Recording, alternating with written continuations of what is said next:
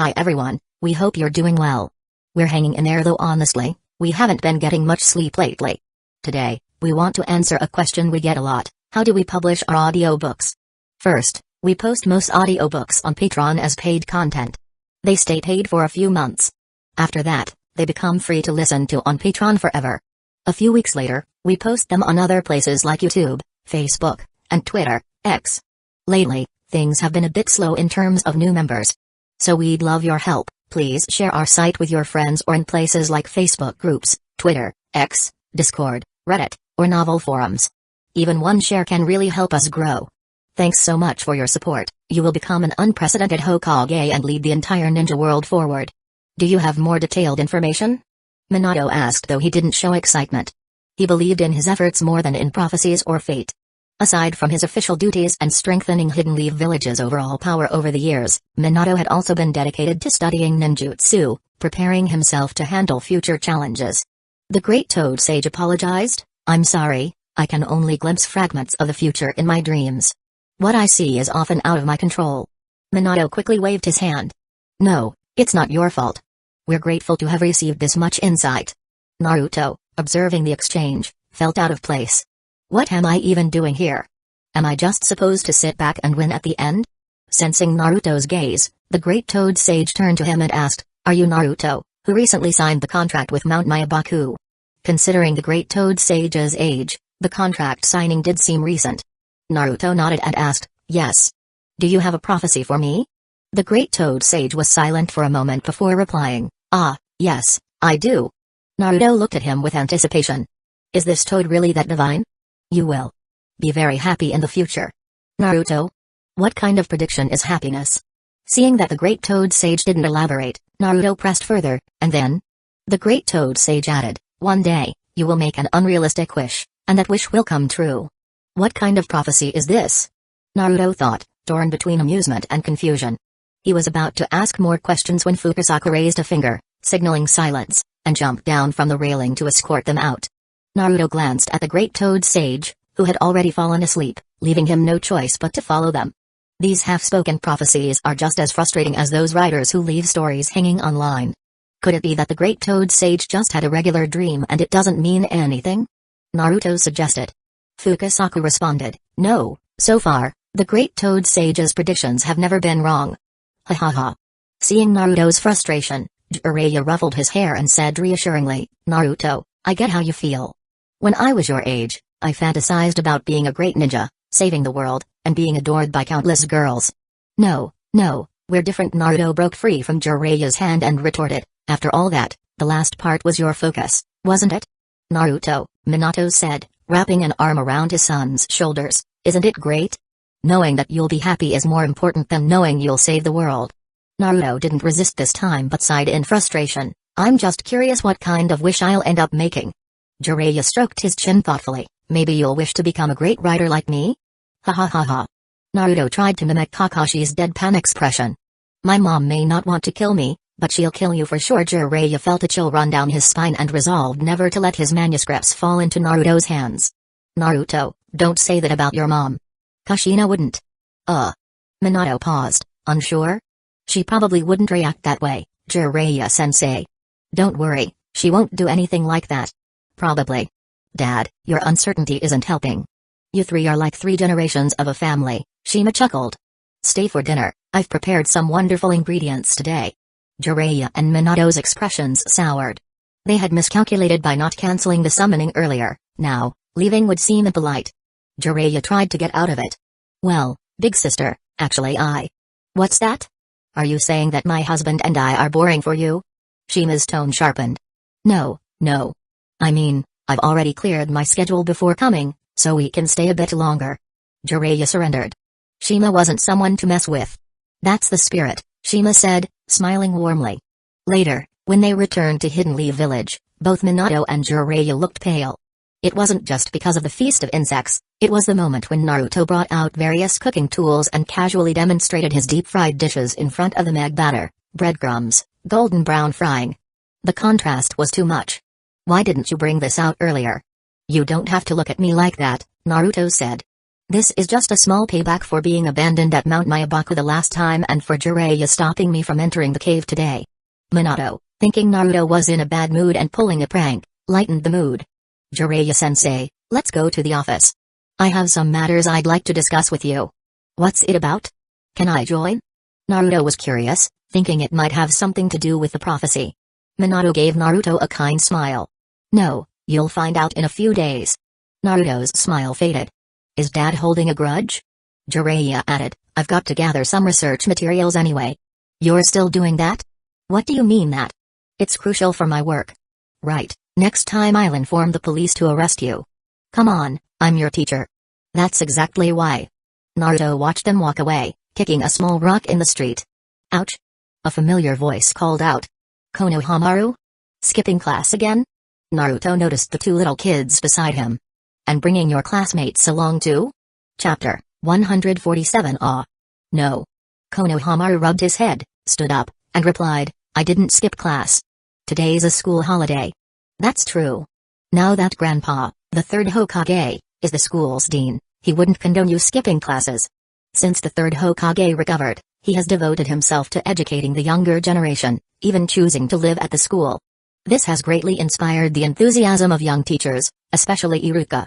The children, however, find it challenging, especially since someone more long-winded than Iruka is now part of their routine. Whenever the third Hokage speaks, the children's admiration for the fourth Hokage grows even stronger. They appreciate that he's young, handsome, powerful, and, most importantly, not one for lengthy speeches like the third Hokage. In this way, the third Hokage has made significant contributions to children's education, in more ways than one. Konohamaru's expression grew somber when he thought of his grandfather, but he quickly brightened up. Big brother Naruto, let me introduce you. This is Yudon, and this is Mogi. Together, we are the Konohamaru Corps. They shouted in unison. Oh. As if a cold wind had blown through, the air became tense with awkward silence. Oh? That's it? Your reaction is too cold, big brother Naruto. Konohamaru exclaimed in frustration. Naruto thought for a moment and sensed the child's need for support. Smiling, he said, your stance is good, but the lines could use some work. Let me teach you a new set. And with that, Naruto left, his three admirers practicing their new lines. Why does war rage? Why do autumn leaves fall? Nature cannot be taken away. Mogi suddenly shouted, oh no. We forgot to tell big brother Naruto that important thing. Yudon echoed, yeah, the lines were so cool I completely forgot. What do we do, Konohamaru? Konohamaru clenched his fist. Of course, we chase after him. The Nighttail suddenly interjected, hey kid, let the old fox borrow a shadow clone. Naruto was instantly on guard. Why? I haven't even enjoyed my last mission reward yet. The Nighttail scoffed, do you think all I care about is eating? Oh? You have other interests? Naruto asked, pretending to be shocked but still cooperating by creating a shadow clone. The Ninetales continued, did you save the coordinates from near the ruins last time? Send the shadow clone there. Alright, let it fly over on its own, and then you can take control. Naruto didn't ask any further, guessing that the Ninetales might want to talk to Shukaku. It seemed like Gaara had already spoken with Shukaku. The clone disappeared, and the Ninetales fell silent, concentrating on controlling it. Just then, Konohamaru's voice rang out behind Naruto. Big brother Naruto. Naruto turned around, raising an eyebrow. Anything else? The three kids panted, catching their breath, before Konohamaru replied, there's something really important. Naruto was intrigued. Alright, tell me. Konohamaru leaned in mysteriously, cupping his hand around his mouth as he signaled Naruto to bend down. Naruto obliged, and Konohamaru whispered, we heard that someone has escaped from prison. Escaped? Naruto was skeptical. Surely the guards would have handled this. How do you know? We overheard it while playing ninja near the garrison. Do you know who it is? It's someone named Mizuki, along with 4 of Orochimaru's subordinates. Huh? Naruto eyed the trio suspiciously. Were you planning on catching them yourselves? The 3 burst into mischievous giggles. Naruto sighed, giving each of them a gentle tap on the head. Listen, I'll go check it out. You 3 find somewhere safe to play, or better yet, head home. Yes. They chorused, momentarily stunned by his response. Naruto opened his sensory map, pinpointing the location of the Sound 4. He recognized their chakra signatures, he'd encountered them before. Still, something didn't sit right. Their curse marks were sealed, and they weren't particularly strong. Even if Mizuki was serious, He wouldn't stand a chance against someone like Iruka. So, how did they manage to escape? There hadn't been any commotion in Hidden Leaf Village that would suggest a lapse in security. Could it be that Mizuki was pulling off something more elaborate? Tracking the group, Naruto noticed several other chakra signals following them, and one felt familiar. Is that Izumi? He quickened his pace, soon spotting her and calling out, "Sister Izumi." She turned, surprised. "Naruto? What are you doing here?" "I heard from Konohamaru that some prisoners broke out, so I thought I'd take a look." Izumi looked taken aback. "How did that get out?" Naruto reassured her. "Don't worry, the kids just overheard it by accident. They're pretty responsible, they won't spread it around." The other three members of Izumi's squad exchanged glances, quietly questioning why Naruto was even there. Although he was Hokage's son, he wasn't technically part of the tracking unit. However, he was skilled, and having him along could be useful. Naruto continued, "I know the Hidden Leaf Village garrison is thorough, so this kind of slip-up feels unusual. Is there more to this situation?" The squad members warmed to him. His respectful tone and confidence in their abilities softened their initial annoyance, and they appreciated his perception. Izumi, while continuing to track, explained, "It's alright to tell you. We let them escape on purpose. The Sound Four have always believed Orochimaru is alive and have clung to the hope that he'd come for them. Despite all our efforts, neither Raibiki nor Inoichi have been able to extract any new intel from them. So today, during the shift change, we intentionally showed a few security gaps, hoping to see what they'd do. But we didn't expect Mizuki to seek them out." Naruto nodded, understanding the tactic. "I get it, this is bait. You're watching to see if they'll lead you to something valuable. In that case, let me help. My sensory abilities will make tracking them a lot easier." Izumi accepted his offer gratefully. "Thank you, Naruto." The rest of the team had no objections. Although they had their tracking techniques, Naruto's sensory ninjutsu would make it even more reliable, helping to prevent any possibility of losing the targets. Naruto focused, pointing in a specific direction. "They're heading toward the back mountain." Meanwhile, with the escapees, "Hey, Mizuki, where are you taking us?" Sekin demanded. Mizuki smirked, his eyes glinting with cunning. "Relax. I told you, there's something Orochimaru left behind in the mountains. Once we get it, we'll be able to leave Hidden Leaf Village for good." Tayuya scoffed, her tone threatening. "If you're messing with us, I swear I'll make you regret it." The usually mild-mannered Jirobo interjected, "Tayuya, maybe tone down the language a bit." "Shut it, Jirobo. I'll talk however I want," Tayuya snapped back. Kodomaru, fiddling with his kunai, rolled his eyes. "Enough bickering.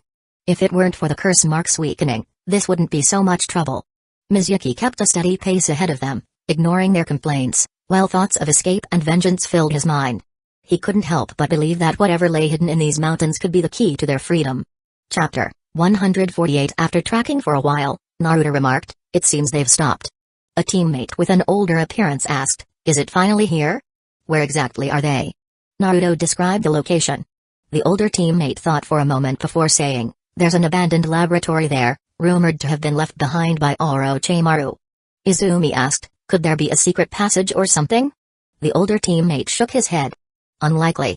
After Orochimaru defected, the place was thoroughly searched. There shouldn't be anything of value left." The other two teammates looked a little disappointed. "So, does that mean we're wasting our time?" "No," Naruto retorted. "They're on the move again. Their chakra has spiked, they seem to be trying to escape in this direction." Izumi speculated, could they have taken some kind of secret medicine or used a forbidden technique? "Get ready for a fight." Naruto suddenly stopped, a peculiar expression on his face.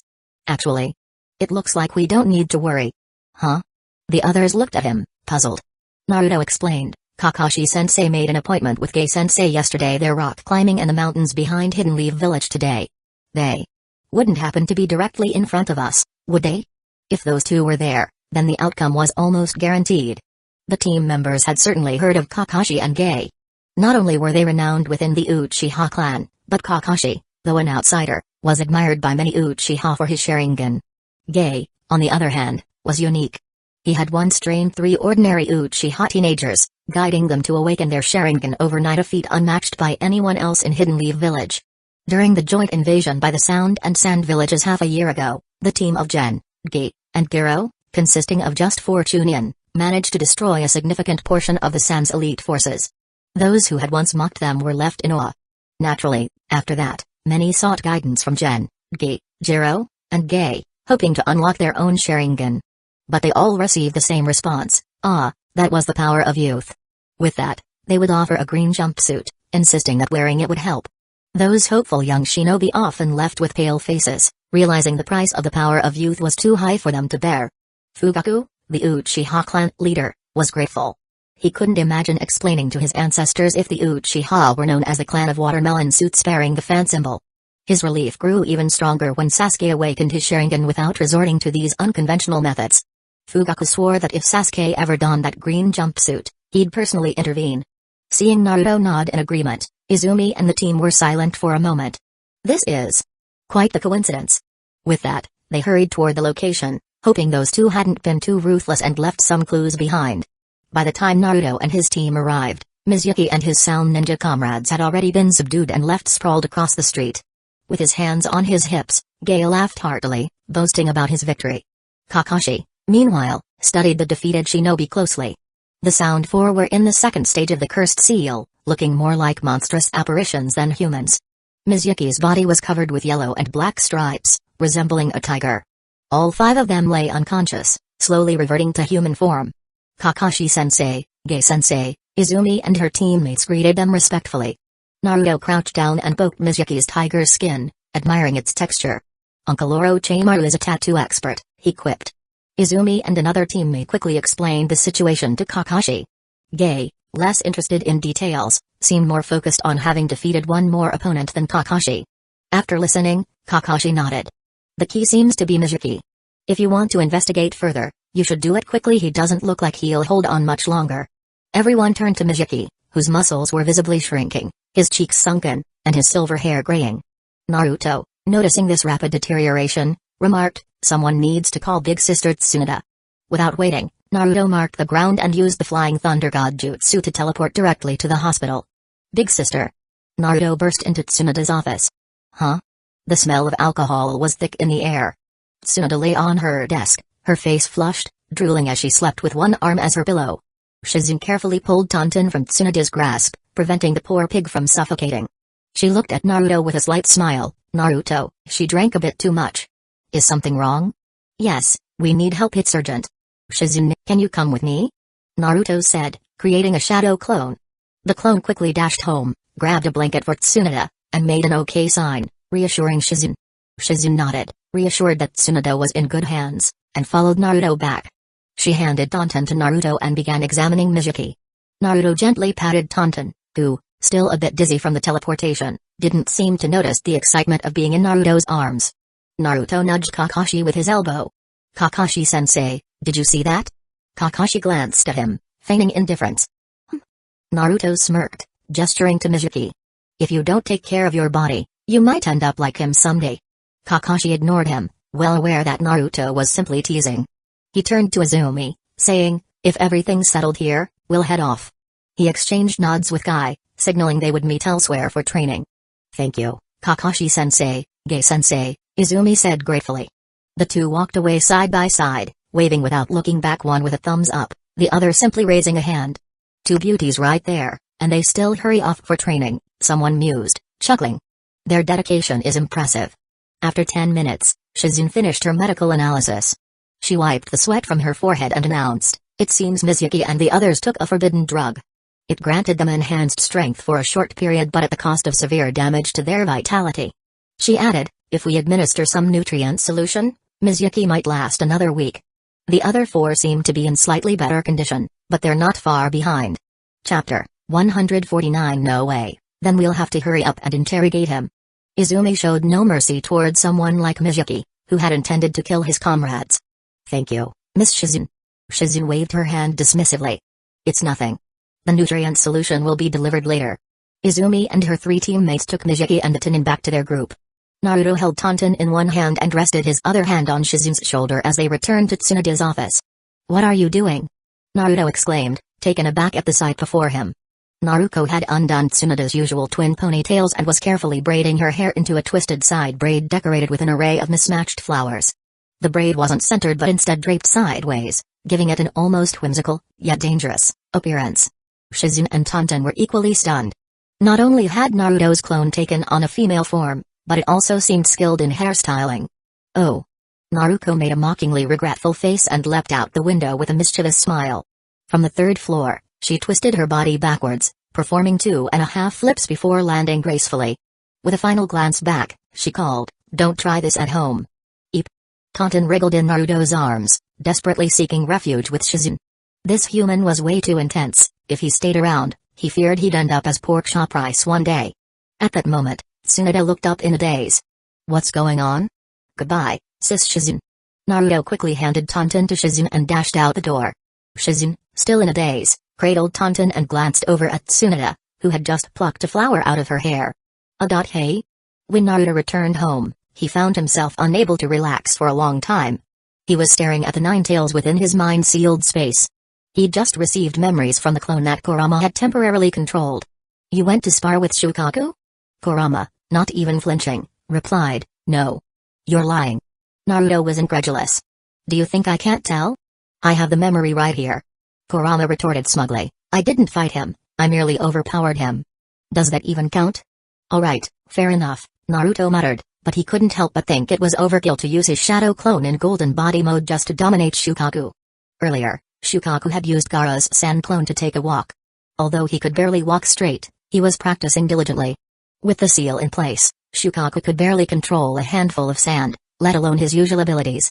Naruto mused that once Gaara and Shukaku's relationship improved, he'd teach Gaara how to unseal him properly.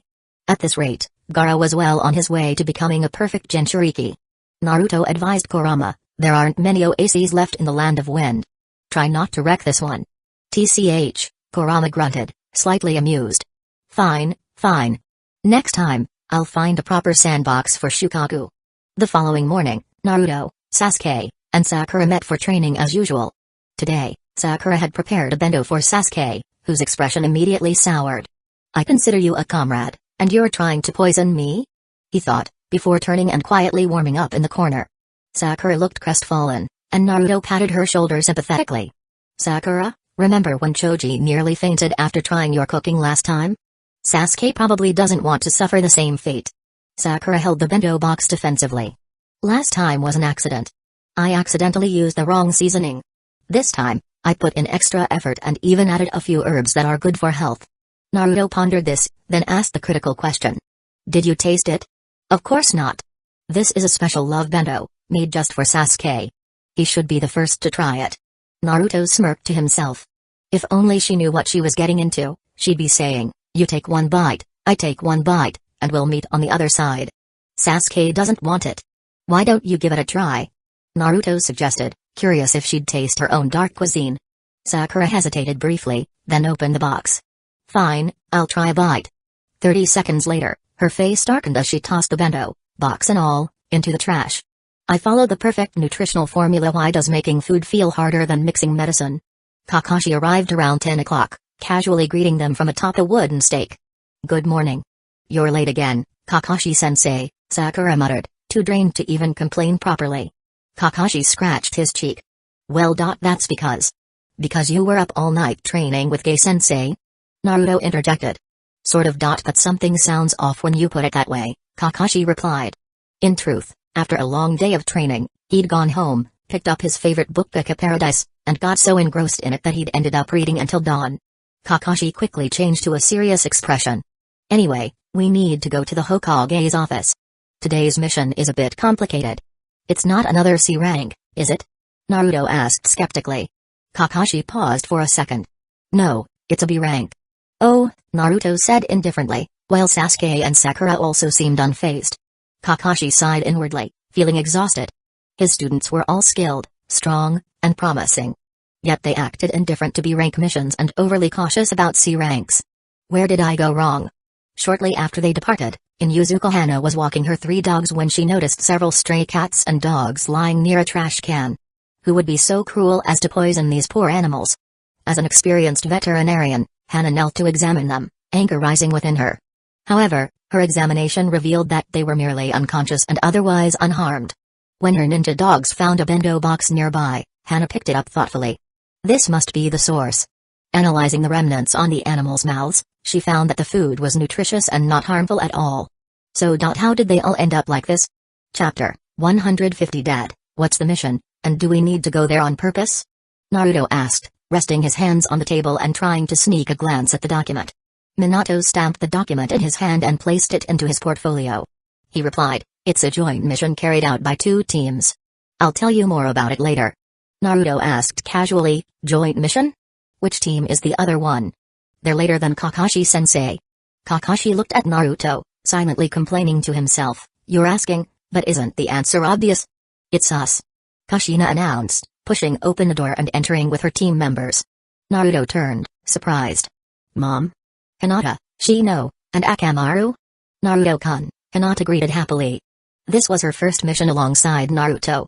Kiba jumped in, shouting, "Hey, Naruto. Stop ignoring me every time." "Oh, next time, for sure," Naruto replied half-heartedly while lifting Akamaru off Kiba's shoulder. He and Hinata then began discussing if Akamaru had grown recently, as it seemed awkward to perch him on Kiba's head. Akamaru barked and wagged his tail happily, making the scene resemble a young couple doting on their pet. "Alright, everyone's here. Let's go over the mission," Minato said. The assignment was requested by the Hidden Stars village in the Land of Bears. "Our task is to protect their village treasure, the star." "Star?" Everyone looked puzzled. Minato explained, 200 years ago, a meteorite fell in the Land of Bears.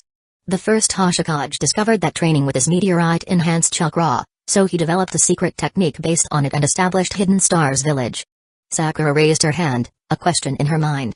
Can a leader of Hidden Stars village be called a Kage? In the ninja world, only the leaders of the 5 great nations' villages are officially recognized as Kage.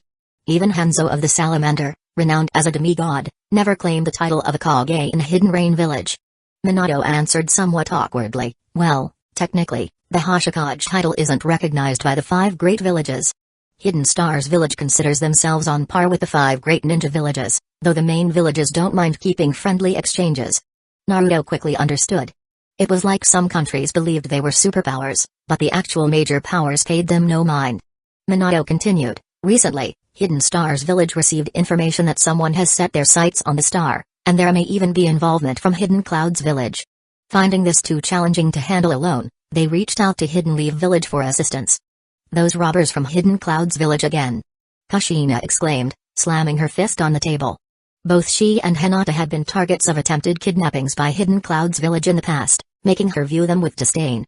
"Kushina, please calm down," Minato said, stopping her just in time to spare the table before he continued. "Given the past incident where the Raikage himself led a mission to seize a secret technique, we can't be certain of the threat level this time. I was concerned one team might not be enough, so I requested both teams to go. This may not remain a simple B-rank mission. Indeed, there was a record of the 4th Raikage personally leading a squad to capture a secret technique, only to be thwarted by a group of mercenaries. Tsunade had intervened afterwards, treating his injuries not out of compassion but because she had won a bet with him." Naruto gently squeezed Hinata's hand, recalling her lingering anxiety from her childhood experience with Hidden Clouds village. Determined to protect her, he resolved to deal with anyone from Hidden Clouds village who dared threaten her, forgetting that Hinata's kidnapper had already been dealt with by Hayashi Hyuga. As for the team's safety, Minato was confident. Ordinary enemies would be outmatched, and if they encountered the Raikage, both Naruto and Kushina's 9 Tails chakra modes could match his speed. In the worst-case scenario, Naruto could use the Flying Thunder God Jutsu to retreat with his friends. If necessary, Hidden Leaf village itself would rally behind them. The Land of Bears borders the Land of Fire, lying southeast of Hidden Leaf village, about a 2-day journey. A ninja hawk had delivered the mission request earlier. After leaving the office, Kiba was brimming with excitement. His team had only taken on C-rank missions before, so a B-rank mission, especially one that could be upgraded, thrilled him. Naruto was also eager, recalling Hidden Stars village's Peacock Jutsu, a skill that creates chakra wings, allowing the user to fly. No wonder others sought it, and while Naruto wanted to learn it too, he didn't need to steal it. He had a trustworthy friend in Uchiha, known for not coveting others' jutsu. Once they finished packing, they set off. Along the way, Naruto and Hinata occasionally hung back from the group, sharing moments. Kiba, energetic as ever, took the lead, while Shino, quiet and reserved, kept watch from the shadows, ready to ambush anyone foolish enough to cross their path. Kushina mentally praised Naruto's initiative, then tactfully led Kakashi, Sasuke, and Sakura further ahead to give Naruto and Hinata some privacy. Walking alongside Kushina, Kakashi felt slightly on edge. Refraining from reading his usual books for fear of Kushina's judgment, he made small talk instead about Naruto and Sasuke. Meanwhile, Sasuke ambled along with his hands in his pockets, still annoyed from a recent spat with Sakura. During a brief noon break, They ate quickly and continued their journey, setting up camp at night. Naruto, equipped with various cooking tools, prepared a meal, with Hinata and Kushina happily assisting. Watching Hinata's skill in the kitchen, Kushina praised her. "Hinata, you're so talented. You'll make a wonderful wife someday." Blushing, Hinata stammered, I'll do my best." Kushina grinned mischievously, "Oh? And whose wife are you planning to be?" "Huh?" Steam seemed to rise from Hinata's head, blending with the steam from the cooking pot. "It smells so good," Naruto exclaimed, grabbing a piece of meat. Though too hot to swallow, he couldn't bring himself to spit it out. "Naruto, you're sneaky," Kiba shouted, rushing over. Akamaru barked in agreement, joining the commotion. Kushina picked up a spoon and smacked it down. "Hold it right there." "Ouch. Ow. Woof." Naruto, Kiba, and Akamaru huddled, rubbing their heads, while Sasuke watched from a safe distance. Sakura observed Hinata's cooking skills with admiration, wishing she could become as skilled. Kakashi, long accustomed to these lively scenes, simply took it in with a knowing smile while Shino quietly savored the soup, touched by its taste but too proud to show it. Chapter 151. The next day, Kiba and Akamaru woke up early in the morning, running, jumping, and having fun. This morning's practice for them was called walking. Shino observed the differences between the insects here and those near Hidden Leaf Village, believing that understanding their habits would help him strengthen his skills. Hinata wore a black, tight-fitting training suit and practiced a set of gentle fist techniques outside. This was her daily training routine. Afterwards, she returned to help Kushina prepare breakfast. In terms of diligence in cultivation, Team 8 was no less committed than Team 7. Kakashi emerged from the tent and yawned loudly. He had accidentally read a book half the night but was fortunate enough not to have stayed up all night, allowing him to function reasonably well. On the other side, Sakura felt a bit depressed. She and Hinata shared a tent, and when Hinata blushed while putting on her form-fitting training clothes, Sakura couldn't help but notice. Sakura couldn't understand it. Everyone was 13 years old, and she was even 9 months older than Hinata. Why was there such a gap? The techniques taught by Tsunade-sensei didn't seem to be working for her at all. The girl's sadness went unnoticed by the others as everyone packed up and continued their journey. By evening, they arrived at the border between the Land of Fire and the Land of Bears. Kakashi raised his hand to signal everyone to stop and said, "In front of you is Bear Valley, which is filled with poisonous gas. We can't rush into it." Naruto looked ahead. In front of them was an almost vertical cliff, and the valley below was shrouded in toxic fog. The impatient Kiba jumped forward and asked, "So how are we supposed to get through? Either we wait for the people from Hidden Stars Village to respond, or—" Kakashi glanced at Naruto. Naruto quickly took out the Flying Thunder God kunai. This kunai could be thrown up to 800 meters with ease, and throwing it over 100 meters would be no problem for him. Sakura asked, "If there's such a natural danger, wouldn't the people from Hidden Stars Village have a way to communicate with the outside world?" Kakashi patiently explained, "Those who need to travel abroad wear special gas masks, and the caravan usually hires ninjas from Hidden Stars Village to accompany them."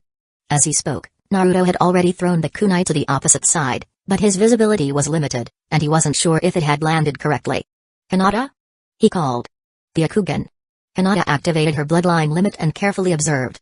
"It's fine, but someone is coming from a distance. It seems to be a ninja from Hidden Stars Village. Let's talk to them first," Naruto said, feeling that with Hinata's Byakugan, it would be a waste not to use it for teleportation. Everyone nodded in agreement, placing their hands on Naruto as he activated the jutsu, transporting them to the other side of the cliff to wait for the Hidden Stars Village ninja. Naruto thought for a moment and split off a shadow clone, handing it a small bottle. "Go collect some of the poisonous gas." The clone put on a numbered plate reading 001, opened the bottle cap, looked at Bear Valley in front of him, and shouted, "If I don't go to hell, who will?" Then he opened his arms and performed a 270-degree flip, leaping into the abyss. Ultimately, Naruto never learned the depth of Bear Valley, as the clone succumbed to the poison before landing. Fortunately, he remembered his mission. Before his demise, he managed to seal the small bottle with the cap using the Flying Thunder God Jutsu. Naruto handed the bottle to Sakura. "Sakura, can you try to create an antidote, just in case?" "Oh, sure." Sakura had taken a detoxification course, and as long as it wasn't too complicated, she felt confident she could handle it. Kushina looked at Naruto with relief.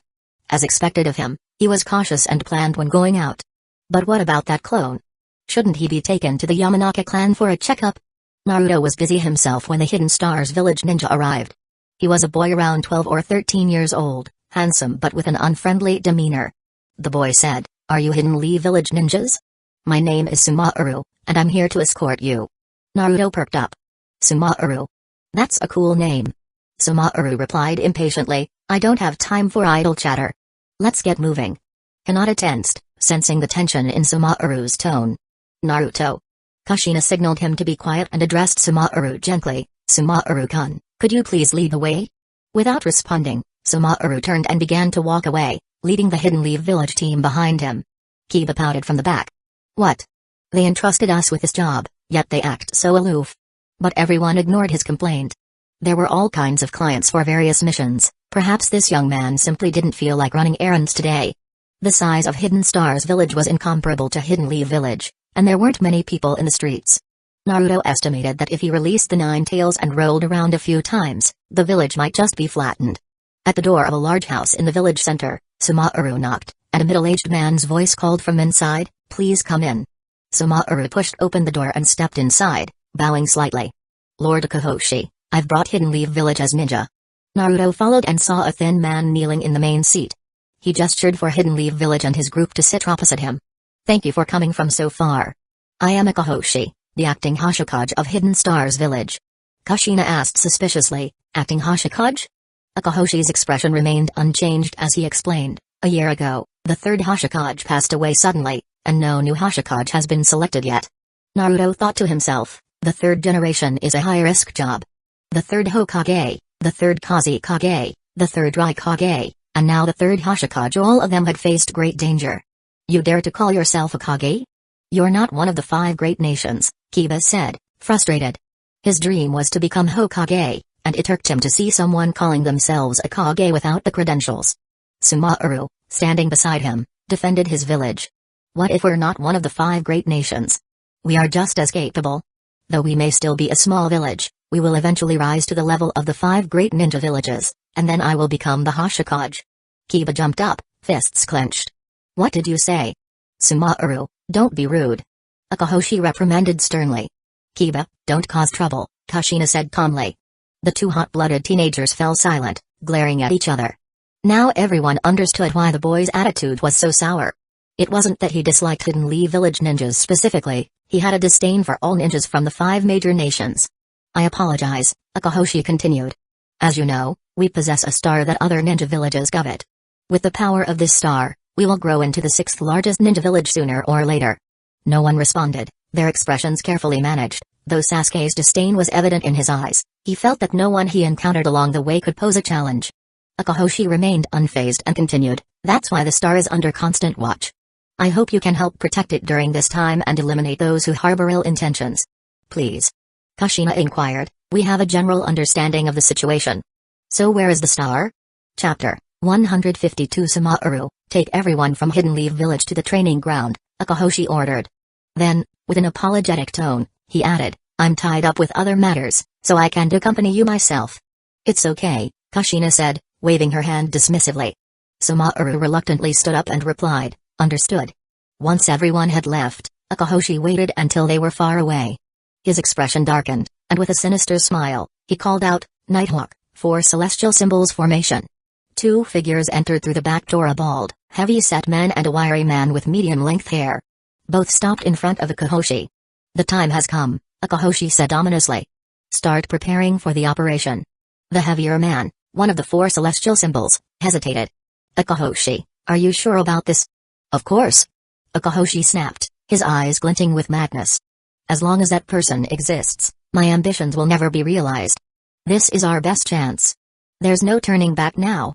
Get ready. Nighthawk and the thin man exchanged glances before replying, understood. Sumaru led the Hidden Leaf Village group to a massive crater several hundred meters wide, his reluctance evident in his posture. Wow, it's incredible. Hinata and Sakura exclaimed in unison, marveling at the sight. Even Naruto, seeing it for the first time, was impressed. However, he simply crossed his arms and remarked, not bad. But I've seen bigger craters like when Pain attacked Hidden Leaf Village. Sumaru pointed to a small building at the center of the crater. That's the training ground. The star is enshrined inside. Some of my companions are currently training there. As they approached, Sumaru halted abruptly and addressed the group. Let me be clear, I don't entirely trust any of you. Don't try anything suspicious. The group stayed silent, except for Kiba, whose temper flared. Grabbing Sumaru by the collar, He shouted, "Listen, you jerk. We're only here because we were asked to protect that stupid star." Sumaru pushed Kiba back with equal intensity. "Even so, how do I know you're not after the star yourselves? I don't trust outsiders." Before the argument could escalate, Naruto stepped in. "Enough. Look at the training ground, the door is wide open. Isn't it supposed to be sealed during practice?" Sumaru turned to the building, his face darkening with alarm. "What?" He sprinted towards the building, and the others followed. Inside, they found several young trainees lying unconscious on the ground. The star, which should have been on the central pedestal, was gone. "Hakuto!" Sumaru shouted, rushing to a girl's side. Sakura immediately moved to help but was shoved away by Sumaru. "Stay back!" Sumaru growled protectively. Before Sakura could respond, Sasuke had drawn his Chidori-infused blade, pressing it against Sumaru's neck. His cold eyes bore into him. "Calm down, or you'll regret it." Kushina stepped forward, gently pulling Sasuke away. "Stand down, Sasuke. We're here to help." Turning to Sumaru, she said, "Sakura is a skilled medical ninja. Let her examine your friend." Sumaru hesitated, then reluctantly nodded. Sakura crouched beside Hakuto, her expression professional as she conducted a thorough examination. After a while, Sakura frowned. "Their bodies are severely damaged, but it doesn't seem to be from an attack. It's more like a chakra-related illness." "Chakra illness?" Kushina asked, puzzled. Sakura nodded. "Their chakra is hyperactive, and their bodies can't handle the strain. It's especially bad for this one, Jumanji, isn't it? His condition is critical." Sumaru's eyes widened. "Will he recover?" Sakura shook her head regretfully. "It's beyond my abilities. But if we can bring him to Lady Tsunade, she might be able to save him." At that moment, Hakuto stirred awake, tears streaming down her face. "I'm sorry, Sumaru-kun. We couldn't protect the star." Sumaru clenched his fists. "Don't worry. I'll get it back." Meanwhile, Kakashi surveyed the scene, noting the lack of signs of a struggle. The children had been incapacitated almost instantly. Was it Genjutsu? He muttered to himself. Naruto, less analytical, was mostly distracted by how cool the star training sounded. But he couldn't shake the feeling that Akahoshi wasn't as innocent as he seemed. Kakashi approached Hakuto. "Did you see who took the star?" Hakuto nodded weakly. "It was one person. Wearing a mask." "What does the star look like?" Kakashi asked Sumaru. Sumaru hesitated, then replied, "It's about the size of a fist, dark purple, with a faint glow." Kakashi's eyes narrowed. "A radioactive meteorite? Using that for training would explain their illnesses. No wonder they're sick. This is like something out of a nightmare." Seeing no immediate leads, Kushina called out, "Kiba, Akamaru." Kiba grinned confidently. "Got it.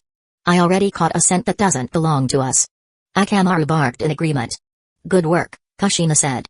"Teammate, you're with me. We're tracking the star thief. Kakashi, you stay here and assist Sumaru with the injured. Try to get more information from Akahoshi." "Understood." As Kushina led Team 8 to track the thief, Naruto's team helped transport the injured to the infirmary. Once that was done, they accompanied Sumaru to Akahoshi's office. "What? The star was stolen?" Akahoshi's expression shifted rapidly, his composure cracking. "I'm sorry," Kakashi said. "It was gone before we arrived. We'll take responsibility for retrieving it. Do you have any leads?" Akahoshi took a deep breath to steady himself. "There's only one person I can think of capable of sneaking in like this, a rogue ninja from our village. She fled after defying the orders of the third Hashikage. I never expected her to target the star. Do you know where she is?" Kakashi asked. Akahoshi nodded.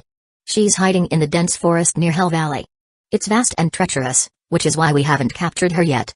Kakashi adjusted his headband. "Then we'll start there." Chapter 153. Sumaru stepped forward and addressed Hashikage Akahoshi with determination. "Lord Akahoshi, let me go after him. I promise to bring back the star intact." Akahoshi shook his head. "No.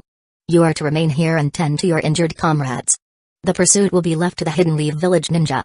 "But Lord Akahoshi," Sumaru protested, his voice tinged with frustration. "This is an order." Akahoshi's tone grew firm, his expression stern. "Yes, sir." Sumaru replied reluctantly, lowering his head as he walked away in defeat. Akahoshi turned to Kakashi and his team with a grave expression. "That traitor has already mastered our village's secret techniques. He can now use chakra to fly. Please proceed with caution. I will stay behind to investigate any further clues in the village. The safety of the star is in your hands." "This is our mission, and we'll see it through," Kakashi replied calmly. With that, He led Naruto, Sasuke, and Sakura out of Hidden Stars village. As they walked, Sakura voiced her concerns. Kakashi-sensei, the symptoms affecting the villagers are all strikingly similar. It has to be connected to their training. If we recover the star and they continue using it to train. She hesitated, her voice softening. It feels like we'd only be harming them further. Kakashi glanced at Naruto and Sasuke. What do you two think?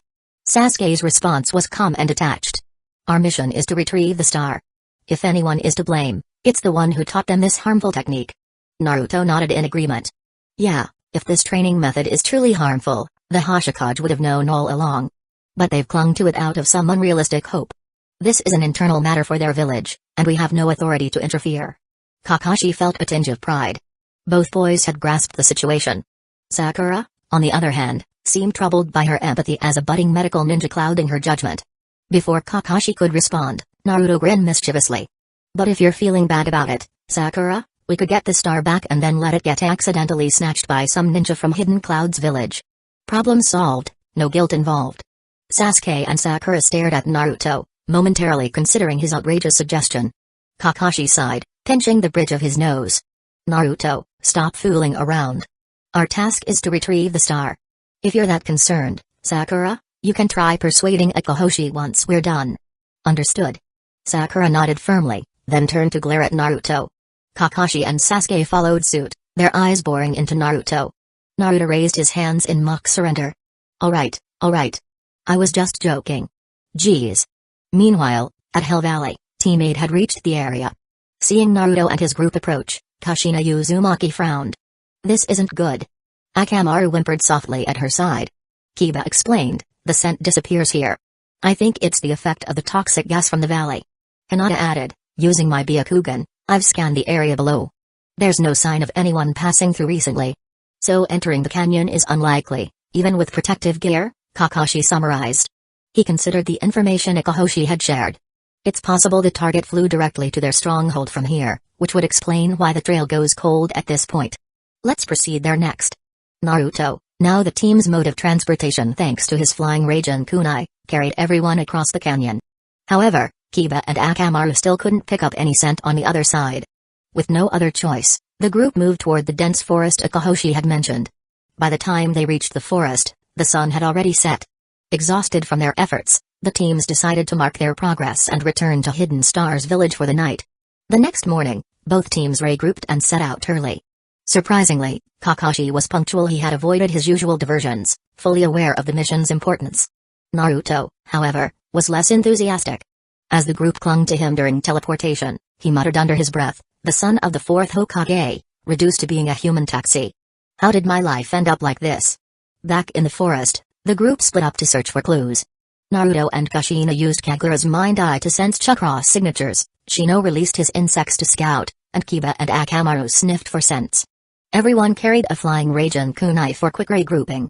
Sakura and Sasuke, lacking advanced detection abilities, were each assigned a ninja hound. Pac-kun, Kakashi's trusted ninja dog, froze after catching Sakura's scent. His nose twitched, and his body stiffened in recognition. Not again, he thought. Silently, he chose a direction opposite Sakura's and bolted. Biscuit, another ninja hound, was paired with Sakura. Larger than Pac-kun, with yellow fur and a talkative demeanor, Biscuit sniffed the air curiously. You know, kid, your shampoo smells just like Pac-kun's lately. Boom. A loud crash echoed through the forest as a tree toppled dramatically. Within Naruto's subconscious, Kurama stirred. Hey, brat. There's a familiar presence nearby. Naruto blinked. Huh? It's Matetabi, Kurama clarified. Some people call her Nibai. You know, the blue two-tailed cat. Naruto nodded, remembering the kind, feminine voice of Matetabi's Jinchuriki, Ujito of Hidden Cloud's village. Despite her strength, she had been defeated by Kakazu and Hidan. Still, Naruto knew her loss was no reflection of weakness. Facing the immortal duo without intel was a tall order for anyone. So Ujito is here too? Naruto asked, piecing things together. Kurama huffed. Looks like it. Hidden Cloud's village sent her, probably as a gesture of goodwill toward Hidden Stars village. Or maybe they're just watching their interests. Naruto grinned slyly. Hey, Kurama, are you going to say hi to Matetabi? Kurama bristled. Why would I? What's next, a meet and greet? Idiot. Naruto laughed. Fine. Tell Mom about it, though. She'll want to know. After relaying the message to Kushina, Naruto sped toward Kakashi. Kakashi-sensei, how about we add a cat-catching mission to today's agenda? Kakashi raised an eyebrow. What? Chapter 154. After listening to Naruto's explanation, Kakashi didn't know what to say. If catching cats always involved handling creatures of this caliber, how would Hidden Leaf Village as shinobi even survive? This isn't the kind of cat you can just catch. Kakashi said helplessly, rubbing his temples. Forget it, let's pick up someone first. The matter of dealing with Jinchuriki-level strength was no small issue. It needed to be approached with caution. Understood, Naruto replied, creating 6 shadow clones and sending them to handle the arrangements. Meanwhile, Naruto ended up being scolded by Sakura after poking around for clues about the star thief. Naruto had been curious about whether the chakra scalpel could be lethal in a fight, which naturally didn't sit well with Sakura. Eventually, the team regrouped at Sakura's place. Aside from Naruto, none of the Genin fully understood the concept of a Jinchuriki. Most of them had only heard fragmented stories about tailed beasts, the legendary creatures that had wreaked havoc in Hidden Leaf Village long ago, sealed away by the 4th Hokage and his wife. Come on, just let me at him, Kushina said, cracking her knuckles eagerly. She clearly preferred fighting over debating. Kakashi sighed, knowing his sensei's wife's temperament all too well. Whether it was her adamant use of the adamantine sealing chains or unleashing the Ninetales, Kushina could certainly back up her words with action. He said resignedly, based on Naruto's intel, the Hidden Clouds Village shinobi are still far off, at least outside our sensory range. They likely don't even know that the star has been stolen yet. Most of them will probably head to Hidden Star's village to investigate first. Naruto added, I'll send shadow clones to keep an eye on the village and intercept them if necessary. Let's focus on finding the star first, and worry about the cat later. Kakashi nodded in agreement. That's the best plan. With the star in our possession, they'll have no choice but to come to us, allowing us to act. Naruto created 3 more shadow clones, dispatching them to scout near Hidden Star's village. Meanwhile, the team followed the scent trail picked up by Pakkun. Near a cliff, Kushina suddenly stopped. There are people up there. 4 more are heading in the same direction, she noted. Naruto quickly activated Sage Mode and confirmed her observation. They're less than a kilometer away. Hinata, can you see anything? Hinata activated her Byakugan and gasped. It's Akahoshi and Sumauru. But Sumauru looks unconscious, he's been kidnapped. The group was stunned. Why would Hidden Star's village's acting Hashikage take one of their hostages? What could they be plotting? Kakashi deliberated briefly before instructing, let's not act rashly. Hide and observe for now. Akahoshi and his subordinates were seen confronting a long-haired woman in Hidden Star's village attire.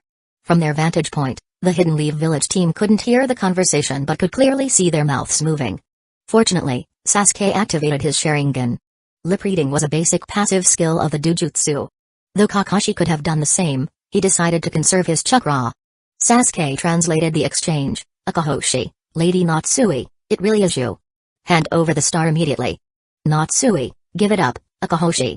If you continue using the star's radiation for training, the children will die. Akahoshi, so what? Sacrifices must be made for the village to grow stronger. Natsui, the 3rd Hashikage exiled me to prevent this exact abuse. I swore to intervene if anyone misused the star's power. I won't let you continue. Akahoshi, the 3rd was a fool, and I killed him for it. Only I can't lead Hidden Star's village to surpass the 5 great nations. Natsui, you monster. I won't let you get away with this. Peacock Beast Jutsu, Akahoshi, hold it. Will you risk your own son's life to stop me? Kushina could no longer restrain herself. Infuriated by Akahoshi's cruelty, she stepped into the clearing, forcing the rest of the team to follow. Seeing Kushina, Akahoshi smirked. Hidden Leaf Village shinobi. Perfect timing. Capture her. Before he could finish, Kushina lunged forward, landing a solid punch that sent Akahoshi flying several meters. His subordinates froze in shock, but they quickly rallied. One began weaving hand seals. Peacock Heart, Naruto and Sasuke struck from behind, knocking them out with swift precision. Naruto caught Sumauru and glanced at the unconscious foes disdainfully. These clowns? They thought they could hurt my mom? Akahoshi staggered to his feet, sneering. You're attacking the client? Do you realize how this will damage Hidden Leaf Village's reputation? Kushina frowned. She wasn't one to act impulsively, but scum like Akahoshi didn't deserve leniency. She thought briefly about Minato's likely disapproval but dismissed it. A little nagging is worth it, she thought. Natsui stepped forward. You don't need to worry about appearances. I'm grateful you saved my son. This is Hidden Star's village's internal matter. Now, please leave the rest to me. Naruto couldn't help but notice Natsui's steely resolve, reminiscent of Kushina's determination. It's time to end this, Akahoshi, Natsui declared. You'll pay for assassinating the third and endangering my son. Peacock Beast Jutsu. Natsui unleashed a massive chakra beast that charged at Akahoshi. He retaliated with his own Peacock Beast, but he was noticeably weaker. After a brief clash, Natsui's beast overwhelmed Akahoshi, sending him hurtling backwards. I won't die here. Akahoshi shouted, forming chakra wings and leaping off the cliff to escape. Natsui immediately gave chase, and moments later, Akahoshi's agonized screams echoed from below. When Natsui returned, Sumaru had regained consciousness. Mother and son shared a tearful reunion before expressing their gratitude to the Hidden Leaf Village team. Sumaru even apologized for his earlier rudeness. What's next for Hidden Stars Village? Kushina asked. Natsui gestured to the unconscious subordinates. I'll take them back to the village, expose Akahoshi's crimes, and ensure a proper leader is chosen. Naruto interjected, why not become the leader yourself? The third trusted you enough to leave the star's protection in your hands. If you don't take charge, who will? Chapter 155 I can't do it, Natsui said sadly. Like Sumaru's father, I overused the star's chakra. Sumaru's father passed away a few years ago because of it. And I don't know how much time I have left. Mother. Sumaru cried out, gripping Natsui's hand tightly. It can be cured. Tsunade-sama of Hidden Leaf Village must know a way to save you. That's right, Sakura interjected, standing up decisively. Tsunade-sensei will have a solution. We can't let a mother and son, who've just reunited, face such tragedy. Moved by her son's pleading, Natsui finally agreed to go to Hidden Leaf Village to seek help. Hey, listen up. Naruto's voice suddenly broke the heavy atmosphere. One of my shadow clones just reported that a Hidden Clouds Village team is 5 kilometers from Hidden Stars Village. They've got a Jinchuriki with them. There are 4 of them in total. Naruto added. The clone marked the location with the Flying Thunder God Jutsu before dispelling itself. The others self-terminated after completing their task.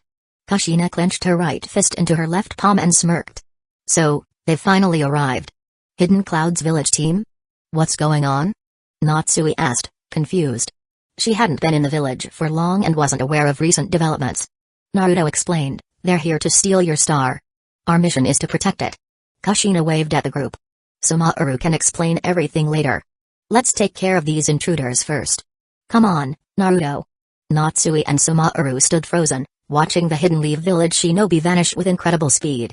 They had never seen such advanced techniques before. At the location of the marked clone, Kushina quickly sensed the presence of a 4-person team steadily approaching. Naruto summoned 4 shadow clones, positioning them strategically around the area. He had each clone place Flying Thunder God markers, ensuring there was no escape route for the Hidden Clouds Village team. Soon, the Hidden Clouds Village squad arrived. The group consisted of the Jinchuriki Yujito and her 3 teammates, Samui, Amoy, and Karui. Naruto immediately recognized them. Samui was a composed kunoichi with short blonde hair, fair skin, and an impressive figure rivaling Tsunade's. She often complained of shoulder pain due to the burden of her assets, a habit depicted even in certain games. Amoy, with his short white hair and dark skin, was easily identifiable by his obsession with lollipops and his anxious, pessimistic demeanor. Naruto remembered hearing a rumor about him trading a lollipop for Ringo Amiri's Kiba swords during the 4th Great Ninja War. Karui, with her fiery red hair and similar skin tone to Amoy, had a temper to match. Naruto recalled seeing her alongside Choji Akimeki in the future, though he still couldn't understand how that pairing came to be. All 3 were disciples of Killer Bee, the 8-Tails Jinchuriki, known for their exceptional kinjutsu skills. However, their presence alongside Yujito this time seemed unusual. As Naruto studied the Hidden Clouds Village team, they were also observing the Hidden Leaf Village group. Yujito immediately recognized Kakashi Hatake for his iconic look and reputation. Next, her gaze fell on Kushina Uzumaki, wife of the 4th Hokage, who was rumored to have aided in sealing the 9-Tails. Kushina's display of strength during the Chunin exams left no doubt that she was the Jinchuriki of the 9-Tails. The rest of the group consisted of younger shinobi. Yujito's initial glance overlooked Kiba and Akamaru, but she quickly realized the seriousness of the formation. Yujito stepped forward, attempting diplomacy. Hidden Leaf Village shinobi, this is a mission. Can we avoid unnecessary conflict? Kushina sneered and cracked her knuckles. If you're here to steal something, just say so. No need for excuses about a mission. Yujito sighed. So that's how it is. Before she could finish her sentence, Naruto acted. Forming a series of hand seals, he unleashed a massive technique, Water style, exploding water shockwave. A towering wall of water, over 30 meters high, surged forward like a tsunami, uprooting trees and smashing everything in its path. The Hidden Clouds Village team was caught off guard. They couldn't believe a seemingly ordinary Hidden Leaf Village shinobi could execute a jutsu of such magnitude. In unison, they gasped, "You call this water style?"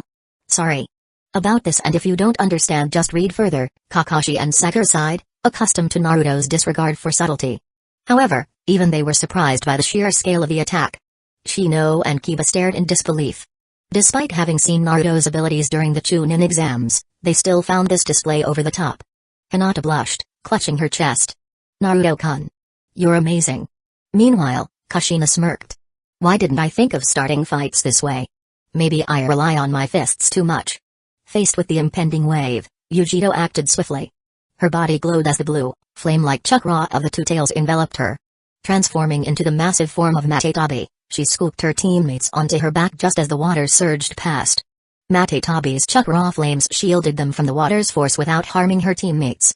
As the waves receded, the surrounding area was submerged in several meters of water, though this barely reached Matetabi's knees. The Hidden Leaf Village group stood calmly atop the water, Naruto having ensured his allies were unharmed by manipulating the currents. Naruto grinned at the sight of the majestic blue feline.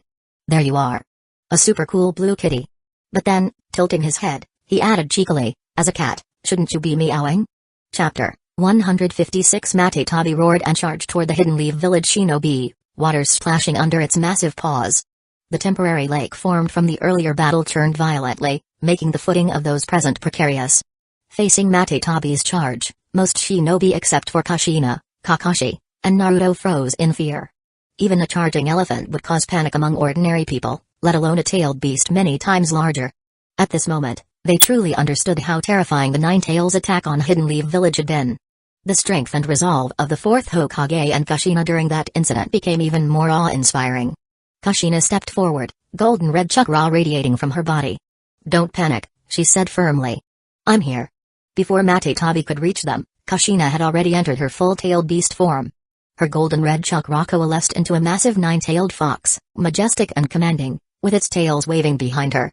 Unlike most Jinchuriki, who transformed directly into their respective tailed beasts, Kushina stood within the protective chakra form of the Nine-Tails, akin to a giant Susanoo. The other Hidden Leaf Village shinobi present were also shielded within the chakra on Kurama's back. Team Nine-Tails, prepare to engage. There was no time to marvel at the transformation. The two colossal beasts collided with an earth-shaking force, a clash unimaginable for ordinary people. Standing on all fours, Kurama was slightly larger than Matetabi. Despite initiating the charge, Matetabi found itself at a disadvantage, pushed back by the impact. Within the protective chakra shell of the Nine-Tails, the Hidden Leaf Village shinobi barely felt the collision. However, the trio from Hidden Clouds Village riding on Matetabi's back were caught off guard, nearly thrown off by the force of the clash. Yujito, Matetabi's Jinchuriki, stared in disbelief. She had not expected Hidden Leaf Village's Jinchuriki to fully manifest the Nine-Tails. After all, no one had ever seen such a transformation from the Nine-Tails before. Even Matetabi was taken aback. To her, the Nine-Tails was the least cooperative of all tailed beasts. Yet, here it was, seemingly fighting in harmony with its Jinchuriki. "Kurama," Matetabi growled, "have you finally found someone you respect?" Kurama huffed, clearly uninterested in a conversation. "Save your breath, Matetabi. Let's finish this first." Matetabi sighed. "You know I don't enjoy fighting you. You always go too far." "That's your problem," Kurama replied dismissively. The exchange was cut short as Kurama swiped at Matetabi, sending the two-tailed beast hurtling hundreds of meters away and clearing an entire section of forest. The Hidden Clouds Village trio on Matetabi's back were violently thrown off but caught by one of the beast's tails. Even so, they were shaken, some coughing up blood from the jarring impact. "It's not over yet," Kushina declared. Raising her hands, the Nine-Tails opened its mouth. Yin and Yang's chakra began to converge, forming a massive, purple-black-tailed beast bomb. Matetabi, recovering quickly, retaliated by preparing its own tailed beast bomb of similar size. The two devastating attacks collided midair, triggering a massive explosion. The blinding white light forced everyone to shield their eyes, while the intense heat evaporated the artificial lake created by Naruto earlier. The shockwave flattened the forest for nearly a kilometer in all directions. "What incredible power!" Kakashi muttered, voicing the thoughts of everyone present. When the light and smoke cleared, Matetabi was gone. Within Matetabi's chakra, Yujito acknowledged the truth. In terms of raw power, the Nine Tails was stronger. Combined with Kushina's mastery, their chances of winning were slim. We're retreating. Yujito decided. She was no reckless Raikage. Her team was already battered, and continuing this fight would only risk her life and theirs. Under the cover of the explosion's blinding light, Yujito and Matetabi fled, quickly putting distance between themselves and the Nine Tails. But just as she started to relax, confident she had escaped, Yujito froze. Standing before her was a golden fox, the Nine Tails. Matetabi came to an abrupt halt. Yujito's heart sank. How could they have gotten here first? Then, realization dawned. The young blonde-haired shinobi proficient in water-style Naruto was none other than the son of the fourth Hokage. He had inherited his father's legendary Flying Thunder God Jutsu, earning the title Second Yellow Flash. This is bad, Yujito muttered, as the golden fox began charging an attack. To her shock, the Nine Tails standing before her wasn't Kushina, it was Naruto. Naruto had long been eager to test his ability to control Kurama's full power, and Kushina had allowed him the opportunity to practice. Though Kurama warned Naruto that he could only maintain the transformation for 5 minutes due to inexperience, Naruto was determined to make the most of it. Drawing on Kurama's power, Naruto prepared one of the Nine Tails' signature moves. Condensing a tailed beast bomb, he swallowed it and unleashed it as a devastating beam of energy. The attack, often nicknamed the Tailed Beast Cannon, was fast, wide-ranging, and nearly impossible to evade. Matetabi, unable to dodge in time, shielded Yujito and her teammates before taking the full brunt of the blast.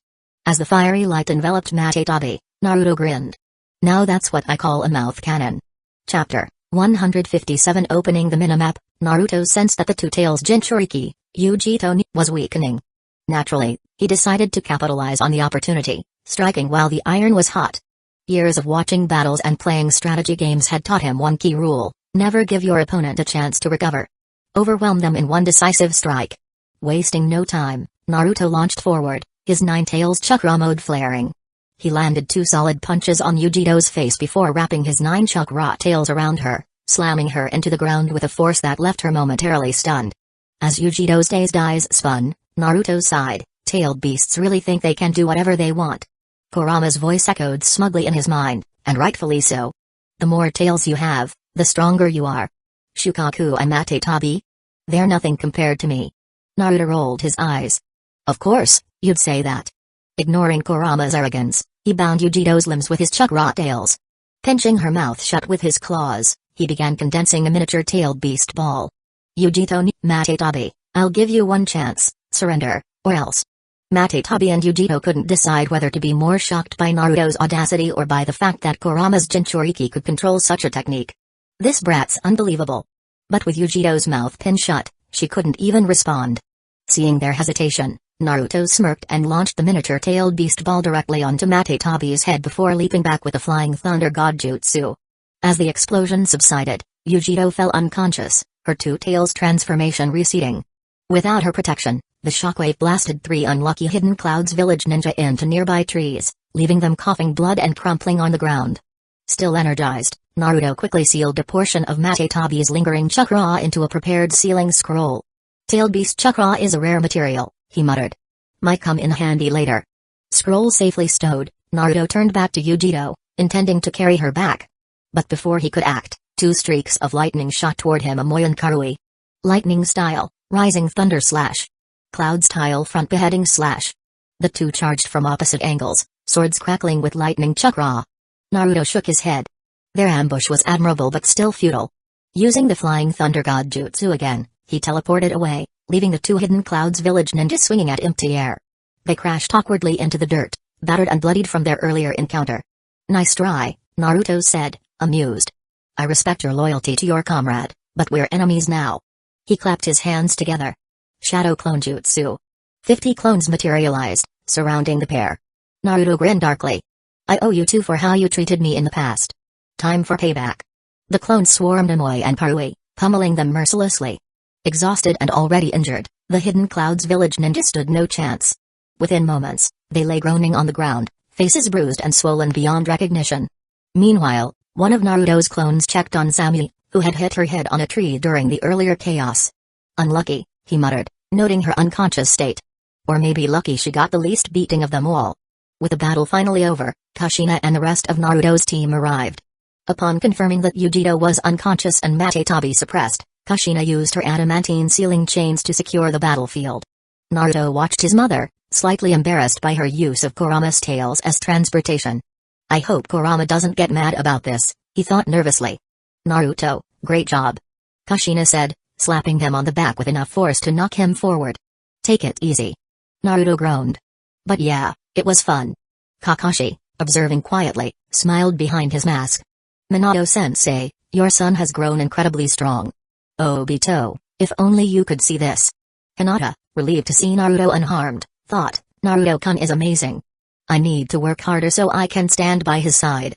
She absently rubbed her eyes, which had been itching lately from her intense training. Sasuke, meanwhile, gripped the hilt of his Kiba blades. Naruto's strength has grown again. Even with Chidori, I might not match him now. If only I had Itachi's eyes.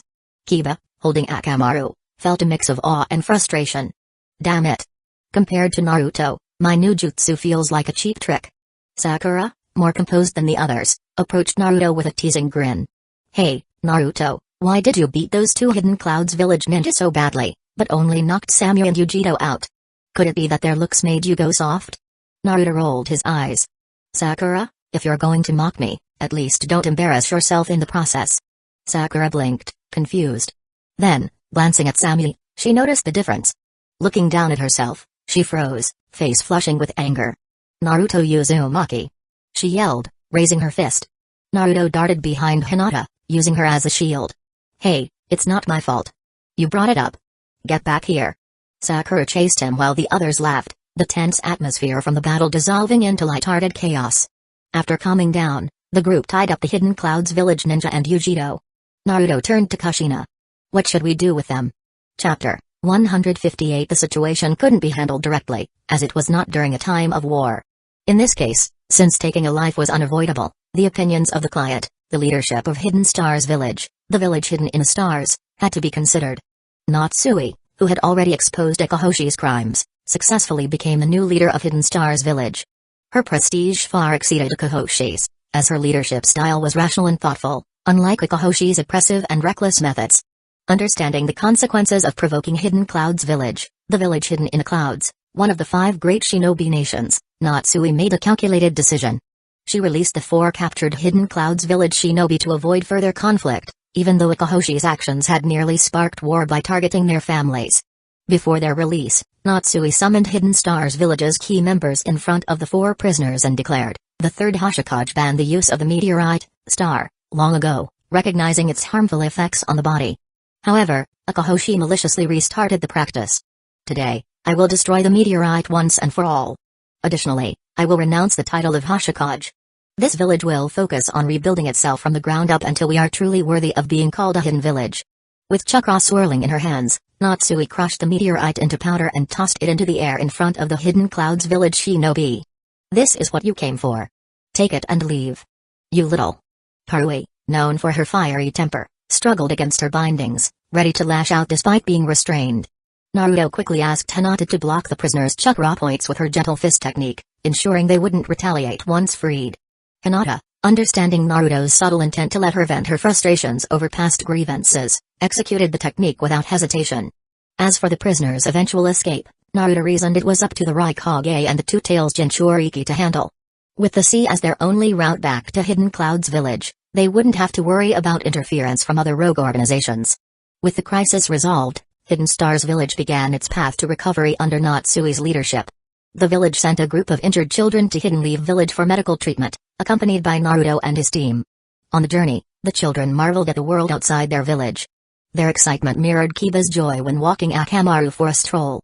However, their awe quickly turned to amazement when they noticed Hidden Leaf Village's shinobi of similar age reading or practicing chakra control even while traveling. The dedication of these ninja from the 5 great nations was a stark contrast to Hidden Stars Village's reliance on shortcuts like the meteorite's power. Inspired, the children resolved to train using their abilities after recovering. Yet, much of their motivation stemmed from witnessing Naruto's strength firsthand. Observing him train, even after completing his mission, spurred them to follow his example. The mission was deemed a success. Although the original client had perished, Hidden Stars Village expressed gratitude to Hidden Leaf Village for their intervention. Witnessing the battle between the two tails and Naruto's team from afar left no doubt in the villagers' minds that without Hidden Leaf Village's help, they couldn't have survived. After returning to Hidden Leaf Village, Team 7 took a few days off. Naruto began training in Sage Mode under Fukasaku's guidance at Mount Mayabaku. Seated atop a massive stone pillar, he attempted to empty his mind, as instructed. The gentle sounds of nature calmed him, and for a brief moment, he forgot his surroundings and identity. It seems 3 lazy frogs are still waiting for me to bring their food. Startled, Naruto lost his balance and plummeted headfirst. Fukasaku caught him midair with his tongue, placing him back on the ground as the slate he'd been sitting on shattered below. Take a break, Naruto. You've improved a lot recently, Fukasaku said. Naruto nodded, wandering off into the giant jungle to find a leaf large enough to serve as a bed. As he lay on a swaying leaf, he reflected on his progress.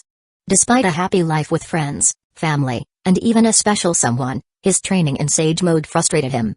His inability to quiet his thoughts made the process slower than expected. In the sealed space of Naruto's mind, Kurama watched him sleep, his brow furrowed even in rest.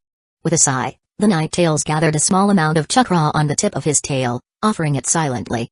Meanwhile, Sakura, looking utterly exhausted, joined Naruto and the team. Why so down, Sakura? Weren't we all on break? Naruto asked curiously. Scratching her pink hair in frustration, Sakura groaned. You may have had a vacation, but I was stuck helping at the hospital the entire time. Naruto remembered the influx of patients from Hidden Stars Village and guest Tsunade had assigned Sakura extra duties. Shizo must want you to gain more experience, he offered in consolation. Sakura sighed deeply. That's what I thought at first. Tsunade-sama gave me a 1-hour crash course, then dumped every patient on me, claiming she had urgent village matters to attend to. But last night, Shizusan and I found her at an izakaya with Jiraiya-sama, both completely drunk. Jiraiya-sama had also ditched his responsibilities to discuss important matters with her. Naruto could only laugh awkwardly. Ah. Well, that does sound like them. Chapter 159 Sakura frustratedly ruffled her long pink hair and complained, I've been living in the hospital for days, barely getting any sleep at night, just to treat and care for those patients. How can I have such an unreliable teacher? Naruto remained silent. He couldn't help but feel that Hidden Leaf Village's higher-ups often left their subordinates in difficult situations. The advisors from the previous generation clung tightly to power, making things harder for everyone else. Just then, Sasuke arrived, noticeably late, with a faint, smug smile tugging at the corners of his lips. Sasuke-kun. Sakura immediately composed herself, smoothing her hair in mere seconds. She clung to Sasuke's arm and began recounting her tale of woe. Sasuke replied nonchalantly, You've worked hard. That short acknowledgement made Sakura's heart leap, leaving her feeling as refreshed as if she had sipped ice-cold lemonade on a sweltering summer day. Sakura's thoughts, Sasuke-kun actually comforted me. What should we name our child in the future? Naruto, unimpressed, teased, what's with a grin, Sasuke? Did Uncle Fugaku finally praise you, or did Itachi take you on vacation? Instead of answering, Sasuke pulled away from Sakura's embrace and bit his thumb. Forming a few hand seals, he slammed his palm to the ground. Summoning jutsu. A snake about 3 to 4 meters long appeared in a puff of smoke, flicking its tongue as it respectfully greeted, Master Sasuke. Sasuke nodded in satisfaction, his pride evident as he awaited Naruto's reaction. Naruto, genuinely surprised, exclaimed, Wait, is this one of the snakes from Orochi Cave? Sasuke smirked and nodded proudly. Sakura, initially startled by the snake, quickly regained her composure upon realizing it was Sasuke's summon. Curiosity piqued, she asked, I thought Orochimaru's summons came from Orochi Cave? How did you manage to form a contract with them? This was a gift from my brother, Sasuke began. He then recounted the story behind it. The chain of events began when Naruto helped Izumi Uchiha capture Mizuki. During Mizuki's interrogation by the Hidden Leaf Village police force, they discovered the location of a hidden Orochimaru base that even his Sound 4 guards were unaware of. After reporting this to the Hokage, Minato assigned Itachi, Shisui, Izumi, and Anko to investigate. Their mission was to confirm whether Orochimaru had faked his death. The team successfully raided the base, rescuing several captives, eliminating guards, and seizing valuable items. Among the findings were Orochimaru's forbidden ninjutsu scrolls, the Orochi Cave summoning contract, and a mysterious ring engraved with the kanji for void. The scrolls were sealed away, the contract was entrusted to Anko, and the ring was handed over to the cipher decoding team for analysis. At Itachi's special request, Sasuke was granted permission to sign the summoning contract. Now, after days of training, Sasuke eagerly showcased his newfound summoning ability to his teammates. Naruto's impressed expression made Sasuke feel the effort was worth it. However, Sasuke omitted one detail from his story: his earlier feelings of inadequacy. After witnessing Naruto's strength during their last mission, he had been brooding by a small lake, tossing pebbles in frustration. Itachi, noticing his younger brother's distress, approached him. "What's wrong, Sasuke? Did the mission not go well?" "No, the mission was fine," Sasuke admitted. "But I didn't contribute much. Naruto fought at a level I can't even reach yet. I'm still too weak." Itachi, ever the supportive elder brother, picked up a flat stone and skimmed it across the water. "Sasuke, battles like those often rely on partnerships. For example, summoning a powerful beast can level the playing field in situations like that. Where can I find such a partner?" Sasuke asked, his determination rekindled. "Leave it to me," Itachi replied with a smile. Later, Sasuke practiced stone skipping alongside Itachi, though his attempts didn't quite match his brother's skill. Regardless, the sunset painted a warm glow over the two Uchiha brothers as they headed home, their bond as strong as ever. Back in the present, Naruto inspected the snake and asked, "Does it have a name?" Pleased, Sasuke nodded, and the snake answered, "I am called Okasa." Naruto raised an eyebrow. "Alright, Okasa, do you know whether Orochimaru is truly dead?" The snake flicked its tongue, responding cryptically, "Only the winds of Rishi Cave know for sure." Chapter 160.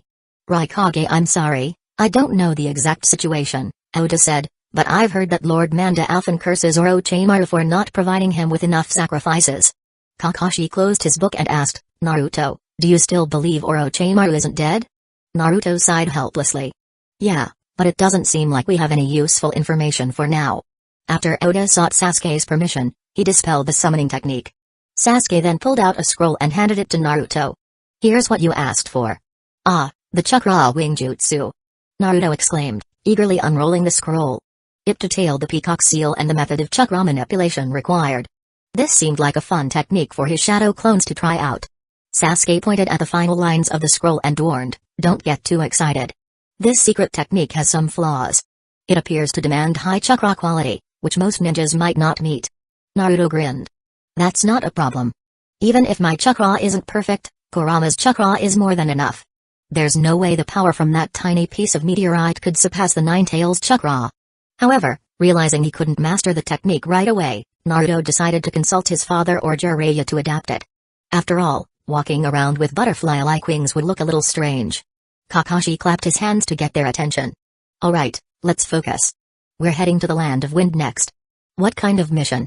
Sakura asked, her expression immediately shifting to concern. "Wait, the desert? That's going to ruin my skin." "Relax," Kakashi replied, ignoring her complaints. "It's a communication and escort mission." He held up a scroll. "We're delivering this to Hidden Sand Village, then escorting their liaison officer back." "Hidden Sand Village? Did something happen?" Naruto asked curiously. "I just received word that Gaara has been appointed as the 5th Kazekage," Kakashi explained. "He's planning to hold a joint Chunin exam in about 2 months." "Kazekage?" Naruto, Sakura, and Sasuke were shocked. The last time they'd seen Gaara felt like just yesterday. Kakashi nodded. "Yes. The position has been vacant for nearly a year. In that time, Gaara has worked tirelessly, taking on countless missions and earning widespread respect. It's no surprise he was chosen. He's the son of the 4th Kazekage, after all, and his transformation over the past year has been remarkable." After saying their goodbyes, Team Kakashi set off for the Land of Wind. Meanwhile, in Hidden Clouds Village, the 4th Raikage, roared as he hurled his desk out the window. "Damn it!" he shouted. Below, a passing ninja caught the desk midair, expertly shielding themselves from the shattered glass before calmly returning it to the office. "Phew, I thought Raikage-sama was in trouble. He hasn't thrown anything for a month. Good to see he's back to normal." Inside the office, Yujiton and Sammy remained composed, while Amoy and Karui, being younger, appeared uneasy. Mabui sighed as she took notes, muttering about whether the windows should remain glassless in the future. "Lord Raikage," Mabui began, "we know the star damages the human body. It's not worth pursuing. Instead, we should focus on the fact that there are 2 Nine-Tails Jinchuriki." "Humphrey, you're right," Raikage conceded. "But is it some hidden Leaf Village secret, or just Kurama's unique ability?" "Yujito, do you have any insight into this?" Mabui asked. Yujito shook her head. "Not at all. Matatabi doesn't know of the Nine-Tails having such an ability either. Perhaps we should ask B?" Raikage turned into a bald ninja. "Where is B?" The ninja hesitated. "He's At a concert. Raikage's temple throbbed. Moments later, he leapt out the broken window, reappearing 5 minutes later with Killer B in tow. B sported a fresh fist mark on his face but immediately began rapping, "Yo, bro, why you gotta hit me? Rhymes and beats, they come so easy." Raikage sighed and motioned for Mabui to explain the situation. After hearing everything, B fell silent, seemingly consulting Juki. Unfortunately, Juki had no answers either. Kurama's chakra split was as much a mystery to the Eight Tails as it was to everyone else. B finally broke his silence. Even the Hikobi don't know the tale. But let's wrap it out and never fail. Raikage sent B flying again, this time through a wall. B stumbled to his feet, brushing off the dust, and began scribbling lyrics in his notebook.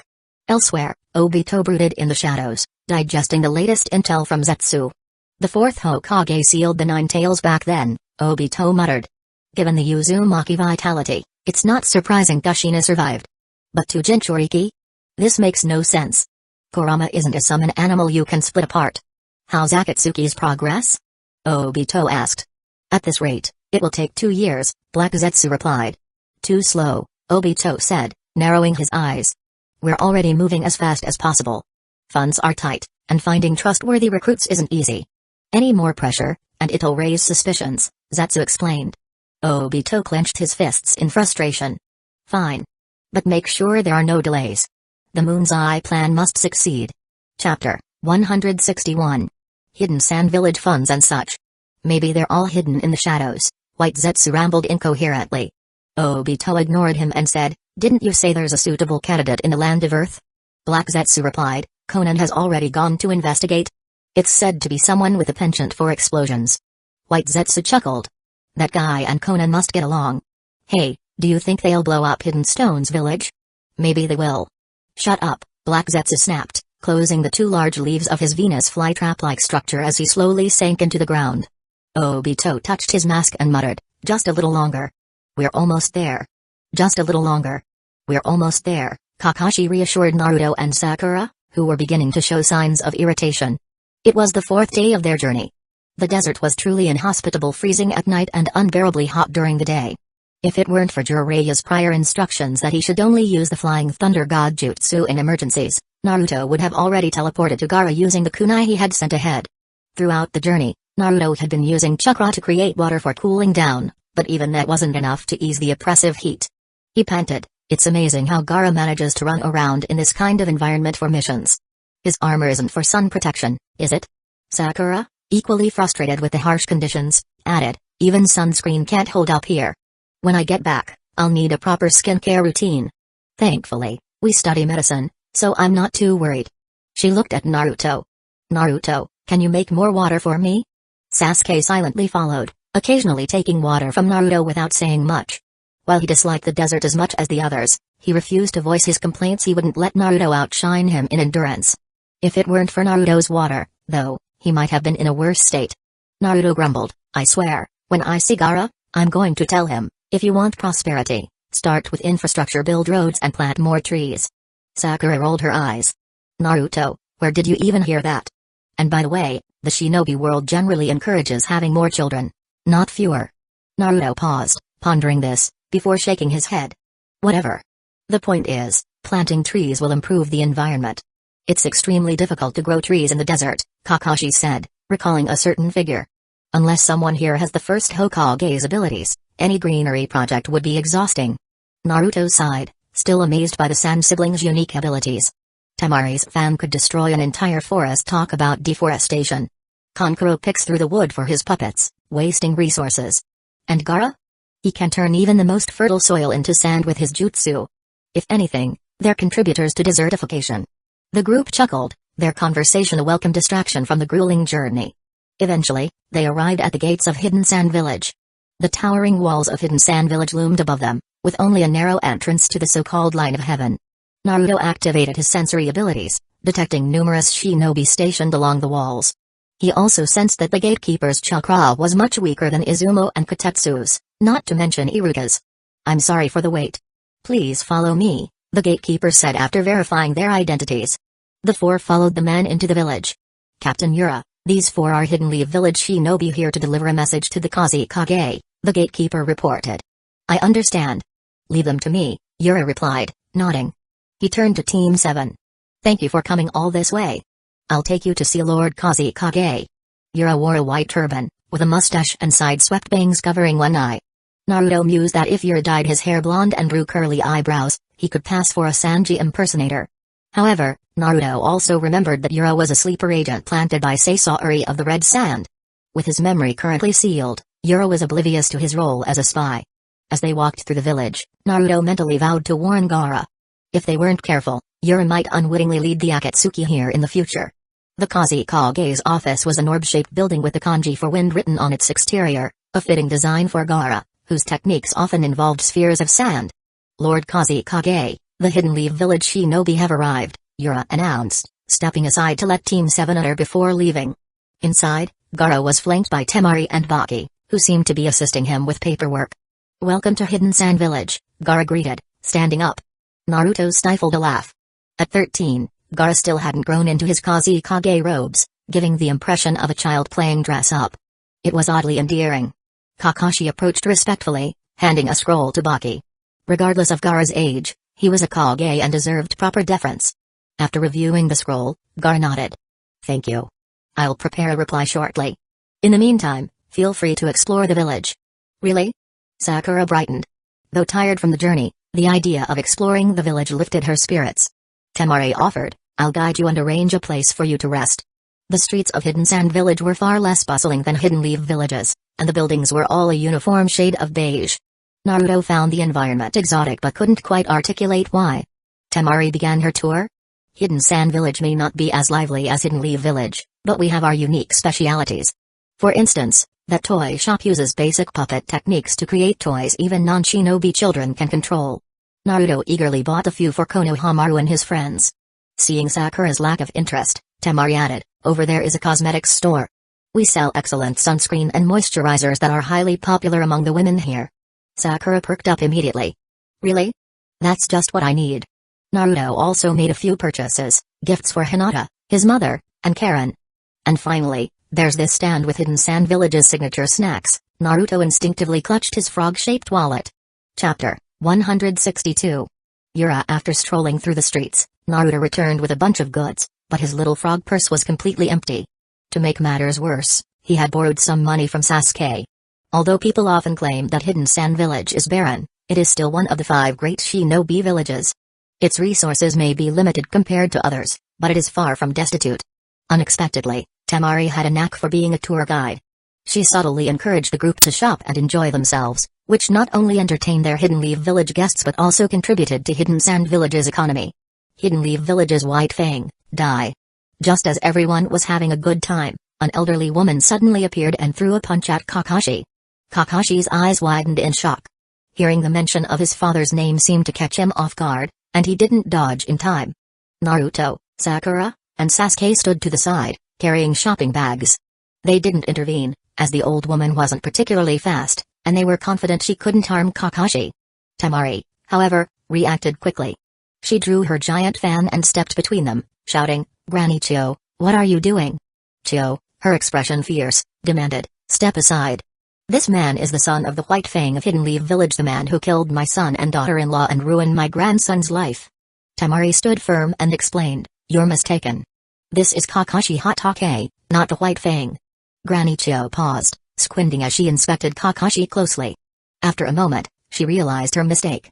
Ah, that's right. The White Fang is already dead. Temari exhaled in relief and lowered her fan. Please be more careful next time. Chio chuckled awkwardly. My apologies, my eyesight isn't what it used to be. She turned and walked away. Temari sighed and turned to Kakashi. I'm so sorry, Granny Chio can get overly emotional. Kakashi waved it off. It's fine. No harm done. Naruto, however, wasn't convinced. He muttered under his breath, that old hag didn't seem all that remorseful. Maybe she really just wanted to hit Kakashi-sensei. Bad eyesight, huh? Funny how her vision improves during battles. Still, Chio's outburst soured the group's mood, so they decided to cut their shopping trip short and followed Temari to their lodging. On the way, Naruto asked, why did Gaara suddenly decide to host the Chunin exams? Temari hesitated before responding. I suppose it's fine to tell you. Even though Gaara has become the 5th Kazekage, his position is still precarious. She continued, our father, the fourth Kazekage, made some terrible decisions. His experiments not only cost countless lives, including our mothers, but also caused Gaara to lose control of Shukaku. The result was Gaara's transformation from a sweet child into the terrifying figure everyone in Hidden Sand Village feared. After the failed invasion of Hidden Leaf Village, Gaara returned to the village as a prisoner.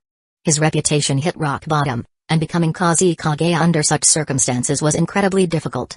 Temari explained that Gaara worked tirelessly to rebuild his reputation, taking on mission after mission. Since he was used to sleepless nights due to Shukaku, he pushed himself even harder, determined to prove his worth. Temari and Kankuro supported him as much as they could, but even they couldn't keep up with his grueling pace. Eventually, Gaara earned enough respect to be recognized as Kazekage. Even Maki, the acting Kazekage, willingly stepped aside, feeling unworthy of the title.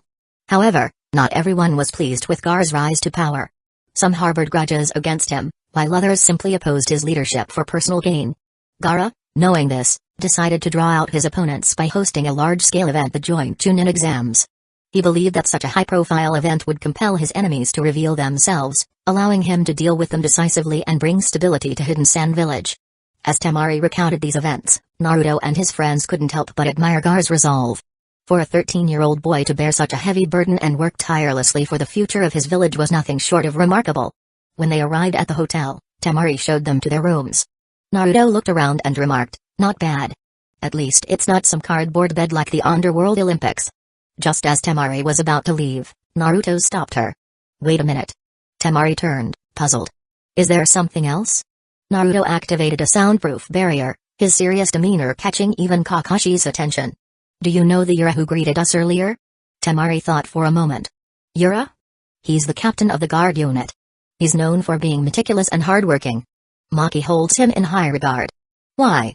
Naruto frowned. "I sensed something strange in his chakra, specifically in his brain. He may be been manipulated. If he's in charge of security, you should be cautious." Temari's expression darkened. "Are you certain?" Naruto nodded. "I can't say for sure what's going on, but it's better to be safe than sorry." Temari thanked him and left, her mind already racing with thoughts about Yura. Naruto, meanwhile, muttered to himself, "I could have told Gaara directly, but Shukaku's voice is just too annoying." Chapter 163. Dragon Ball. Temari left with a heavy heart. The possibility of a spy being responsible for the defense of Hidden Sand Village weighed on her. If she couldn't uncover the truth, she knew she wouldn't sleep soundly. The next day, when Naruto arrived at the Kazekage's office, he noticed something unusual. Temari's tired expression showed she hadn't slept, and now she sported dark circles under her eyes. Gaara, as always, had his characteristic dark rings beneath his eyes, but now Temari and Maki had their own new set, the result of their sleepless night. "Thank you for the information," Maki said, despite his exhaustion. He knew that without Naruto's tip, their situation could have escalated into a greater disaster. After an overnight investigation, they discovered that Yura, a trusted village shinobi, had been manipulated through a subtle genjutsu.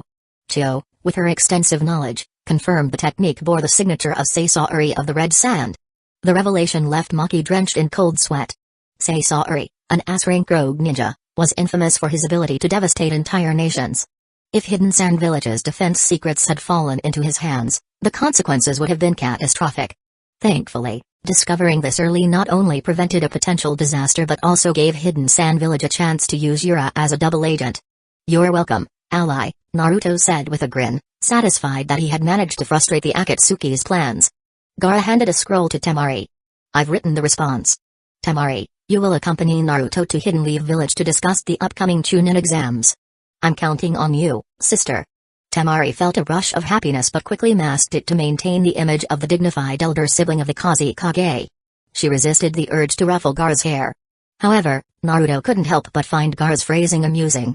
"It sounds like you're entrusting us with an important package," he muttered, before thinking, "Shikamaru, if you want a wife, just say so already." Kakashi, ever calm, acknowledged Gaara's instructions and bid him farewell. "Wait," Gaara said. He removed his Kazekage hat, placed it on the desk, and retrieved a large box. "Naruto, this is a personal gift from me." Naruto immediately understood.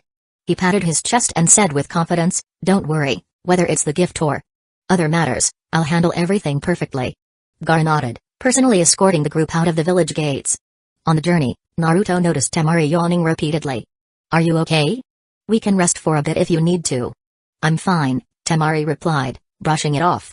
This is nothing. Don't underestimate the stamina of a hidden sand village Kunoichi, ha. You're not convincing at all, Naruto teased. By the way, where's Kankuro? I haven't seen him. Temari let out a sigh. He's holed up at home, tinkering with his puppets. If he doesn't have a mission, he doesn't leave his workshop. Naruto raised an eyebrow. Has he always been like this? No, it started after he came back from exploring those ruins recently, Temari admitted. Naruto's curiosity was piqued. So, what's he building now? Some kind of steel puppet. He says it's indestructible, but seriously, if it were that easy, our puppets would have been upgraded ages ago. Naruto chuckled. You don't get it. Tech geniuses like Kankuro are capable of anything. Who knows? Maybe one day he'll build a giant robot or even a full Gundam. Temari laughed her earlier fatigue lifting. The group continued their journey, chatting about light-hearted topics. That evening, they camped in the desert. Naruto pulled out a scroll and summoned an impressive array of supplies: tents, cooking utensils, ingredients, and even dry firewood. Temari watched in awe as the team worked in unison. Sasuke gathered firewood, Sakura set up the tents, and Naruto prepared the cooking tools. Kakashi, meanwhile, skillfully cut vegetables and meat for a stew. When dinner was served, the trio exclaimed in unison, "It's delicious." Their synchronized actions and expressions left Temari speechless. Kakashi-sensei, this is amazing. Temari praised after taking a sip of the soup. Kakashi smiled. I learned this recipe from a veteran Genin during my early missions. It's simple but perfect for the field. Temari couldn't help but compare Hidden Leaf Village's methods to Hidden Sand Villages. Back home, field missions meant dry rations and military pills. Here, it felt more like camping with friends. After her second bowl, Temari thought to herself, forget being a ninja. This is living. After 3 days of travel, the group reached a small town in the land of rivers. By this time, Temari had fully integrated into their routine. She even looked forward to Kakashi's nightly soup-making sessions. However, as they entered the town, 2 figures in white cloaks blocked their path. Please stop, one of them said. Judging by your forehead protectors, you must be Hidden Leaf Village shinobi. May I ask your names? Naruto grinned mischievously. Kakarot. Sasuke, ever stoic, added, Vegeta. Sakura chimed in, Bulma. Kakashi sighed, playing along. Sakata Jintaki. Temari stood frozen, utterly confused by their antics. Before she could protest, Naruto introduced her. This is Vidal from Hidden Sand Village. The cloaked men seemed puzzled by the names but decided not to question it further. One of them removed his hood. We're looking for information about the disciple of the legendary Sannin, Jiraiya. Naruto instantly recognized them. With a groan, he muttered to himself, Dad, do you want to get involved or not? Chapter 164. Jiraiya's romantic debts. I'm familiar with Jiraiya's disciples. Naruto grinned. But I can't just share details with strangers, can I? His teammates rolled their eyes. Familiar? More like overly familiar. The older woman introduced herself. I apologize for the sudden intrusion. My name is Sayaka, and this is Miss Shizuka. We're from Nadeshiko Village. Nadeshiko Village is a land of Kunoichi, where only women reside. To sustain the village's growth, women of age challenge strong outsiders, and those who defeat them are brought back to father children. It's a unique tradition. Decades ago, during Jiraiya's travels, he stumbled upon Nadeshiko Village, naturally sneaking in to gather research material, only to be caught. Back then, Jiraiya was still a tall, charming young man. The village leader at the time, Shizuka's master, fell for him at first sight and challenged him to a duel, as per the village's customs. If Jiraiya won, he could leave freely, but Jiraiya declared he already had someone in his heart, despite his wandering lifestyle. Though the village leader was stunning, Jiraiya stayed true to his feelings and cleverly fought her to a draw, using his wit to postpone the match to the next generation of their apprentices. True to his old-fashioned loyalty, Jiraiya's feelings for Tsunade ran deep, to the point of forsaking an entire forest for a single crooked tree. Years later, after the original village leader passed away, Shizuka inherited her master's will and set out to fulfill the long-standing promise. Despite her own struggles, including losing her first love, a non-shinobi ill-suited for this harsh world, Shizuka trained relentlessly to grow stronger. After her master's death, Shizuka resolved to leave Nadeshiko Village with Sayaka to find Jiraiya's disciples and uphold her master's wishes. After hearing Sayaka's explanation, Naruto nudged Kakashi with his elbow. What do you think? Kakashi paused thoughtfully. Nadeshiko Village, huh? I've heard of it. If there's such an agreement, we'll need to confirm it with Lord Jiraiya. Naruto sighed, exasperated. I'm not asking about the agreement. I'm asking if you'd consider extending the Hotake bloodline. Sakura and Temari exchanged incredulous glances. So this kind of village really exists? Sayaka, seemingly oblivious, asked, it looks like you're headed back to Hidden Leaf Village. Could we accompany you? Kakashi shrugged. I don't see why not. They need to speak with Jiraiya anyway. The group spent the night at an inn, resuming their journey the next day with Sayaka and Shizuka in tow. Sayaka was talkative, eagerly chatting with Kakashi. Shizuka, however, remained silent, her expression serene, as if indifferent to worldly concerns. She didn't so much as glance at Sasuke, whose good looks often drew attention, much to Sakura's relief. Still, Sakura couldn't let her guard down. After seeing Shizuka remove her cloak at the inn, revealing a mature and striking figure, she became wary, especially considering how protective she was of Sasuke. When the group finally arrived in Hidden Leaf Village, Izumo and Kotetsu greeted them warmly. Yo, Kakashi. Back already? Izumo leaned in conspiratorially and raised an eyebrow. So, who are the beauties? Sayaka and Shizuka, catching the whispered exchange, hesitated. Wait. Isn't his name Sakata Jintaki? They glanced at the group suspiciously, wondering if pseudonyms were in play. Sasuke's expression didn't waver, even as the lie unraveled. Naruto and Sakura exchanged awkward glances, while Temari stayed silent, amused by the unfolding drama. Kakashi chuckled. It's common for shinobi to use code names on missions, right? Sayaka reluctantly accepted the explanation, though she seemed surprised to learn this man was the infamous Hidden Leaf Village technician. After explaining the situation to Izumo and Kotetsu, Kakashi arranged for Sayaka and Shizuka to wait at the village gate while he and the team reported their mission and consulted Jiraiya. I'll find Pervy Sage, Naruto announced before sprinting off. Kakashi sighed. Somehow, he felt Naruto was up to something. He decided to discuss it with Minato-sensei later. Naruto eventually tracked down Jiraiya, finding him in his office actually working, to his surprise. What's up, Naruto? Jiraiya asked, looking up from his papers. Naruto crossed his arms, feigning seriousness. Pervy Sage, come with me. Impossible. Jiraiya slammed his pen on the desk. I'm working on something important. Naruto raised an eyebrow. Go on, what's so important? Jiraiya hesitated, realizing he might have revealed too much. Tough, I mean. It's classified. Even you can't know about it. Naruto rolled his eyes. Sure, a classified mission near the women's bathhouse. Anyway, your romantic debts have come knocking. Jiraiya frowned. What nonsense. I have no romantic debts. 2 women from Nadeshiko village are waiting at the gate for you, Naruto said. Ring any bells? Jiraiya froze. Nadeshiko village. Nostalgia flickered across his face. Just then, the office door slammed open. Tsunade leaned against the frame, arms crossed, her gaze sharp. Go on, Jiraiya. What about Nadeshiko village? Jiraiya, Ovo Tsunade, let me explain. Tsunade raised an eyebrow. I'm listening. Scrambling to save himself, Jiraiya recounted the events from decades ago. Tsunade's expression softened slightly. She glanced at Naruto. Is that accurate? Mostly, Naruto replied. Except for the part where he bragged about being dashing and irresistible. Oh, and the original village leader passed away. Relieved that the crisis had passed, Jiraiya's cheeky grin returned. Naruto, what do you mean except that part? Naruto smirked. Haha. Tsunade, haha. Chapter 165. Promised Tsunade had stepped out under the pretense of fetching documents, only to stumble upon startling news. Jiraiya, the infamous Toad Sage, had gotten himself entangled in some mess with Nadeshiko village, also known as the Widow Village. Naturally, Jiraiya wasn't killed by Tsunade after the revelation, though she certainly considered it. Instead, he nervously approached the village gates alongside Naruto to meet the visitors. After a brief exchange, they decided to relocate to a small restaurant for privacy. Discussions of this nature weren't suited for open streets. As they settled, Shizuka's attendant, Sayaka, broke the silence. Lord Jiraiya, the promise you made all those years ago, does it still stand? Jiraiya hesitated, scratching the back of his head. Of course. A promise is a promise, he declared with forced confidence. As a Toad Sage, he couldn't very well go back on his word. Sayaka nodded. Then I request that your apprentice duel with Lady Shizuka.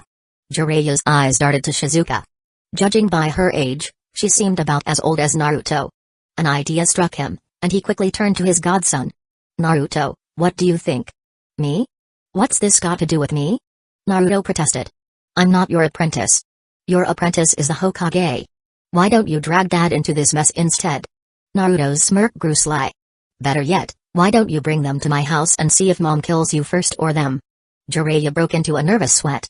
When he'd made this arrangement decades ago, it hadn't occurred to him that Minato was already hopelessly in love with Kushina. In hindsight, it was sheer madness. How could he have dared? Stop messing around, Naruto. Jiraiya hissed. Do you want a stepmother or something? Naruto crossed his arms. Who's messing around? You're the one quietly lining up stepmothers for me. Honestly, I should just destroy you on mom's behalf. You. Jiraiya was too flustered to retort. Sensing the tension, Sayaka intervened. It seems your current apprentice isn't available. Is that correct? Jiraiya sighed, defeated. Yes, my apprentice is now the 4th Hokage, and he's happily married. This here is his son. Oh? Sayaka raised an eyebrow. If that's the case, perhaps the young man could fulfill the promise instead. After all, he seems about Lady Shizuka's age. Naruto immediately waved his hands. Not a chance. I already have a girlfriend. Shizuka, who had remained silent thus far, finally spoke. Do Hidden Lee Village's shinobi lack the courage to accept a challenge? Her voice was sharp, a tinge of mockery laced within. Naruto scoffed. That's some weak provocation. You'd only fool someone like Sasuke with that. Jiraiya, trying to defuse the situation, forced a smile. Why don't you stay here for the night? I'll have an answer for you tomorrow. Sayaka narrowed her eyes.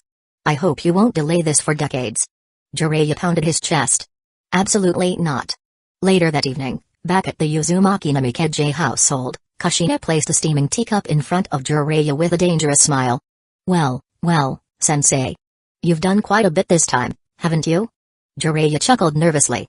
Kushina, listen, it's not what it seems. I didn't think this through back then. And what do you plan to do now? Kushina asked sweetly, though her tone made Jiraiya shudder. Trying to escape her gaze, Jiraiya turned to Minato.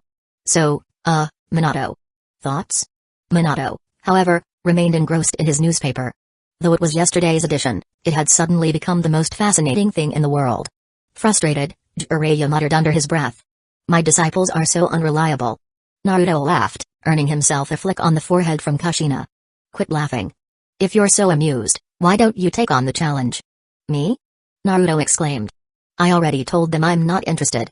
Besides, I have a girlfriend. Kushina smirked. Hinata must be so pitiful, stuck with my sweet-talking son.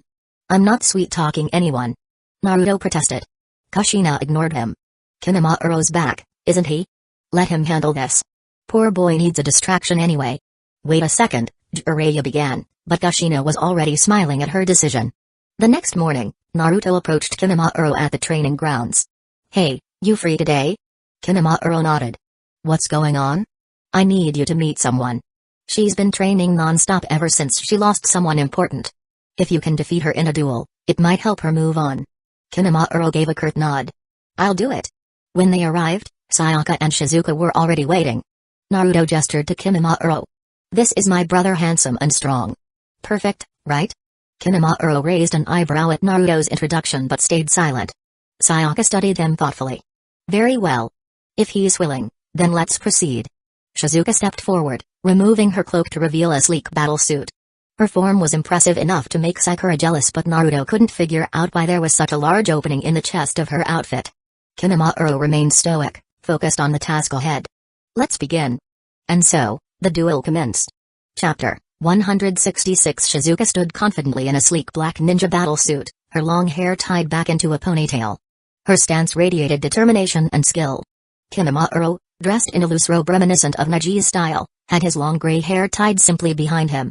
One hand rested behind his back while the other extended outward, his robe fluttering lightly as he prepared for battle. Despite being part of the more eccentric Gord squad for years, Kinamaru's demeanor and technique remained composed and disciplined. The two nodded in acknowledgement, signaling the start of their sparring match. Naruto style, rumbling gale fist. Shizuka launched the first attack, her forefingers forming a knife hand strike. Chakra visibly radiated from her hand as she aimed at Kinamaru with precision. Her speed wasn't overwhelming, and Kinamaru easily evaded the strike. However, when her attack missed, the ground beneath her cracked, forming a shallow, 2-meter-long pit. Watching from the sidelines, Naruto muttered, that kind of power. Probably doesn't match Sakura's ordinary punch, but it's still impressive. Naruto style, Bengo roundhouse kick. Shizuka leapt into the air, executing a split-leg spinning kick. Yet again, Kinamaru dodged with ease, leaving her attack to crash into the ground and form another crater. Naruto tilted his head in thought. This technique. It feels like a low-budget version of the strange strength jutsu mixed with Granite Tsunada's heavenly foot of pain. Realizing that Kimimauro's agility made him difficult to land a blow on, Shizuka switched tactics, abandoning predictable moves in favor of a more calculated approach. Naruto style, vacuum barrage. The name sounded impressive, but the technique itself was a simple barrage of kunai thrown in rapid succession. Kimimaro, unimpressed, weaved through the incoming kunai in a zigzag pattern, effortlessly dodging most and deflecting a few. Within moments, he closed the distance to Shizuka and launched a punch. Caught off guard by his speed, Shizuka hastily raised her arms to block. The impact of his strike forced her back several steps. She gritted her teeth and exclaimed, "What incredible strength!" Refusing to concede, Shizuka lunged forward, wielding a kunai. However, Kimimaro caught her wrist mid-strike, halting her attack. Shizuka attempted to counter by driving her knee toward his abdomen, but Kimimaro smoothly released her wrist, sidestepped the blow, and swept her leg, causing her to fall to the ground. Before she could react, Kimimaro aimed a fist directly at her face. Shizuka instinctively shut her eyes, bracing for the hit. Yet the expected pain never came. Opening her eyes, she saw Kimimauro's fist frozen inches from her nose. His calm gaze and faint smile greeted her as he retracted his hand and extended it to help her up. Still processing what had happened, Shizuka softly muttered, "I lost." While taking his hand. "You're strong," Kimimaro said sincerely as he helped her to her feet. His respect for opponents who fought with their all was evident in his tone. Shizuka, sensing his genuine admiration, felt a mix of frustration and admiration. She turned her head slightly and let out a quiet hum, unsure of how to respond. Naruto, who had been watching with others, clapped a hand on Kimimauro's shoulder and grinned. "I know a good place where you two can talk. Go for it."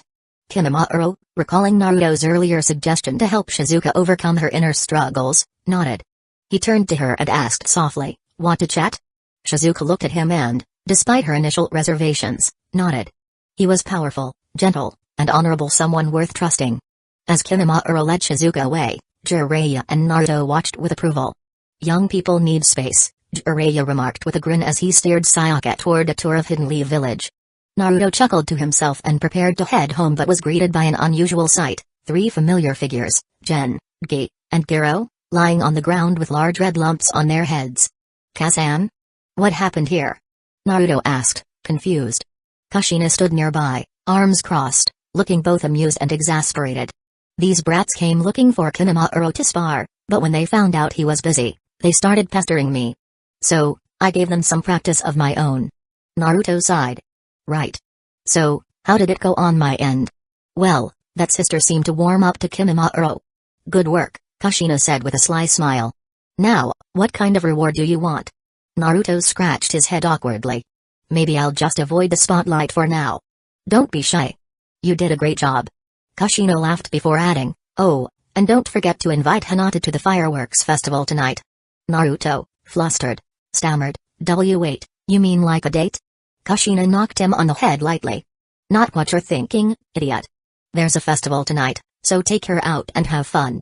Blushing, Naruto muttered, Fine, and turned to deal with the trio of troublemakers still sprawled on the ground. He hoisted them effortlessly onto his shoulders, remarking, "Guess I'll take you to train with Gai-sensei. This'll teach you not to mess with my mother." Chapter 167. Naruto first hoisted Jin and Gi onto his shoulders, then used his foot to prop up Jiro from the ground. With a well-timed toss, he caught Jiro securely on top of the other two, adjusting the weight until everything was balanced. Naruto mimicked the posture of a laborer carrying heavy sacks, just as Kushina had described. Since the 3 were tough and durable, he wasn't too worried about jostling them around. Carrying the 3 human sandbags, Naruto made his way to Team Gai's usual training grounds, only to find Tenten sitting alone on the ground, looking visibly irritated. "Tenten?" Naruto called out. She looked up, first spotting Naruto, then the trio stacked on his shoulders. Shaking her head, she muttered, "Did they finally get what they deserve?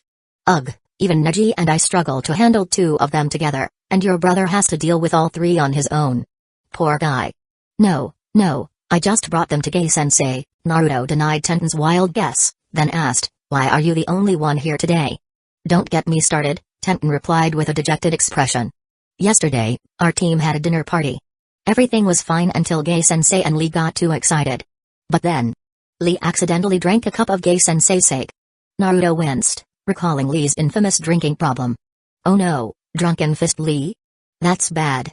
His alcohol tolerance is so terrible that he could get drunk from eating boozy chocolates. Exactly. Tenten sighed, collapsing onto a nearby bench. He went on a drunken rampage. Neji and Gai-sensei barely managed to stop him, but by then, the entire restaurant was nearly destroyed. Couldn't you just apologize and pay for the damages? Naruto asked, puzzled. You're pretty well off, right? Covering your teammates shouldn't be that big of a deal. Normally, yes, Tenten groaned, clutching her signature bun hair. But my teacher is not normal. Gai-sensei said that as men of honor, Lee and Neji must take responsibility for their actions properly. Paying money isn't enough. They have to work at the restaurant to make up for the damages. Naruto blinked. Knowing Gai-sensei, he's probably making them work 10 times harder than necessary, isn't he? Exactly. Tenten exclaimed, throwing her hands up. He's determined to have them work all day and take on the workload of 10 people. I, on the other hand, am not a man, so I don't have to join them in their insanity. I just feel a little bad for Neji, though. Alright, where's the shop? Naruto asked, adjusting the 3 unconscious figures he was carrying on his shoulders. I'll send some extra help. It's the shop right next to Ikiraku Ramen, Tenten said. Speaking of which, it's lucky for the Ikiraku owner that Lee didn't destroy their place. He broke through a wall, but that section is due for demolition soon anyway. Naruto shuddered at the thought of Lee's destructive power, then turned to leave. Thanks for the info. Wait. Tenten called after him. Naruto, you're pretty good at the Flying Thunder God Jutsu, right? Can you teach me a little about it? Naruto perked up. Flying Thunder God? Sure, I can help. Where are you in your training? Tenten pulled out a kunai and showed it to him. I've only just learned how to inscribe the markings. I even customized these kunai for it, but I haven't been able to use the technique yet.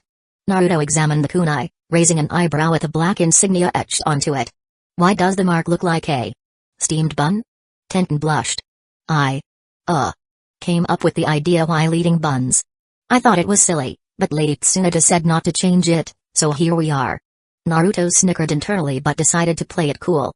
Alright, I get it. Do you want me to show you how it feels to use the Flying Thunder God Jutsu?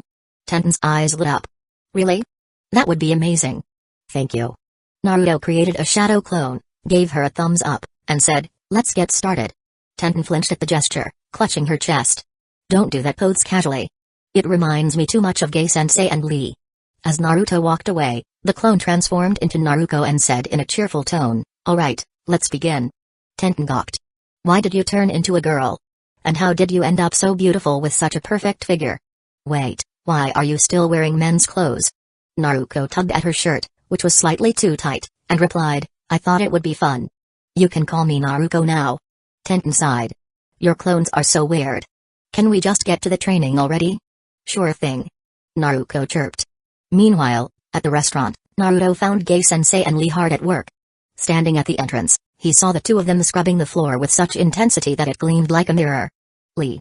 Put your youth into it. Scrub harder 10 more times. Yes, Gai-sensei. Naruto's sweat dropped at the sight. The floor was already so clean it could blind someone with its reflection. Even flies would slip on it. Gai-sensei. Naruto called out. Gai noticed him and turned, his teeth sparkling. Naruto. Have you come to train with us? Not exactly, Naruto replied, setting the 3 unconscious figures down. I brought you some helpers. They passed out sparring in front of my house. Gai inspected them closely, then nodded. Wonderful. These disciples of mine need more training in youth. Thank you, Naruto. As Gai woke the trio with his infamous enthusiasm, Naruto slipped away with a satisfied smile. I really am a great person, he thought. Back at the ramen shop, Neji glared at the 5 energetic new recruits and grumbled under his breath. Naruto. Uzumaki. You'll pay for this. Unbeknownst to him, Kimimaro, at the bakery, accidentally shattered a cup at the mention of Naruto's name. Both Neji and Kimimaro thought the same thing, Naruto Uzumaki. You will pay. Chapter 168 Achu. Naruto, deep in his sage mode training at Mount Myabaku, sneezed. Losing balance atop a towering stone pillar, he plummeted but managed to grab a ledge midair and teleported back to safety using the Flying Thunder God Jutsu. Rubbing his nose, Naruto muttered, Hinata must be thinking about me. Smiling to himself, he thought, after all, I'm so kind to everyone every day. Who could possibly be cursing me behind my back?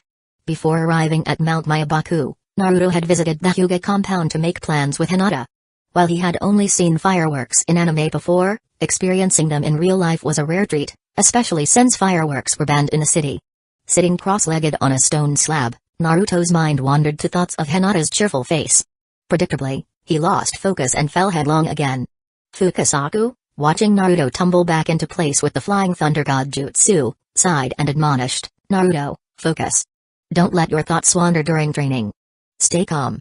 To Fukasaku, Naruto was the most promising human ever to train in Sage mode, thanks to his vast chakra reserves. Over time, his chakra levels had grown even more impressive. At just 13, this kid's growth is astounding. In a few years, could he rival the first Hokage? Fukasaku wondered aloud. But there was a catch. Naruto's mind was overly active, darting unpredictably like a hyperactive toad. Fukasaku rubbed his temples at the thought of it. Ever since Naruto's arrival at Mount Myabaku, the younger toads, like Ramakiki and Ramajutsu, had developed an unhealthy obsession with fried foods, a bad influence brought by Naruto. Kids these days, even when they're tall enough to be independent, they cause so much trouble, Fukasaku lamented. Stabilizing his balance on the slate, he sighed once more. I've even started picking up bad habits because of this kid. Once again, Naruto fell, this time teleporting straight to the ground. He dismissed his shadow clone, only to be greeted by memories of his clone holding onto a tree and vomiting after overusing the Flying Thunder God Jutsu. Naruto grumbled, "Why is it always like this? And why are you teleporting at 90 times per minute, clone? I don't even get that kind of heart rate during intense fights." Shrugging it off, Naruto prepared snacks made from bugs Ramakiki and Ramajutsu had caught, appeasing the eager young toads. One day, these two will wear me out just by begging for food, Naruto mused, resuming his Sage mode training. An idea struck him. Maybe I should swipe a little water from the Great Toad Sage's bath next time and try making pickled insect noodles to break their obsession with fried food. Chuckling at his ingenuity, Naruto concluded, I really am too good for this place. Evening, after a quick bath and a change of clothes at Mount Myabaku, Naruto returned to Hidden Leaf Village. Standing outside the Hyuga compound, he waited for Hinata with excitement. A man can afford to wait, Naruto thought confidently. Finally, the door creaked open. Just as Naruto reached out to take Hinata's hand, he noticed she was holding someone else's, her younger sister, Hanabi. Hinata offered an apologetic smile. Sorry, Naruto-kun. Hanabi insisted on coming along. Naruto glanced at Hanabi, who made faces at him. Confused, he thought, why is this date turning into a family outing? Not wanting to upset Hinata, Naruto reached out and ruffled Hanabi's hair. It's fine. I've met your sister before. Don't touch my head. Hanabi protested, breaking free from his grasp. Naruto sighed but quickly came up with an idea. It's still early. How about I take you both out to eat? Somewhere you can't normally go in Hidden Leaf Village. Hinata tilted her head curiously. That sounds nice. Hanabi, however, scoffed. There's nothing in the world you can't find in Hidden Leaf Village. But her curiosity got the better of her. Naruto smirked. If you don't believe me, grab my hand. Taking both sisters by the hand, Naruto teleported them instantly to Short Book Street, a bustling market far from Hidden Leaf Village. Byakugan. Hanabi activated her Dujutsu, scanning her surroundings in awe. This really isn't Hidden Leaf Village. Where are we? Hinata remained calm. She trusted Naruto completely. Naruto grinned. This is Short Book Street, about a day's journey from Hidden Leaf Village. I've been here on missions before. It's full of amazing food. Hanabi gasped. This far away? Naruto made an exaggerated sinister face.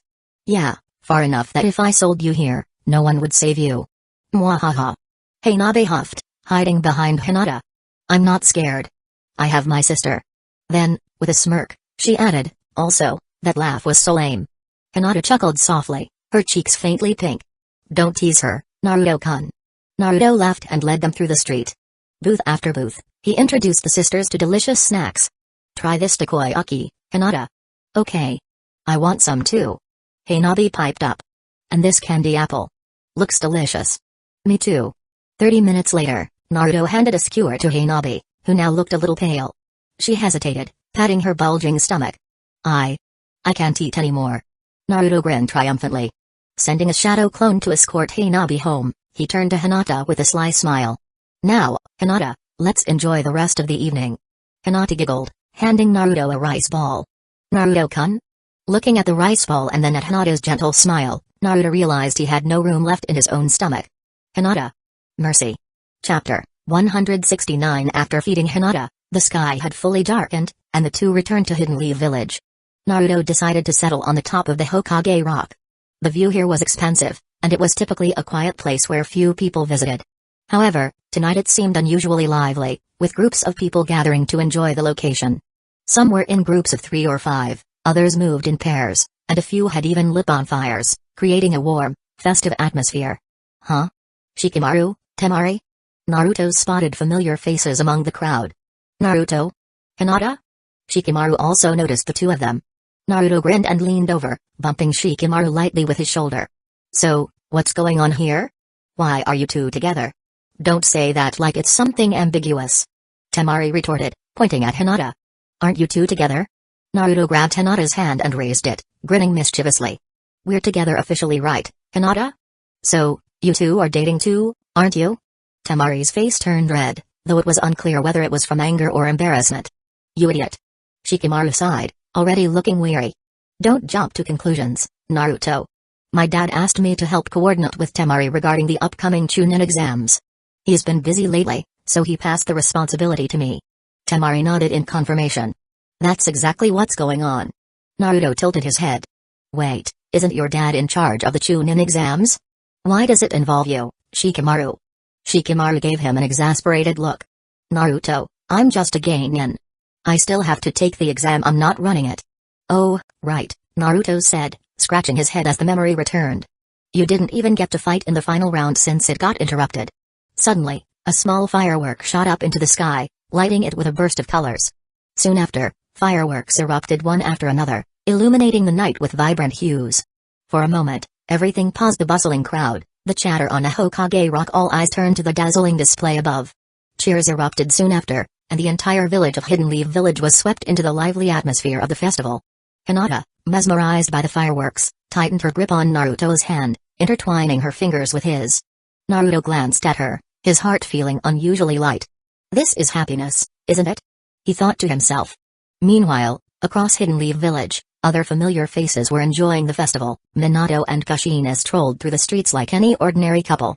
Without their usual responsibilities, Kushina seemed more carefree, her laughter as light-hearted as a child's.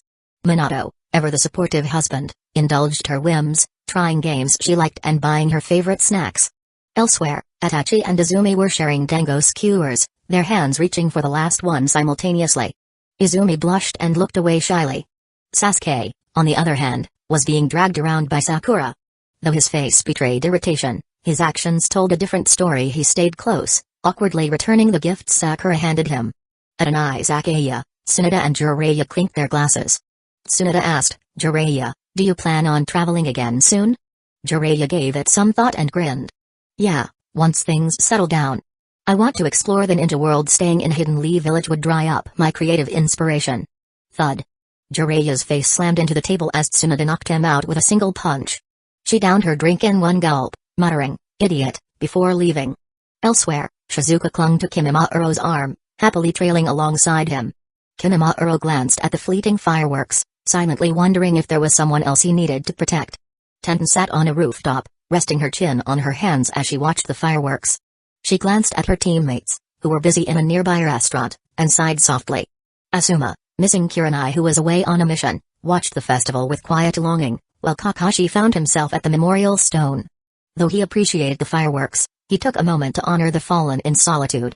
Meanwhile, Naruto held Hinata close as they sat on Hokage Rock, watching the sky light up with brilliant colors. His thoughts drifted to the prophecy of the great Toad Sage, happiness will come your way. Wasn't this happiness enough? Time moved on despite the celebrations, and soon the fireworks faded. The stars gave way to the morning sun as life resumed its usual rhythm. Naruto, feeling guilty, rose earlier than his teammates to avoid an encounter with Kimimaro. After completing his morning training, he sought out Jiraiya, who was still nursing bruises from Tsunade's punch. Pervy Sage, take a look at this jutsu, Naruto said, handing him a scroll. Jiraiya glanced at it. The peacock jutsu? That's a secret ninjutsu from the Star Village. How did you get this, Naruto? Sasuke copied it. Uchiha's abilities don't count as stealing, right? Naruto said with a cheeky grin. Jiraiya sighed. This jutsu is pretty advanced. It requires a lot of chakra to use effectively. What do you want to do with it? I want to modify it, Naruto replied.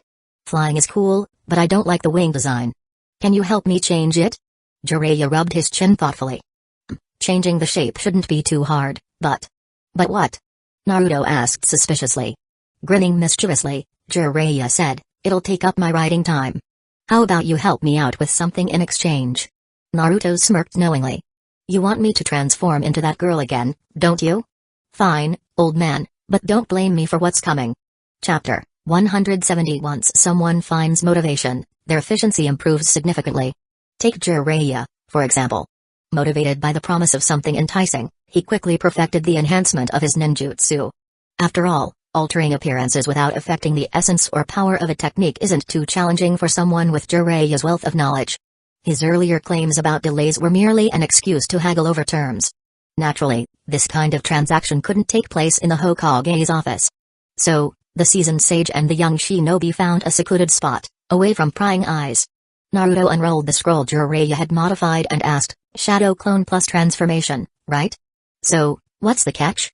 Jiraiya stroked his chin, a mischievous grin spreading across his face. "Hee, for starters, it's summer, so go with something cool or something unforgettable. And I'll need 100 clones." Naruto sighed but nodded. Got it. He created 100 clones, surrounding Jiraiya while hiding his true body at a safe distance. "Ready?" he called out. Jiraiya, oblivious to the gravity of the situation, smirked confidently. "Bring it on. Show me what you've got, future Hokage. Transform. Times 100.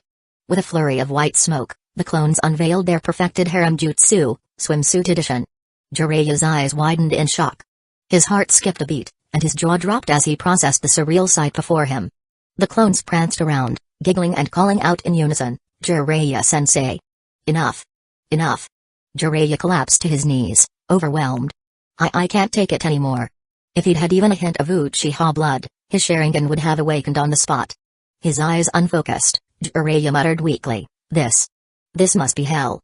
Concerned, Naruto dispelled the clones and rushed to his side. "Iro Sage, are you okay? Don't overdo it, I don't need you rewriting the world because of Chio." Jiraiya pushed Naruto away with trembling hands, his voice shaky. "Why you? What did you do?" "Exactly what you asked for," Naruto said matter-of-factly. "Let's review. 1. 100 clones, check. 2. Cooler outfits, check. 3.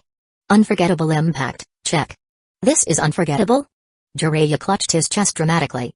Despite being a legendary shinobi, he felt utterly defeated by Naruto's antics. Naruto, worried for his sensei's health, whisked him straight to Tsunoda's office using the Flying Thunder God. With Jiraiya still dazed, Naruto explained everything. Tsunoda raised an eyebrow but smiled knowingly. "Really? Leave him to me." Relieved, Naruto returned to Mount Myabaku to focus on his sage training. At Mount Myabaku, the atmosphere was unusually lively. Naruto sat meditating atop a stone pillar while his clones practiced the peacock jutsu below, trying, and often failing, to launch themselves skyward. Every time a clone dispelled itself with a misstep, its memories distracted Naruto from his training, lowering his efficiency. Yet, he let them continue, reasoning it was better to adapt now than be thrown off in battle. Watching this chaos, Fukasaku sighed. This boy. Can he really master Sage Mode? Back in the day, Jiraiya took years to perfect a half-finished version, and he was more focused. Naruto, on the other hand, is juggling missions and multiple techniques. By nightfall, Naruto dismissed his clones using a water-style technique he'd recently mastered.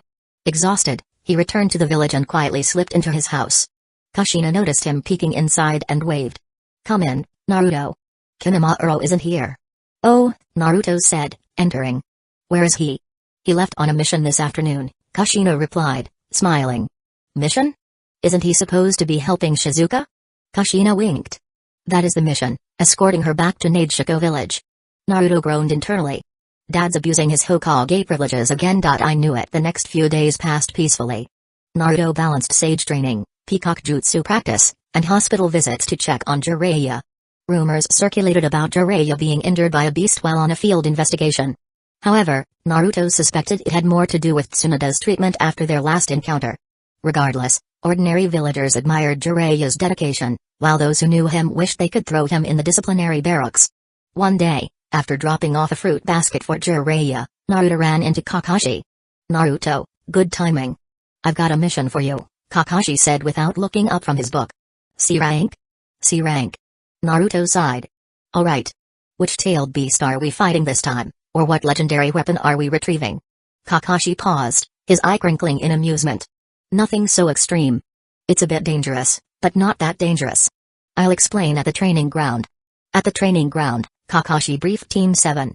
As you know, the Chunin exams are in a little over a month. This year, the exams are split between Hidden Leaf Village and Hidden Sand Village.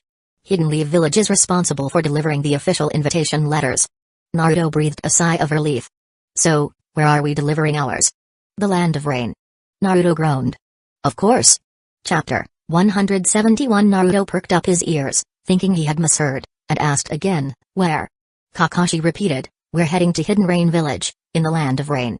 Naruto froze for a moment. Hidden Rain Village? Seriously? Are we delivering invitations or express packages? He thought.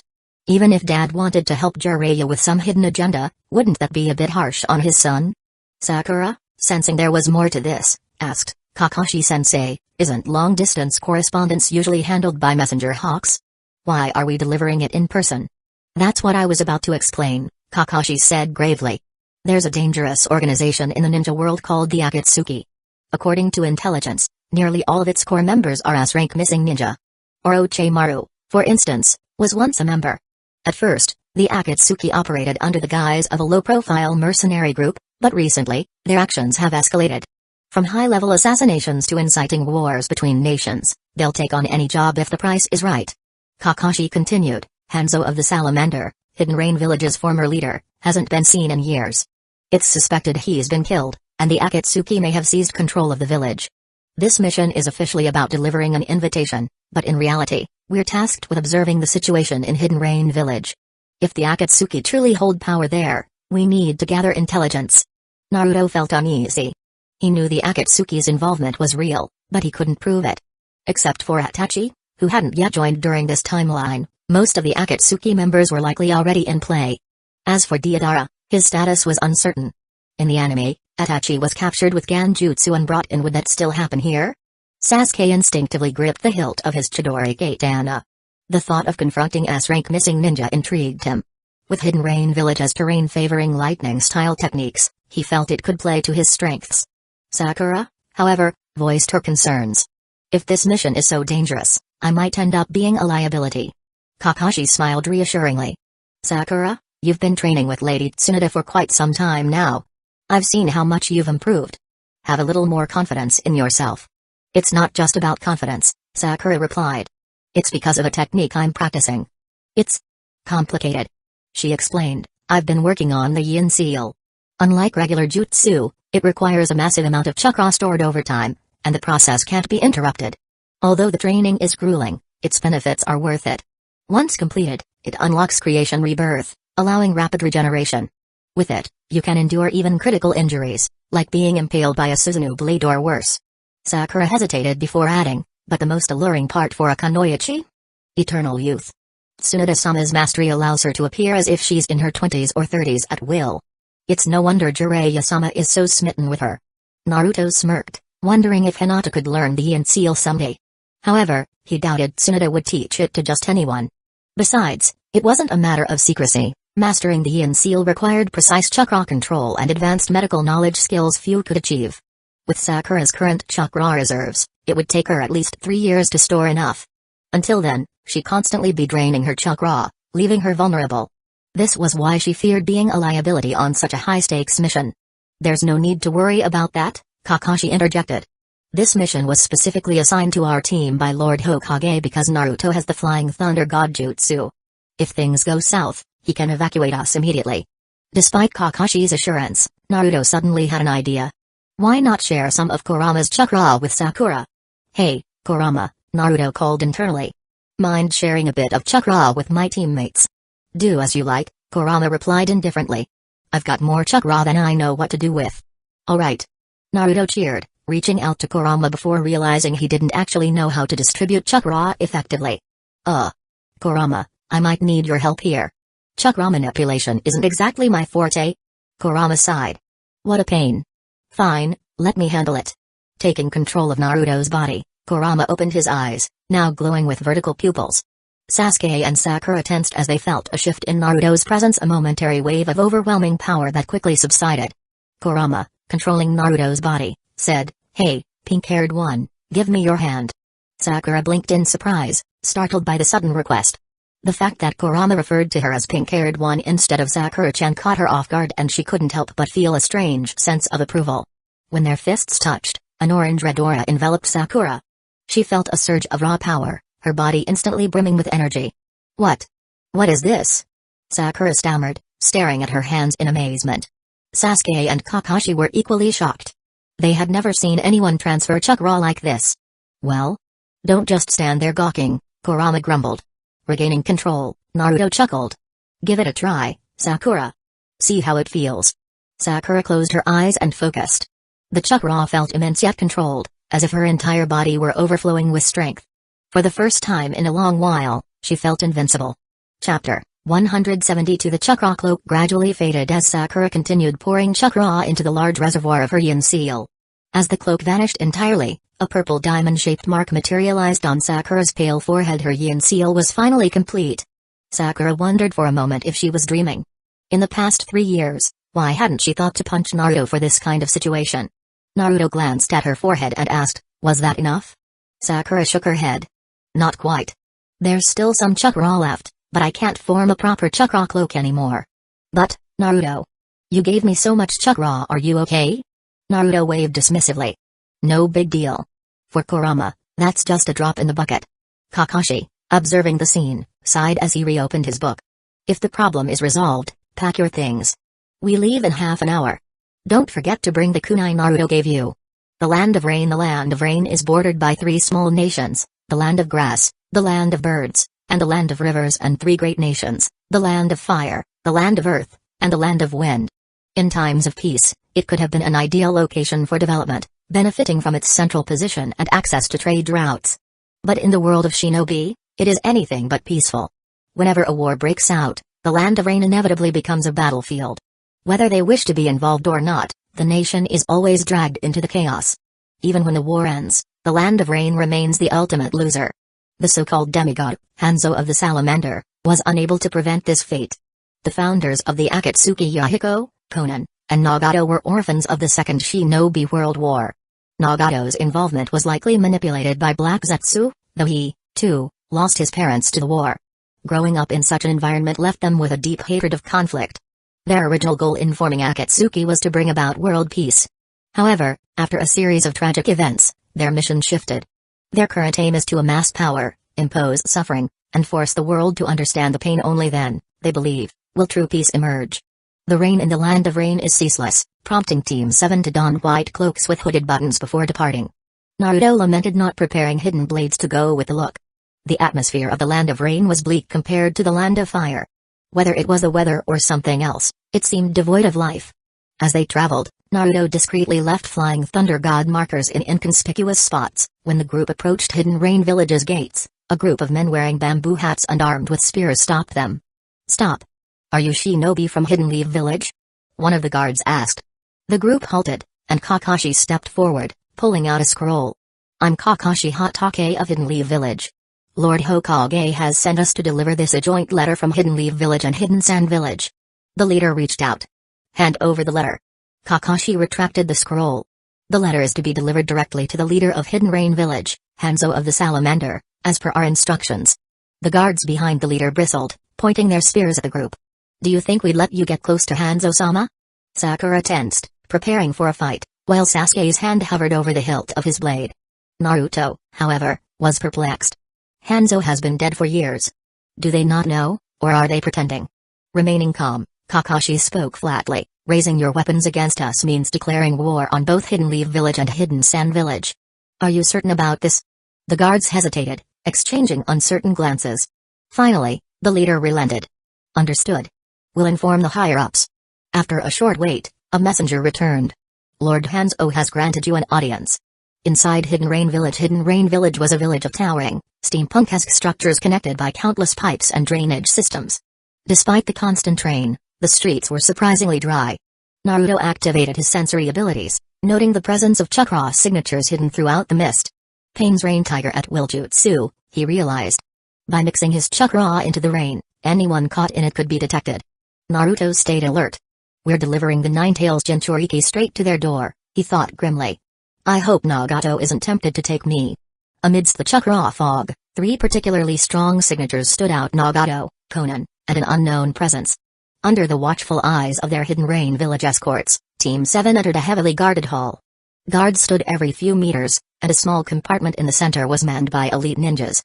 The paranoia that defined Hanzo's final years was evident. Only his most trusted subordinates had been allowed to approach him, and even after his death, this protocol persisted. From within the compartment, a deep male voice called out, "Kakashi Hatake. Leave the scroll there." Kakashi complied, placing the letter on a tray. A guard retrieved it and carried it to the compartment. The door opened slightly, revealing only a hand as the letter was taken. Moments later, a reply was passed back. Without ever seeing the leader's face, Team 7 was escorted out. Afterwards, once out of sight, Sakura frowned. "Kakashi-sensei, are we really leaving just like that?" "Of course not," Kakashi replied. "We'll double back." "Naruto, did you leave your marks?" Naruto grinned, giving a thumbs up and gaze signature style. "Of course." "Good. Get ready." Meanwhile, atop a high tower, Conan presented a scroll to Pain, who stood in the rain. "Hidden Leaf Village has extended an invitation for a joint Chunin exam," she explained. "It's likely a cover for gathering intel. In the past, Hanzo sent several Jonin to participate." Pain tilted his head upward, letting the rain run down his face. "Send a few groups. Let Hidden Leaf Village believe Hanzo is still in control. Meanwhile, gather intel on the Nine-Tails Jinchuriki." "Understood." Conan dissolved into countless paper fragments, scattering into the rain. Pain suddenly turned, sensing movement. A rat has slipped in. This chakra signature is Flying Thunder God. The Nine-Tails Jinchuriki. Emerging from the ground, Black Zetsu smirked. Could it be they've learned something from Orochimaru? Are they here to capture him? Pain's eyes remained cold. No. Hidden Leaf Village likely has doubts about Hanzo's absence. For now, drive them away. Chapter 173. Naruto, about to lead his 3 teammates to retreat yet again, suddenly stopped in surprise. "Huh?" Kakashi turned to him. "What's wrong?" "My Flying Thunder God's markings. They've been removed," Naruto replied, astonished. This was the first time he had encountered such a situation. There wasn't a single marking left in Hidden Rain Village. "Wait, I thought the Flying Thunder God's mark was permanent?" Kakashi asked. As someone who had studied the technique in an attempt to replicate it using his Sharingan, he was familiar with its intricacies. Unfortunately, the talent for such a skill eluded him, though he sometimes wondered if he would have mastered it faster than Naruto. "Normally, yes," Naruto explained, "but they must have physically removed them, digging up the ground where they were marked or destroying walls where the seals were placed." He sighed in frustration. "Being famous isn't all it's cracked up to be. My signature jutsu gets analyzed and countered." "That's troublesome," Kakashi muttered. "We should leave Hidden Rain Village immediately." About 30 miles outside the village, the 4 set up a tent to shelter from the rain and sat inside to regroup. Kakashi began analyzing. "Every time we infiltrate, they surround us within 3 minutes. According to Naruto's sensory abilities, there's chakra spread throughout Hidden Rain Village. It seems the enemy is employing large-scale sensory ninjutsu." Naruto nodded. "Not just that, every time they send different shinobi to intercept us. That means they have a large number of patrol units in rotation." Sakura chimed in. "And since they deliberately removed your Flying Thunder God marks, it's clear they're aware of your abilities and are taking countermeasures." Sasuke activated his Sharingan, his eyes narrowing. "This level of security is abnormal. Should we capture someone and interrogate them?" "It's best not to," Kakashi said firmly. "Infiltrating secretly is hard enough. If we leave any traces, even using Genjutsu, we could alert them to our movements." Sasuke frowned. "But didn't Naruto's Flying Thunder God markings leave traces too?" Naruto shrugged. "Yeah, but those were left intentionally. Let them deal with it, it's their problem now." Kakashi concluded, "For now, a covert investigation seems impossible. Let's report what we've gathered so far. 2 days later, so, you didn't encounter Hanzo of the Salamander at all? And Hidden Rain Village's defenses were so tight that even the Flying Thunder God was ineffective?" Minato Namikaze asked, stroking his chin thoughtfully. "That's correct," Kakashi confirmed. Minato gestured to the letter on the table. The reply states that Hidden Rain Village will send 15 shinobi in 5 teams to participate in the Chunin exams. This number is consistent with past years, which could be an attempt to maintain the illusion of normalcy. They might also be using the opportunity to gather intelligence on other villages. Kakashi nodded. "Should we monitor the Genin they send closely?" "Yes," Minato affirmed. Naruto interjected, "Although the Flying Thunder God marks in Hidden Rain Village have been removed, There are still a few scattered across the land of rain. They probably don't have enough manpower to search the entire country, so I can still go back if needed. Minato smiled. Don't risk your real body for that. Use shadow clones if you want to check in the future. Naruto grinned. Understood. The following month Naruto returned to training in Hidden Leaf Village in Mount Mayabaku. During this time, he even convinced Sasuke to consider training in Richie Cave. Whether Sasuke listened was another matter entirely. Meanwhile, Sakura managed to complete the Yin Seal ahead of schedule with Naruto's assistance, shocking Tsunade, Shizune, and even the research division. Although Sakura still needed years of chakra storage to master Creation Rebirth, the early completion of the Yin Seal gave her a significant edge, essentially an extra power bank, allowing her to use her chakra-enhanced strength for prolonged periods. Mount Mayabaku. Naruto sat atop a stone pillar, meditating with a group of clones. At one point, one of his clones successfully formed wings using chakra, resembling an eagle. It wobbled at first but soon flew steadily, drawing envious stares from the other 99 clones. Naturally, chaos ensued as the grounded clones hurled kunai, water dragons, and other techniques at the flying clone. The airborne clone evaded gracefully, smirking as it dissolved itself. The remaining clones groaned. Damn it. Why is he always the first to succeed? Naruto chuckled as he watched the commotion, then decided to test the technique himself. Wings of chakra sprouted from his back, and he soared through the skies of Mount Mayabaku, reveling in the freedom of flight. Just as he began experimenting with aerial maneuvers, he felt something sticky coil around him. In a flash, he was dragged down at lightning speed and plunged into darkness. What the? Naruto struggled against the soft, slimy material encasing him, eventually prying it open and leaping out. Ah, Naruto? Gamaken, the enormous toad, blinked in confusion. Sorry, I thought you were a bug flying around. Naruto scowled, wiping mucus off his face. You ate me. Gamaken scratched his head sheepishly. My bad, I'm a bit clumsy. I really thought you were an insect. Naruto sighed, deciding not to argue with the apologetic toad. Forget it. I'm going home to shower. I'll test my flight height another day. The next day Naruto, Sasuke, and Sakura headed to the Chunin exam venue at the Ninja Academy. Before Naruto could greet his friends, Kurama spoke in his mind. Kid, Chomai is nearby. Naruto's eyes lit up. The Seven Tails? Kurama growled. Don't get too excited. Something feels off. Chapter 174. The Nine Tails rumbled in Naruto's mind. Brat, Chomai is nearby. Naruto paused mid-step and asked cautiously, You're not thinking of fighting again, are you? The Nine Tails bared his teeth in a grin. It's not out of the question. Since you can fly now, why not surprise him? Naruto groaned. Flying is a trump card, you know. I can't just go flaunting it everywhere. He didn't want to reveal his flight ability lightly. Much like the Flying Thunder God Jutsu, exposing it might make him a target. For this reason, Naruto only practiced his peacock technique at Mount Mayabaku. Following the Nine Tails' guidance, Naruto soon spotted the target in the crowd, Fu, the Jinchuriki of the Seven Tails from Hidden Waterfall Village. Her vibrant green hair and cheerful demeanor stood out immediately. Sakura nudged him teasingly. Naruto, if you keep staring at other girls like that, Hinata will be heartbroken. Naruto waved her off defensively. It's not like that. I just think she looks strong. Internally, though, he couldn't help comparing Fu's liveliness to Sakura's. Who knows? Sakura smirked. I bet you're thinking something indecent. Nearby, Sasuke's sharp gaze lingered on Fu. If Naruto thought she was strong, then there was likely merit in keeping an eye on her. Interesting. Suddenly, Kiba's boisterous voice broke through the chatter. Yo, Naruto. You're here too. Beside him, Akamaru barked excitedly. Hinata and Shino followed close behind. Naruto-kun, Hinata greeted shyly. Ah, Hinata, Shino, Akamaru. Kiba, how's everyone? Naruto smiled warmly, noticing Kiba's expectant glare. This time, he made sure to return the greeting properly. Ignoring them would have been rude. Squatting down, Naruto patted Akamaru affectionately. Akamaru's grown a lot. He's heavier now, isn't he? Kiba beamed. Really? I didn't notice since we're together every day. Woof. Akamaru wagged his tail, clearly pleased with the attention. Sakura chimed in, comparing Akamaru's growth. He used to be about the size of a dolphin. Now he's as big as 2 or 3.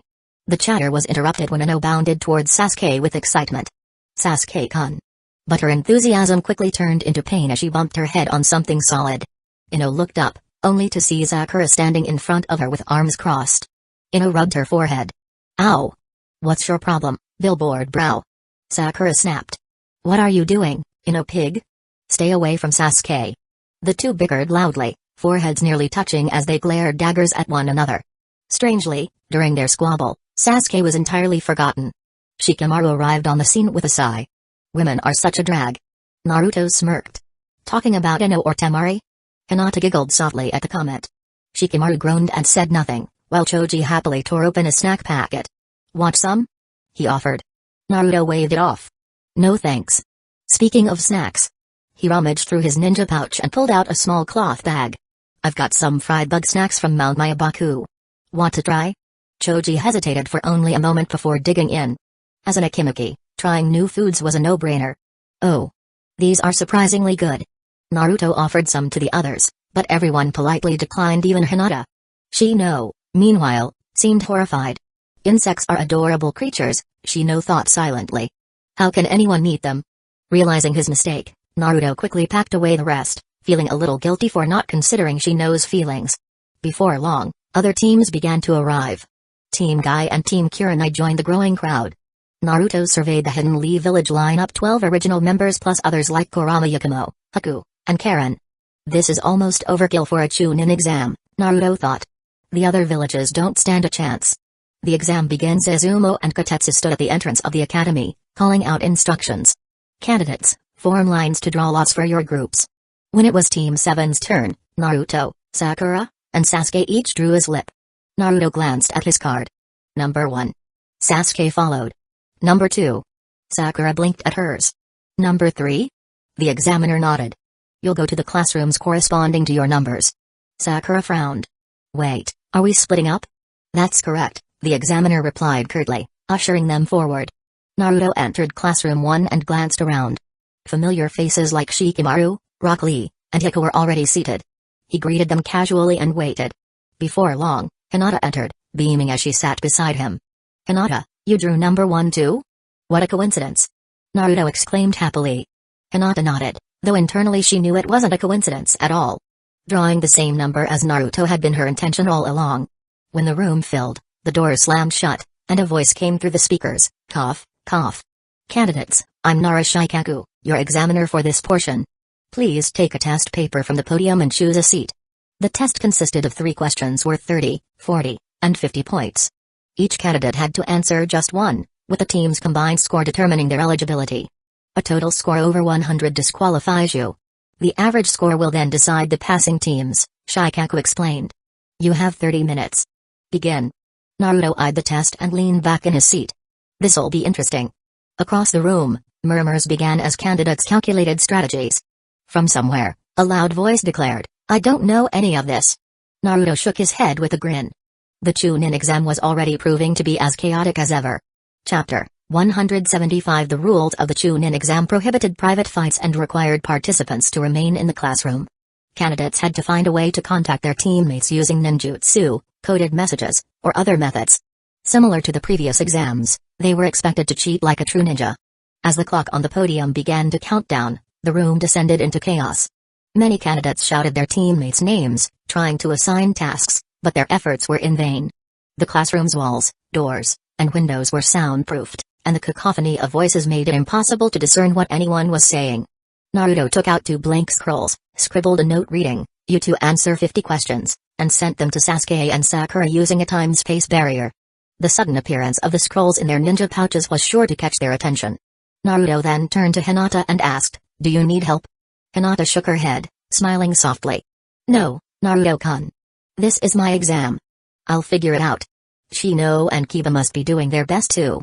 Alright, good luck, Naruto said, respecting her decision. He then turned to Shikamaru and Hiku. What about you two? Need help? Shikamaru yawned lazily and waved him off.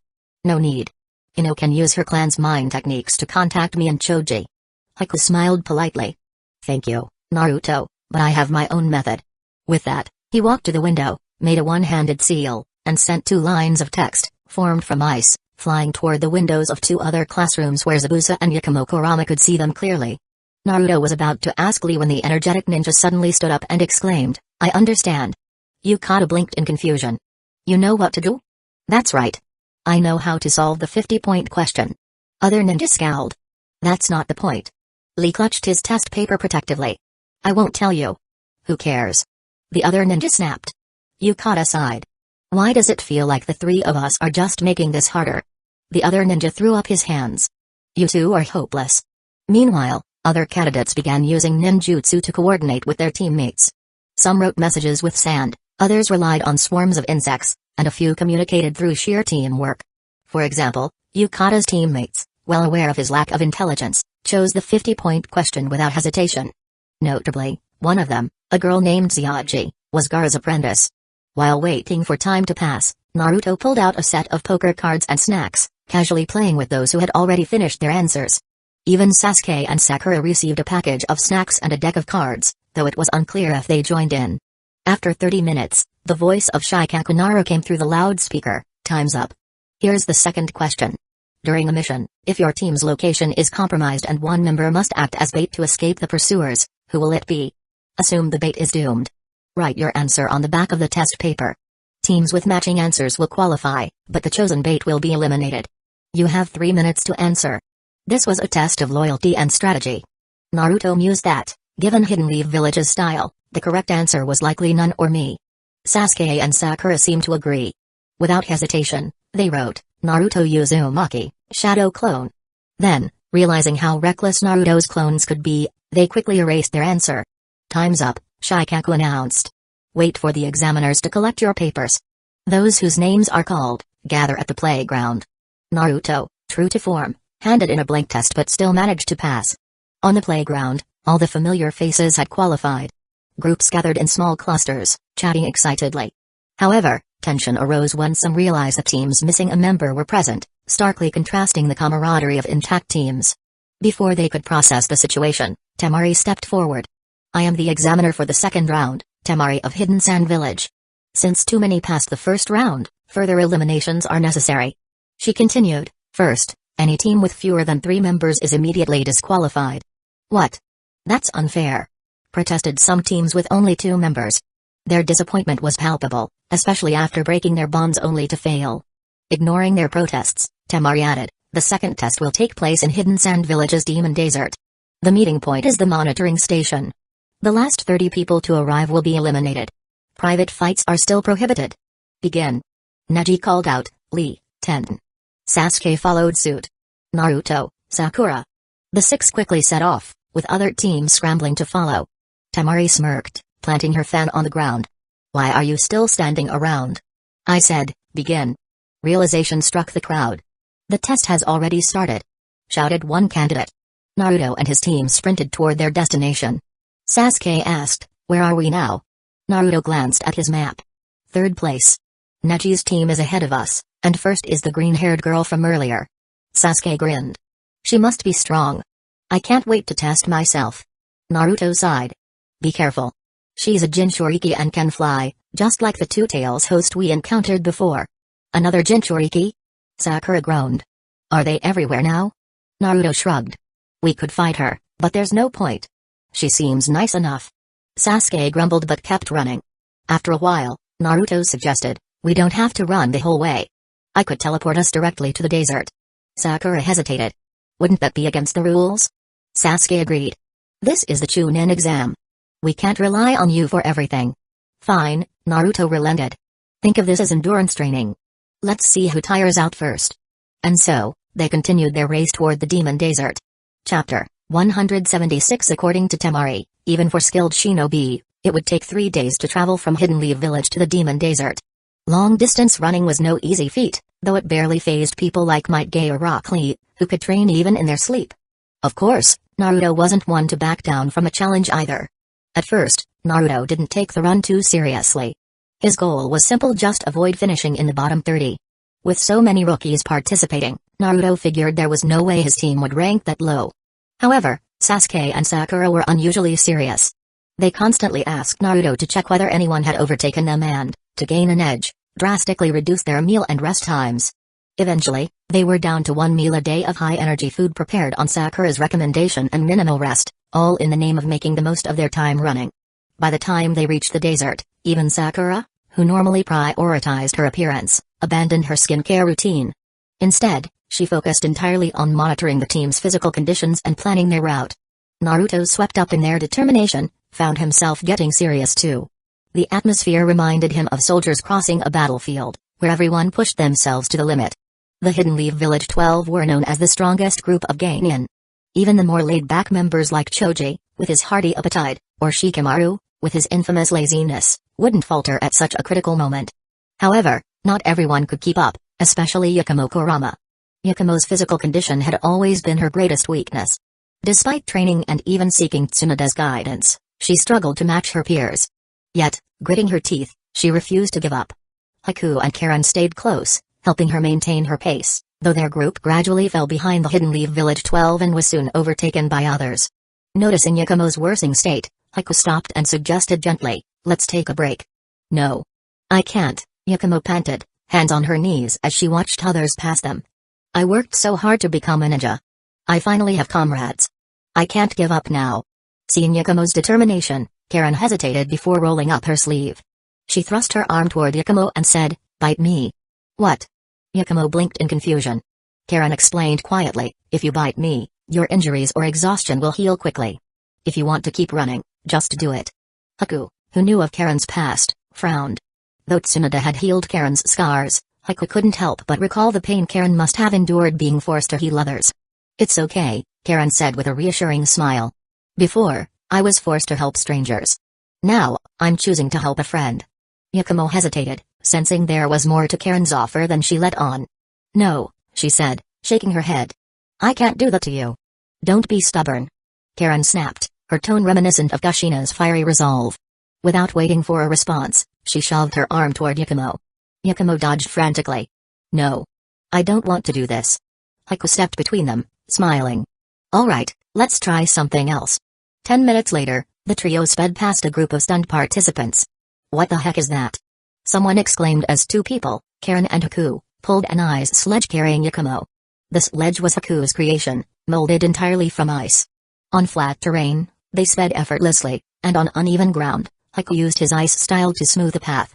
When Yakumo regained enough stamina, she rejoined the run to conserve her teammates' energy, and they repeated the process when needed.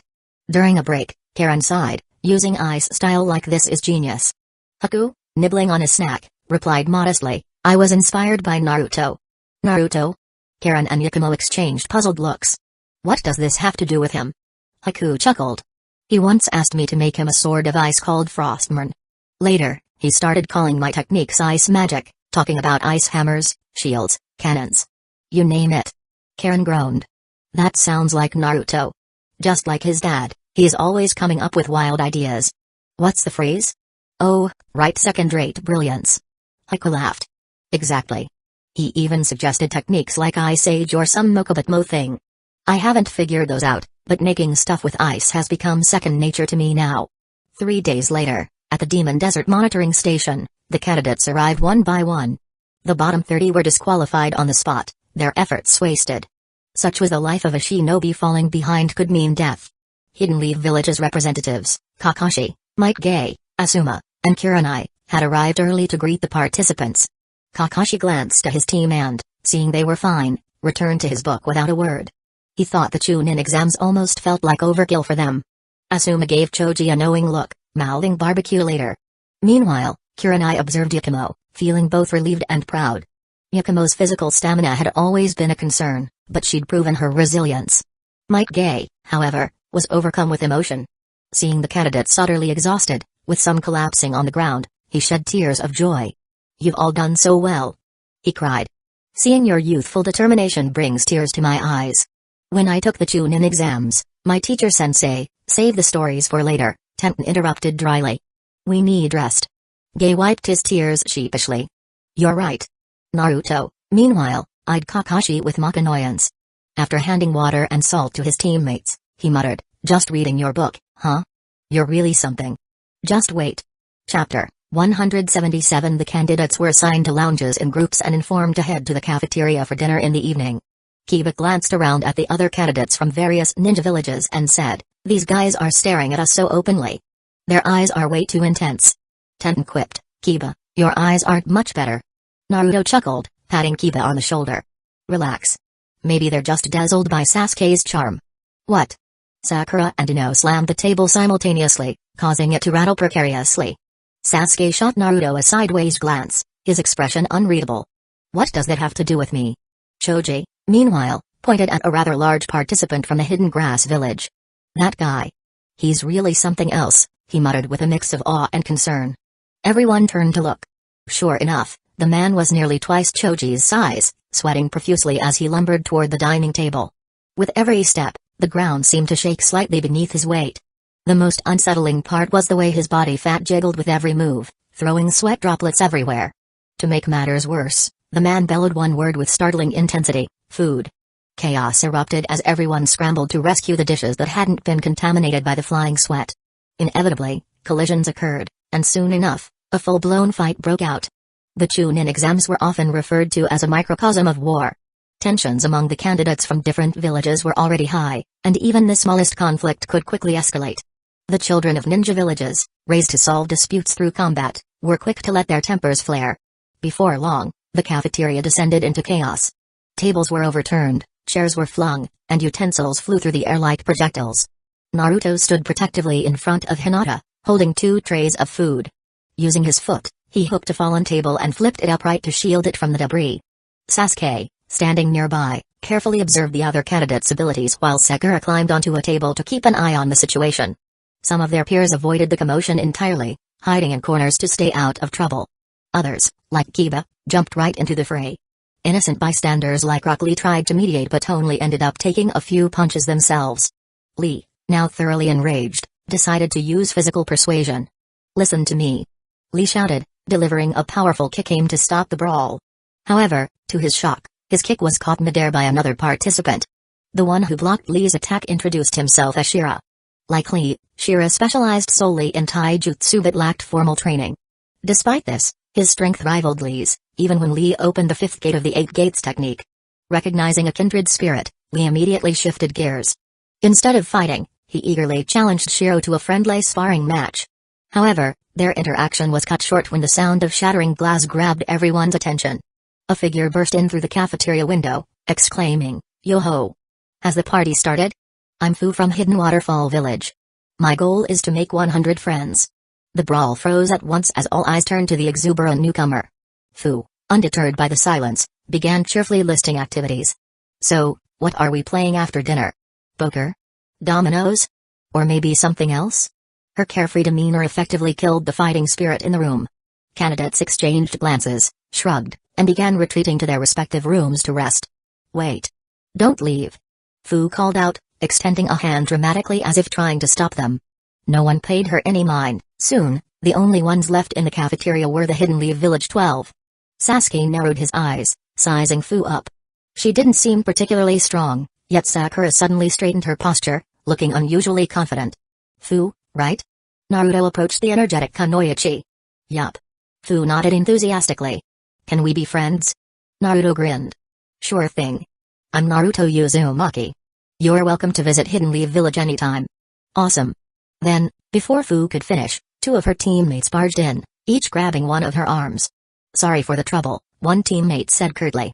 "We'll take her back now." "Hey! Let me go, Hyun. Demon Wolf. I was just making friends." Fu protested, flailing her legs as she was carried out of the room. The voice of her exasperated teammate trailed off, "Please don't make things difficult for us. We need rest." The Hidden Waterfall Village trio's abrupt exit left the Hidden Leaf Village group momentarily stunned. Finally, Naruto broke the silence by distributing the remaining food among his friends.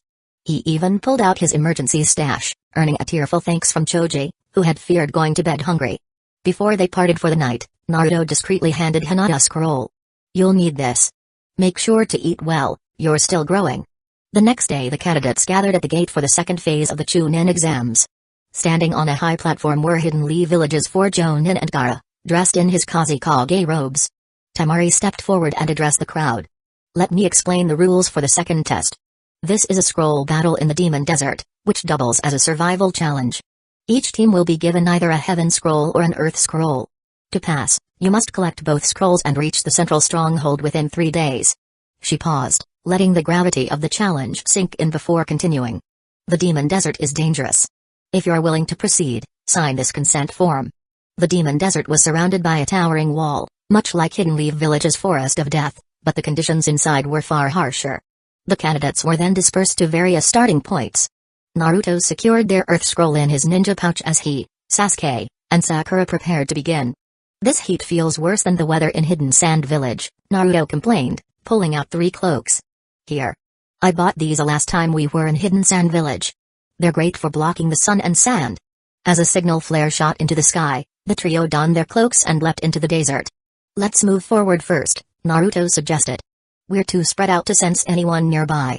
Both Sasuke and Sakura nodded in agreement. Their priority was to encounter another team or, failing that, intercept one near the goal.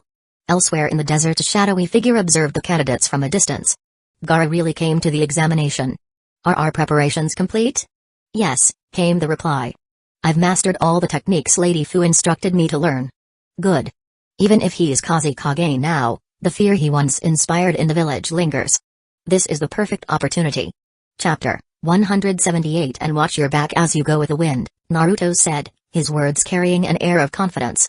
The 3 teammates halted simultaneously and turned around, startled. Emerging from the sand were 3 sand ninjas, their leader stepping forward with a smirk. "Hidden Leaf Village Ninja, it's your misfortune to cross paths with me, Daimaru-sama. Prepare yourselves." Naruto stared at the man with a bandaged head for a moment before asking, "Your name's Daimaru?" Daimaru, surprised, responded, "Oh? Has the great Daimaru's reputation already reached Hidden Leaf Village? If so, hand over your scroll." Sakura tilted her head in confusion and asked, "Is he supposed to be famous?" Naruto nodded solemnly. "Of course. Daimaru, also known as the Scarlet Sand, is rumored to have been Temari's childhood friend. It's said he'll become a trusted ally of the Kazekage in the future. We can't take him lightly." Daimaru's 2 teammates looked at him in astonishment. "So Daimaru's that powerful? We had no idea." Feigning humility, Daimaru laughed awkwardly and waved his hand. "Oh, it's nothing, really.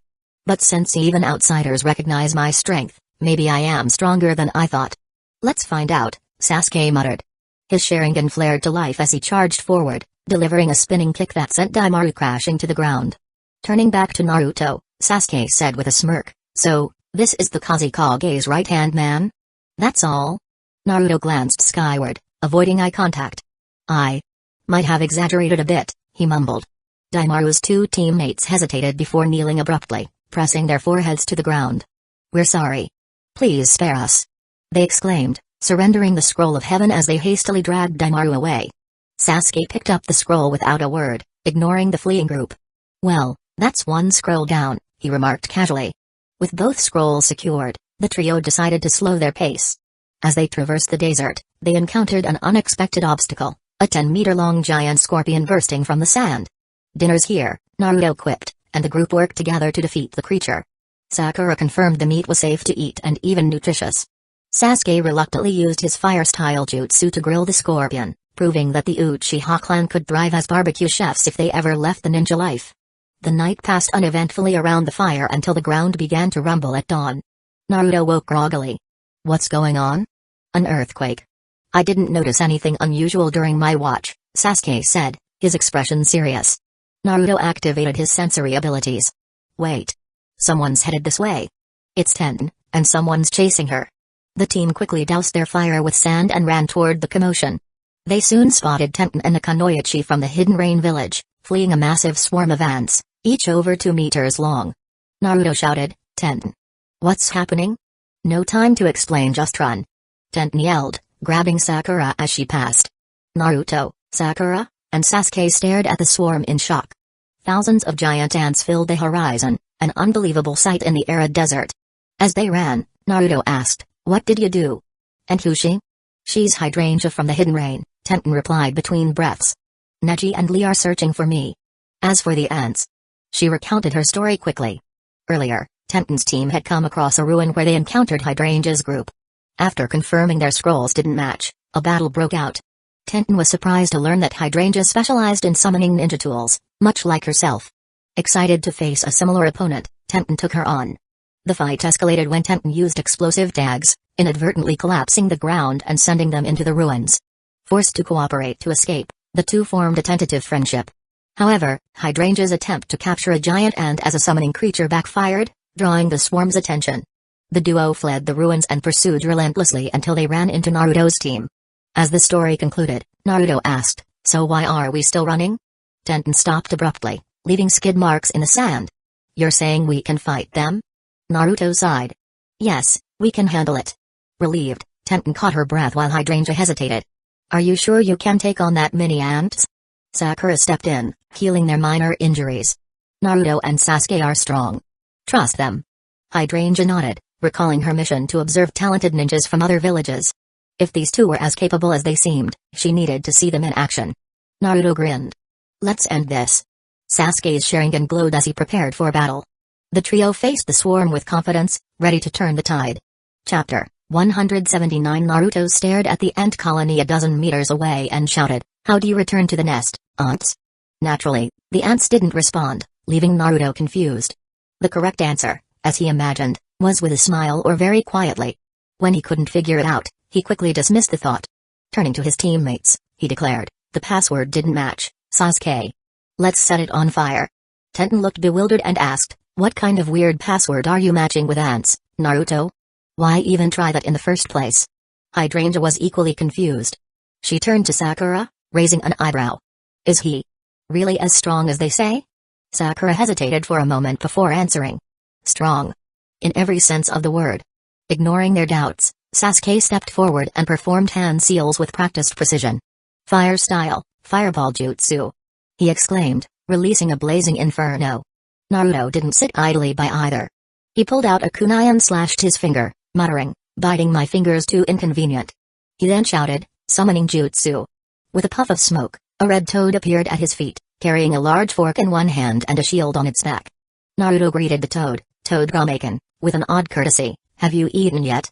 "Not yet," Gameken replied, scratching his head. Then he paused as if recalling something and added, "Though don't worry, I won't eat you again." Naruto's face darkened as he stomped on Gameken's head. "Stop bringing that up. Look at the ants ahead, there's plenty for you." Gameken peered at the swarm of ants sizzling under Sasuke's flames, pondered for a moment, and replied, "It's too much to eat." Naruto sighed. "Fine. Start with the ingredients, and I'll call in the rest of the squad." "All right," Gameken agreed earnestly.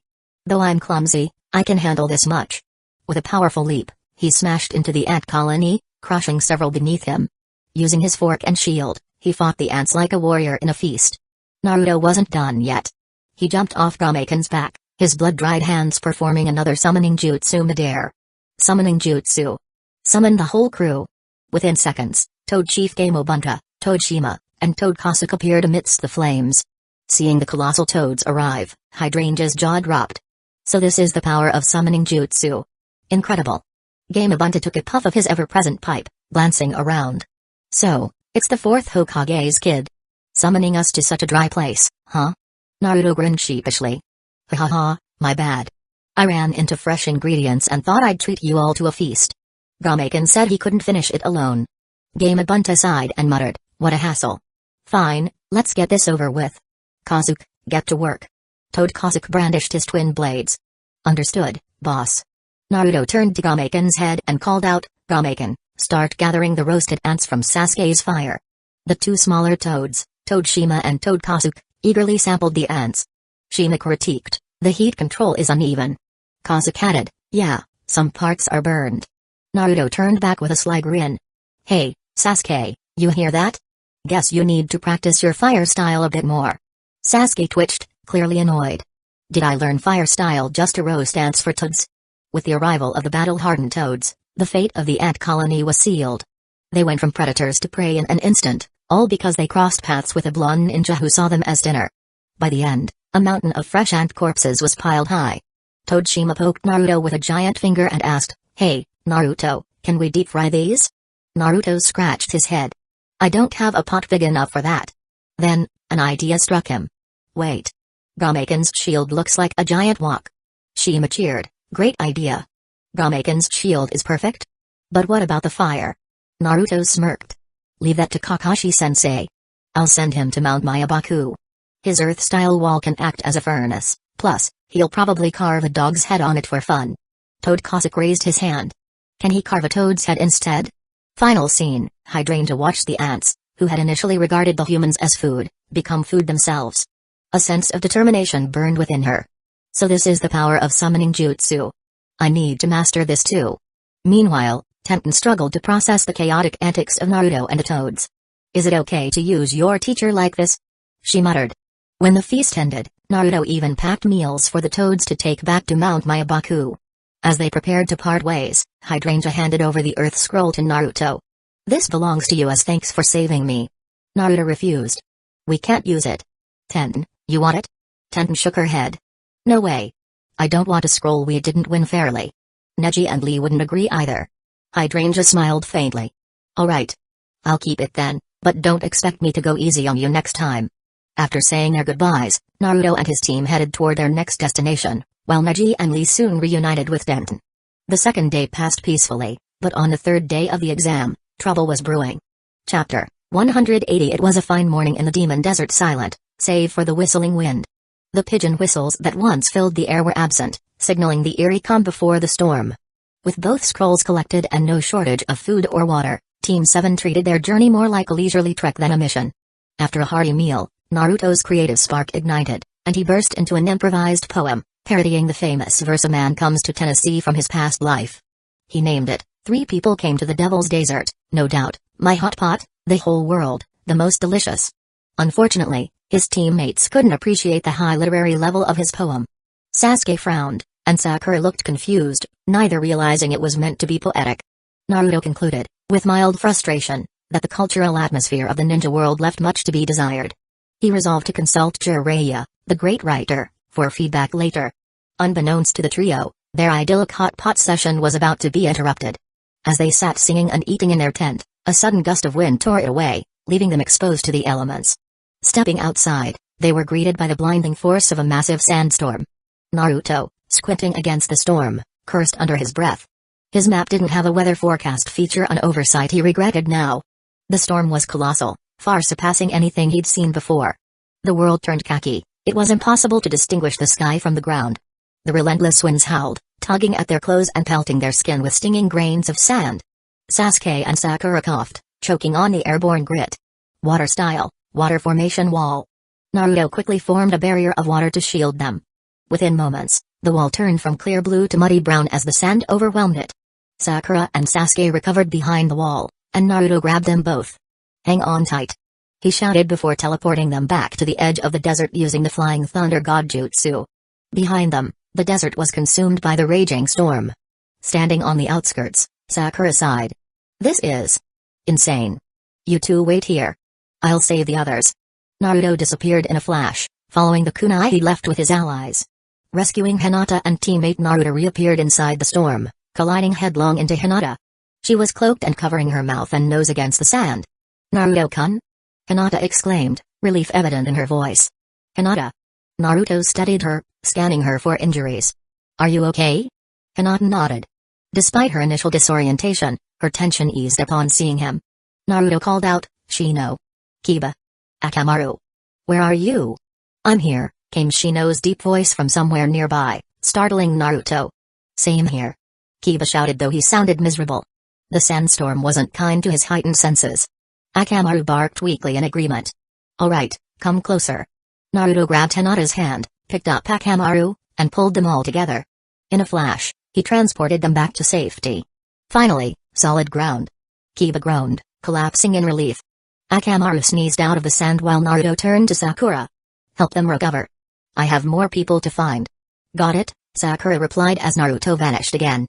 Saving Haku, Yakumo, and Karen, Naruto's next stop brought him to an unexpected sight, an igloo in the middle of the desert. Inside, Haku, Yakumo, and Karen were huddled together. "Naruto?" Karen gasped in surprise. Haku looked exhausted, his pale face illuminated by the dim light. "I made this shelter with ice style, but it's draining me." Naruto inspected the igloo with a raised brow. "Impressive. But we can't stay here. Let's go." Grabbing their hands, Naruto transported them to safety as well. Hinata immediately rushed to help them. A dangerous game despite the chaos, Naruto couldn't rest yet. Clones spread throughout the desert in search of more candidates, while the main body accompanied his friends to the monitoring station. They learned that Gaara had issued an order to suspend the Chunin exams due to the storm. Temari, Kankuro, and Sand Ninja teams were deployed to rescue the participants. Even Kakashi and other proctors had entered the storm. Naruto's instincts, however, warned him of a greater danger. Kurama's voice echoed in his mind, "Kid, Shukaku and Gaara are in trouble. Naruto tensed. What? Gaara's battle over 30 minutes earlier, Sand Village sensors detected the approaching storm too late. Gaara personally led the rescue efforts, ensuring his ninja acted swiftly to save the participating genin. However, amidst the chaos, his team was ambushed by a rogue monk named Rugen, hailing from a secretive sect in the Land of Wind. Rugen was a former guardian of Shukaku's previous Jinchuriki, an heir to ancient sealing techniques designed to suppress and manipulate tailed beasts. Disillusioned with the Sand Village's reliance on Jinchuriki, Rugen harbored a grudge against Gaara and sought to eliminate him under the guise of aiding in the storm rescue. Gaara engaged Rugen directly, but the monk's expertise in sealing arts and his mastery of a unique wind-style barrier gave him a dangerous edge. With his movements hindered and chakra suppressed, Gaara struggled to maintain control of Shukaku, who stirred violently within him.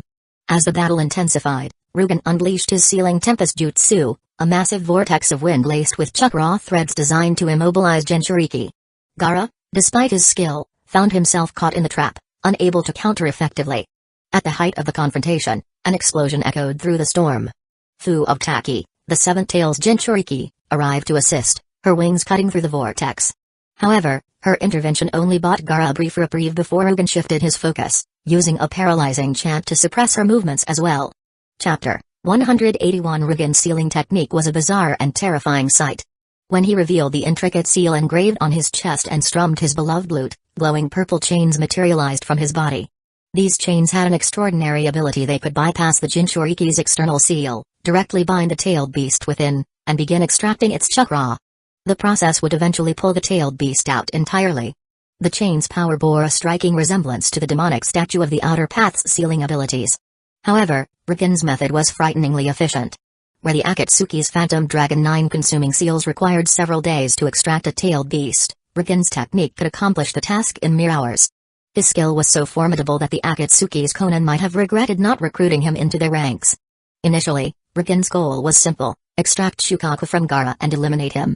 However, when Fu appeared on the battlefield to rescue Gaara, another chain automatically emerged and targeted her.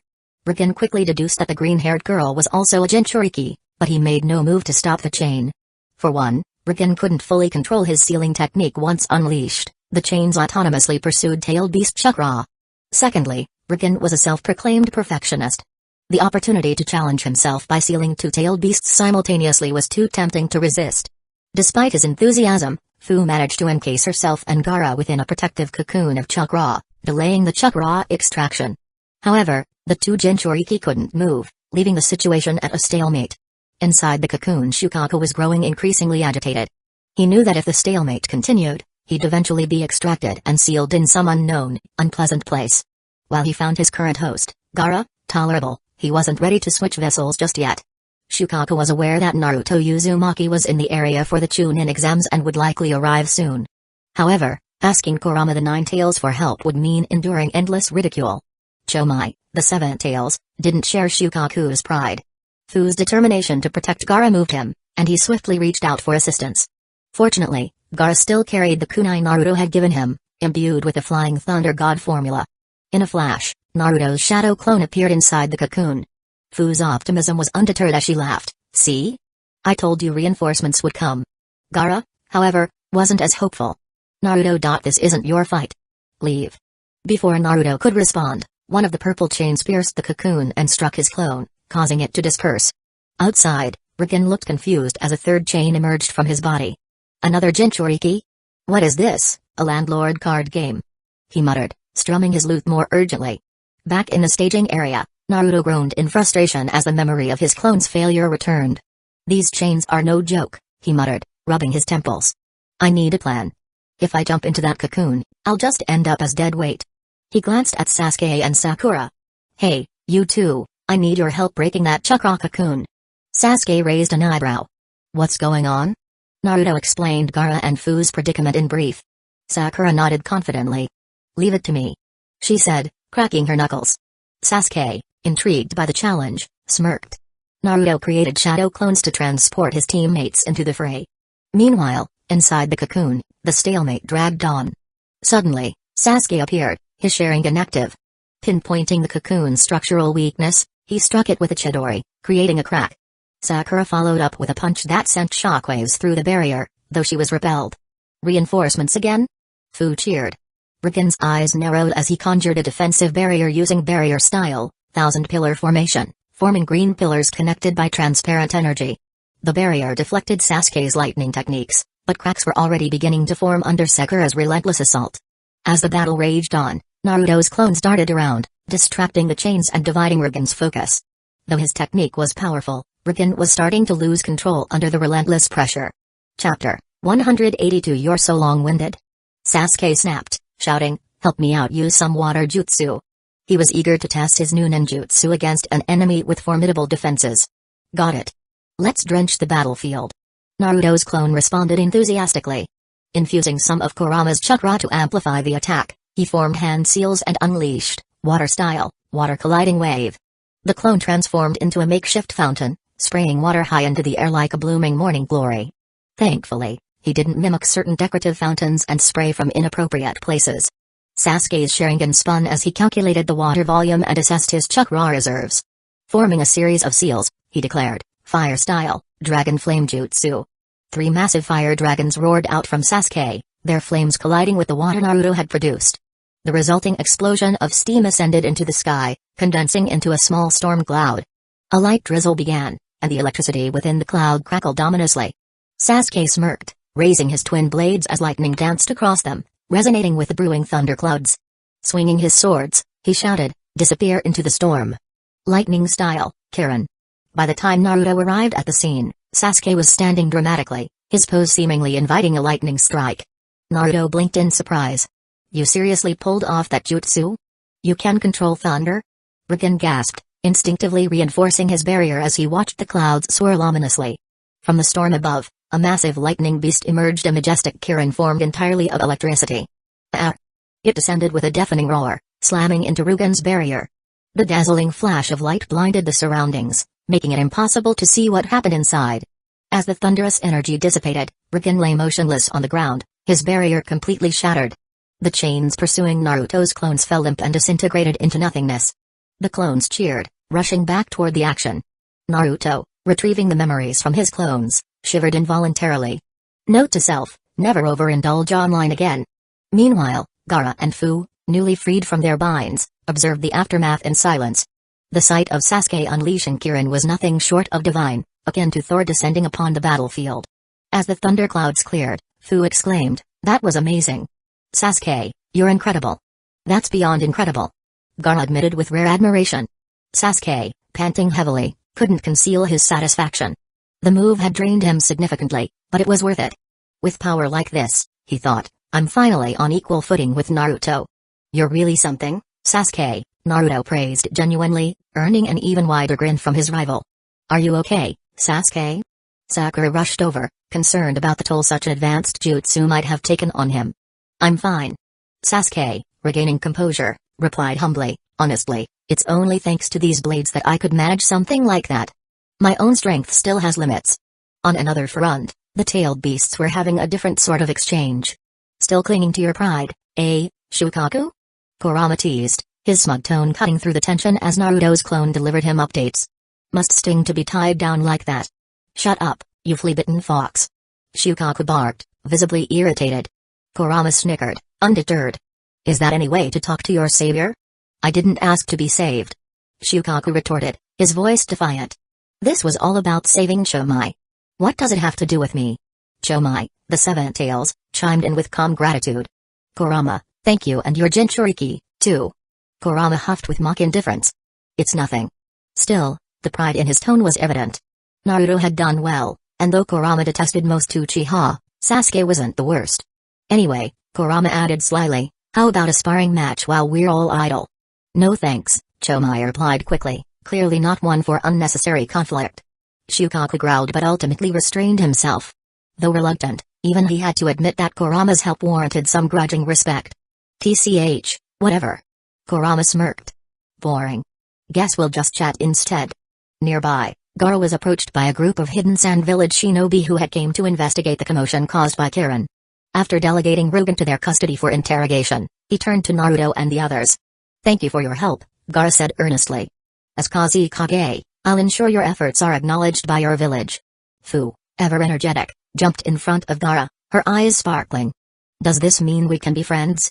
Gaara blinked, taken aback by the suddenness of the request. Friends? Yep. Fu nodded enthusiastically. After a moment of reflection, Gaara gave a small smile. Yes, we can. Awesome. Fu cheered, sprouting her insect-like wings and fluttering happily around the group. Gaara, accustomed to her quirks, allowed her excitement to unfold without comment. He addressed the rest of the group. I have matters to attend to, including ensuring the candidates' safety and dealing with those who conspired against us. You should all rest for now.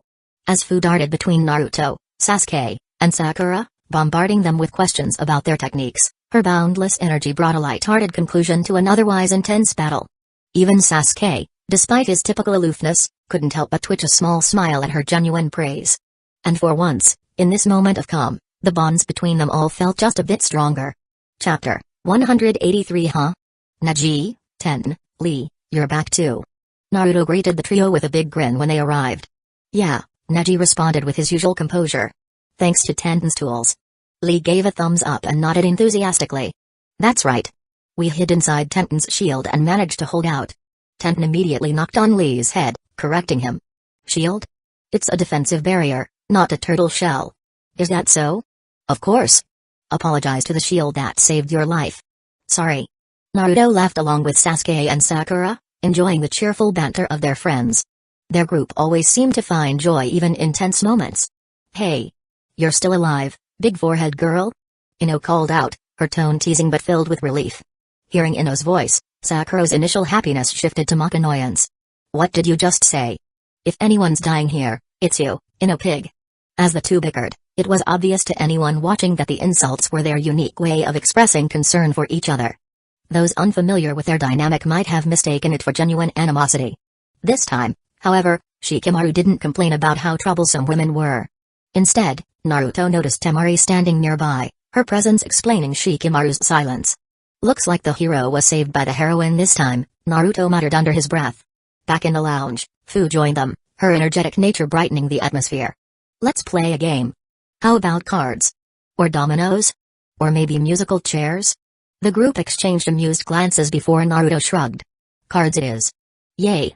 Fu plopped onto a chair, swinging her legs excitedly as they dealt the cards. The evening passed with laughter and camaraderie until Hoichi and Yoro dragged Fu away, her face covered in notes from their game. Let go of me. I finally had a good hand. She protested, flailing as her teammates hauled her off. After Fu left, Naruto shut the door and chuckled quietly. He suddenly recalled the vow he had made during the Chunin exams. He had sworn that if he ever played cards with Uchiha, he'd act like a dog if he lost. While Sasuke hadn't cheated, Naruto felt his oath still stood. Sasuke, however, overheard Naruto's canine imitation but chose not to call him out on it, smirking slightly in the corner. The following morning, all the exam candidates gathered in the square. Standing on a high platform, Gaara addressed the crowd.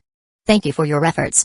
Unfortunately, the Chunin exams have been suspended due to unforeseen circumstances. What? Why? The candidates buzzed with frustration, upset at having endured so much hardship only to face an indefinite pause. Gaara continued, his tone steady. However, your performance will be evaluated in detailed reports sent to your village leaders. Promotions will be determined based on their judgment. Hope flickered back into the candidates' eyes. Even if the exams were cancelled, their efforts might still be recognized. Before leaving, Fu approached Naruto. I can't leave my village easily, but if you're ever near Hidden Waterfall Village, come visit me. I will give you an unforgettable night. Naruto handed her a kunai. That sounds strange. Anyways, here. A gift. I can't remember how the Akatsuki captured Chomai, but if anyone tries, they'll get a surprise. Fu's eyes widened with joy. This is my first gift ever. Thank you. Without hesitation, she leapt forward, wrapping herself around Naruto in a tight hug. Okay. Enough hugging. Naruto flailed awkwardly, feeling Hinata's piercing gaze from behind. Fu finally let go, spinning playfully in the air. But I didn't prepare a gift for you. What should I do? Naruto waved her off. Don't worry about it. Your gratitude is enough. Got it. Fu beamed, tossing her red backpack into Naruto's arms. Everything I brought is in here. Consider it my gift. As her teammates called her, Fu backflipped away, waving cheerfully. Goodbye. I'm so glad I met you all. Naruto stared at the bag, unsure what to do. Sakura leaned over, teasing him. Looks like someone got a bag filled with sentimental goodies. Naruto swallowed nervously, unsure how to respond. Hinata stepped forward, her voice soft but pointed. Naruto-kun, you've made a wonderful friend. Naruto broke into a cold sweat. Hinata-chan, could you hold on to this bag for me? My hands are full. Hinata tilted her head but agreed, smiling. Suddenly, Lee burst into the scene, declaring passionately, Naruto, how could you pass off your burden to someone else? Youth demands, wham. Tenten silenced him with a swift punch. He's fine. Don't mind him. Despite the chaos, Hinata chuckled, her earlier jealousy fading. She understood Fu's sincerity and trusted Naruto's heart. As the group prepared to return to Hidden Leaf Village, Naruto tugged playfully at Hinata's cheeks, teasing her for her brief act of possessiveness. Who taught you to pout like that? No one. Hinata protested, laughing as she ran ahead. Naruto chased after her, shouting, admit it. In the sealed space, Kurama yawned, watching the scene with mild amusement. Humans are so strange, he muttered. Didn't this kid once tell me that the prettiest women are also the most cunning? Nearby, Asuma lit a cigarette and sighed. Ah, youth. Kurenai side-eyed him, smirking. We're still young too, aren't we? Asuma scratched his head awkwardly. Meanwhile, Gay appeared, challenging Kakashi for a race back to Hidden Leaf Village. Kakashi, engrossed in his book, merely flipped a page and replied, pass. I'm busy. If Naruto had been there, he would have muttered, classic Kakashi copying even Shino's stoic lines. Chapter 184. 4 days later, in the Hokage's office, teams 3, 7, 8, 10, and 11 gathered along with 20 instructors and a dog. The room felt uncomfortably cramped with everyone present. The instructors, already briefed on the matter, ensured their students stood at the front to listen to Minato no Mikage, the 4th Hokage. I've carefully reviewed the report from Hidden Sand Village. I've called you here to announce the results, Minato began, addressing the group of 15 nervous yet composed young shinobi. In light of your commendable performances during the Chunin exams, I formally approve the promotion of Neji Hyuga, Ten, Rock Lee, Hinata Hyuga, Kiba and Yuzuka, Shinoa Barame, Shikamaru Nara, Choji Akimaki, Ino Yamanaka, Shiro, Kamo, and Hiki. As the 4th Hokage, I declare these 12 shinobi officially promoted to Chunin. A smile spread across Minato's face as he concluded, congratulations. Yeah. The room erupted into cheers, with Rock Lee and Kiba shouting the loudest. Even Shikamaru and Neji, usually calm and composed, allowed themselves small smiles. Naruto observed the scene, feeling he understood Shikamaru's quiet joy. After all, he had accidentally overheard Temari telling Shikamaru not to fall too far behind her since she was about to be promoted to Jonin. Hinata, however, seemed concerned. She gathered her courage and asked softly, Naruto-kun. What about Team 7? The room fell silent as everyone turned their attention to Minato, curious about the status of Naruto, Sasuke, and Sakura. Team 7's performance during the exams had been remarkable, and many felt they deserved more than just a promotion to Chunin. Minato glanced at Naruto, Sasuke, and Sakura before continuing, regarding Team 7. The 5th Kazekage has personally expressed his admiration for your actions, and even Hidden Waterfall Village has sent a letter of gratitude. Based on your contributions and proven abilities, I am awarding each of you an S-rank mission record. Furthermore, you are all promoted directly to Special Jonin.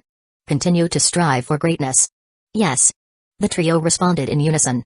Sakura clenched her fists in excitement. She hadn't even become a Chunin yet, and now she was skipping straight to Special Jonin, a feat she hadn't imagined possible. Sasuke smirked, his confidence surging. Even Minato acknowledged his strength. Special Jonin, huh? Maybe it's time to challenge Itachi. Naruto, on the other hand, was caught off guard. No one had warned him about this promotion. Still, he couldn't complain, after all, a pay raise was always welcome. However, he wondered if losing the title of Genin might diminish his ability to save the world. Minato smiled warmly at the group before him. These young shinobi will undoubtedly become the pillars of Hidden Leaf Village's future. The students were in awe. Kiba exclaimed, they were promoted straight to Special Jonin? That's so unfair. They used the exam to sneak in an S-rank mission. As expected of them. Lee shouted enthusiastically, flames of determination seemingly burning behind him. Neji. Tenten. Let's take on an S-rank mission too. I refuse, Neji and Tenten replied simultaneously, their faces showing equal disdain. Hinata, however, was thrilled. Naruto-kun, congratulations. Thanks, Hinata. I'm sure you'll catch up soon, Naruto replied with a smile. But that's not the point right now. The real question is. He turned and waved at Kakashi. Kakashi-sensei, you're treating us to celebrate, right? Kakashi's eye curved into a crescent as he chuckled. Alright, We'll go to your favorite barbecue restaurant. It's on me. Inspired, Choji ran to Asuma and hugged him, looking up with wide, pleading eyes. Asuma-sensei. Alright, Asuma sighed, prying Choji's greasy hands off him. I get it. We'll celebrate too. Hinata and Kurenai exchanged a glance. Kurenai smiled warmly at her students. Of course, let's celebrate together. Count me in. Might Guy interjected, his signature enthusiasm on full display. It's a glorious occasion to celebrate my youthful students' promotions. Even Kushina, who had been observing quietly, clapped her hands. Why don't we make it a big gathering? Minato, are you joining us? Minato gestured to the stack of documents on his desk with a helpless smile. I'd love to, but I have work to finish. You all go ahead and have fun. That evening, the group celebrated with food, drinks, and laughter. Though they cherished the party, everyone understood that their responsibilities would soon grow, making such large gatherings rarer in the future. The only minor hiccup occurred when Lee nearly grabbed the wrong glass, prompting Naruto to intervene just in time. The incident left Neji and Tenten briefly alarmed but relieved. Meanwhile, Asuma stared silently at the exorbitant bill, sighing before reluctantly paying extra. As the party wound down, Naruto stopped Kakashi before he could leave. Kakashi-sensei, can I borrow you for something important? Kakashi looked curious. What's this about? It's a surprise, Naruto grinned. But trust me, only you can handle this. Later, at Mount Mayabaku, Kakashi found himself standing in awe of the legendary site. It was his first visit to one of the three great sage regions, and he couldn't help but feel curious about Naruto's request. Todioshi. I brought him. Naruto called out, and with a puff of smoke, a 2-meter-tall toad appeared before Kakashi. Is this the Kakashi-sensei you mentioned? Todioshi asked politely. Yup. Naruto replied confidently. He is perfect for the task. Kakashi raised an eyebrow. What task? You'll find out soon enough, Todioshi said with a respectful bow.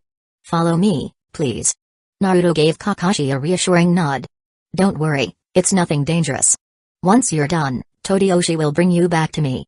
As Kakashi followed the toad, Naruto turned to Fukasaku, ready to resume his training.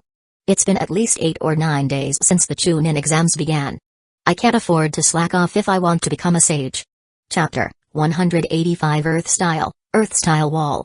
Kakashi summoned yet another earthen wall, his breath ragged from the repeated effort. Why did I agree to help 2 little toads from Mount Mayabaku build a stove? And not just any stove, a massive one made entirely of earth-style walls. It feels like I've traded my ninja headband for a toad's. Watching Toadshima and Toad Fukasaku set up a gigantic pot like a shield to fry bugs, seeing yellow-hued bug guts fly everywhere as they occasionally squashed one, and witnessing Game Ubuntu string up 2 little toads for a lesson. Kakashi's image of the so-called sacred Mount Mayabaku shattered completely. This isn't a holy land, it's a madhouse. Naruto's chaotic brain seems to have infected the toads too. No one, not even the summoning beasts, is safe from his influence. Kakashi sighed heavily, lost in thought. When Naruto finally escorted Kakashi back home, the Jounin was still deep in contemplation. What had gone wrong with his life choices? Was this karma for his actions? Kakashi didn't even realize until the middle of the night that having such thoughts was, in itself, problematic. Gan. The next morning, Naruto donned his newly issued flak jacket and admired himself in the mirror. Not bad, he said, striking a few poses. He'd always envied the iconic vest. While he tried one on before, he couldn't bring himself to wear it outside. Like the forehead protector, the vest was a symbol of rank, something you could opt not to wear but definitely couldn't fake. Now that it was officially his, Naruto adjusted his outfit and left his home in high spirits. At the training ground, Sasuke and Sakura were also sporting their vests. When the 3 of them stood together in their uniforms, there was an undeniable sense of unity and maturity. Naruto regretted not convincing them to coordinate earlier. When Kakashi appeared, he paused for a moment, observing the trio standing side by side. A small smile crept onto his face. They looked like they'd grown up overnight. Naruto, however, mistook Kakashi's silence. What's wrong? You don't recognize us now that we're all suited up? He teased, though something held him back from saying it aloud. Instead, Sakura stepped forward, concerned. Sensei, you look exhausted. Should I check on you? Kakashi waved her off. No need. I just didn't sleep well. He shot Naruto a meaningful glare. Naruto frowned, confused. What did I do? I sent him home early last night. Without further comment, Kakashi simply said, let's go to the Hokage's office. We need to discuss your next steps. Minato looked at the 4 of them with a soft smile. From today onward, Team 7 will be disbanded. What? Sasuke's usually stoic expression cracked. You're kidding. Sakura turned to Kakashi in disbelief. Naruto, suddenly panicked, blurted out, wait, is this about yesterday? Sensei, I swear I didn't mean to upset you, Kakashi interrupted, his tone calm. Relax. Don't jump to conclusions. Let Lord Hokage finish. The three turned their attention back to Minato, tense but silent. Minato continued, Naruto, Sasuke, Sakura, when Team 7 was formed, you were all genin. Kakashi's role as your sensei was to help you learn the fundamentals of teamwork, guide you through missions, and keep you safe as you developed. He fulfilled that responsibility admirably. You've grown so much that you've all achieved the rank of Special Jonin. Now, it's time for you to take the next step. As Chunin and Special Jonin, you're capable of leading missions yourselves. What comes next depends on your choice. Choice? Sakura echoed, confused. Kakashi took over. That's right, a choice. Naruto Uzumaki, Sasuke Uchiha, Haruno Sakura, the decision before you is whether you'd like to form a new team, Team Kakashi, with me as the captain. Sasuke frowned. What's the difference between Team Kakashi and the old Team 7? Kakashi explained, in the new Team Kakashi, we won't have the traditional dynamic of teacher and students or a superior-subordinate relationship. Instead, we'll operate as equals. As captain, I'll still guide you, but your opinions will hold equal weight when making decisions on missions. Naruto smirked. So basically, you're just making it official that we've been doing all the work while you read your books? Sasuke and Sakura both nodded in reluctant agreement. Kakashi sighed but couldn't argue. Well, what's your decision? Naruto didn't answer immediately. Instead, he reached into his pouch and pulled out half of a bell, the same one from their first test. Sasuke followed suit, retrieving his half. Sakura untied a small cloth pouch from her neck, carefully pouring out her piece of the bell. Kakashi's expression turned serious as he mimicked the gesture, pretending to check his own pouch. Uh-oh. The three of them glared at him. Kakashi chuckled nervously, producing his half of the bell. Just kidding. Looks like you've already made up your minds. Naruto grinned. You know it. The three spoke in unison. Kakashi-sensei, we'll follow you anywhere. Kakashi felt a strange sense of déjà vu. He smiled. Ah. Take care of me, then. Naruto's mischievous grin widened. Let's celebrate the formation of Team Kakashi. Stop right there. Kakashi cut him off. I'm still recovering from yesterday. As the four of them stood before Minato, they held their bells together and spoke in turn. Captain of Team Kakashi, Kakashi Hatake. Member, Naruto Uzumaki. Member, Sasuke Uchiha. Member, Haruno Sakura. All present and accounted for, Lord Hokage. They said in unison. Minato handed them a scroll. Your first mission as Team Kakashi begins now. Good luck. Yes, sir. As they left the office, Sakura asked, Sensei, were you serious earlier? Did you really forget something? Kakashi scratched his cheek sheepishly. Well, I forgot to bring my book. Cookie Paradise. Sakura guessed, exasperated. Kakashi chuckled nervously as the others groaned. Minato, still in his office, smiled softly. To think he'd forget his precious book but still remember the bell. Kakashi, you've truly gained something irreplaceable. Chapter 186. Mr. Kakashi, what's our mission this time? Naruto asked curiously, his gaze fixed on the scroll in Kakashi's hand. Sasuke and Sakura also turned their attention to Kakashi, eager to learn about their first mission as Special Jonin. After reading the contents of the scroll, Kakashi handed it to Naruto and explained, we're tasked with escorting an envoy safely to Hidden Leaf Village. An envoy? Naruto asked, scanning the scroll. His eyes widened in surprise. Wait. Zabuza? Zabuza Momoki? Sasuke and Sakura echoed in astonishment. They knew about Hiku's origins and a connection to Zabuza but hadn't seen either since their return to Hidden Leaf Village. That's right, Kakashi confirmed. This time, Zabuza is coming to Hidden Leaf Village as an envoy from the Hidden Mist Village in the Land of Water. His mission is to establish diplomatic relations between Hidden Leaf Village and the Mist. If all goes well, this could mark the beginning of an alliance. How did he become a representative of the Hidden Mist? Didn't he try to assassinate the Mizukage before? Naruto asked, bewildered. The sudden assignment had reminded him of Zabuza, someone he'd nearly forgotten.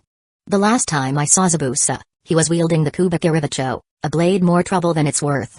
At least the same Ada could recharge chakra. The Kubikiribicho's regeneration ability is far less practical, Naruto muttered. Kakashi shared his disbelief. It is surprising. You'd think someone who attempted to assassinate the Mizukage would be executed. Instead, not only was he spared, but he's managed to regain the Mizukage's trust. Now, he's representing the Mist Village. It's truly remarkable. Naruto tilted his head. Did Dad have something to do with that? Kakashi nodded. Minato-sensei did provide Zabuza with some assistance, which helped him return to the Land of Water. As for the details, we'll find out more when we meet him. For now, our job is to meet them at the coast, escort them to Hidden Leaf Village, and ensure security at the negotiation venue. He added with a grave expression, while doing so, we'll need to assess whether their intentions are genuine or if they have ulterior motives. Sakura sighed. This sounds more complicated than our usual missions. Before, we just had to follow clear instructions. Now, we have to think several steps ahead. That's the life of a jonin, Kakashi explained, his tone unusually serious. The difficulty of a mission isn't always about the strength of the enemy. Often, it's about managing complex situations and making critical judgments. As they traveled, Kakashi continued to share his experiences, offering insights on how to handle interactions with foreign shinobi and the nuances of diplomatic missions. The next morning, the team arrived at the eastern coast of the Land of Fire. Although they anticipated the ship's arrival by noon, it wasn't until the afternoon that a large vessel appeared on the horizon. Naruto used his sensory abilities to scan the incoming group and frowned. Something's off. Big Fox? Kurama stirred within him. It's Izabu, the Three Tails. No doubt about it, the Night Tails growled, slightly puzzled. What's with all these Jinchuriki showing up around you lately? It's like they're drawn to you. Naruto relayed the information. Everyone, be on alert. The Three Tails Jinchuriki is on that ship. Kakashi's brow furrowed. Yagura. If the fourth Mizukage is here, that's a significant development. This might even be a provocation. Naruto confirmed, there are 32 people on board. 12 have notable chakra signatures, probably shinobi. The rest seem like civilians, likely sailors. Kakashi nodded. Stay sharp. Sasuke, stow your Kiba blades for now. Sasuke reluctantly sealed the swords into a scroll. Fine, he muttered, though he didn't see the necessity. When the ship finally docked, 8 individuals disembarked, led by a cloaked figure who carried a massive sword on his back. Welcome to the Land of Fire, Kakashi greeted, his tone cordial yet cautious. The cloaked man stepped forward and spoke in a gruff voice. It's been a while, Kakashi. Removing his hood, the figure revealed himself to be Zabuza Momoki. The team immediately noticed the unmistakable Kubikiribicho on his back. Sakura, however, couldn't help but blurt out, why is there a child here?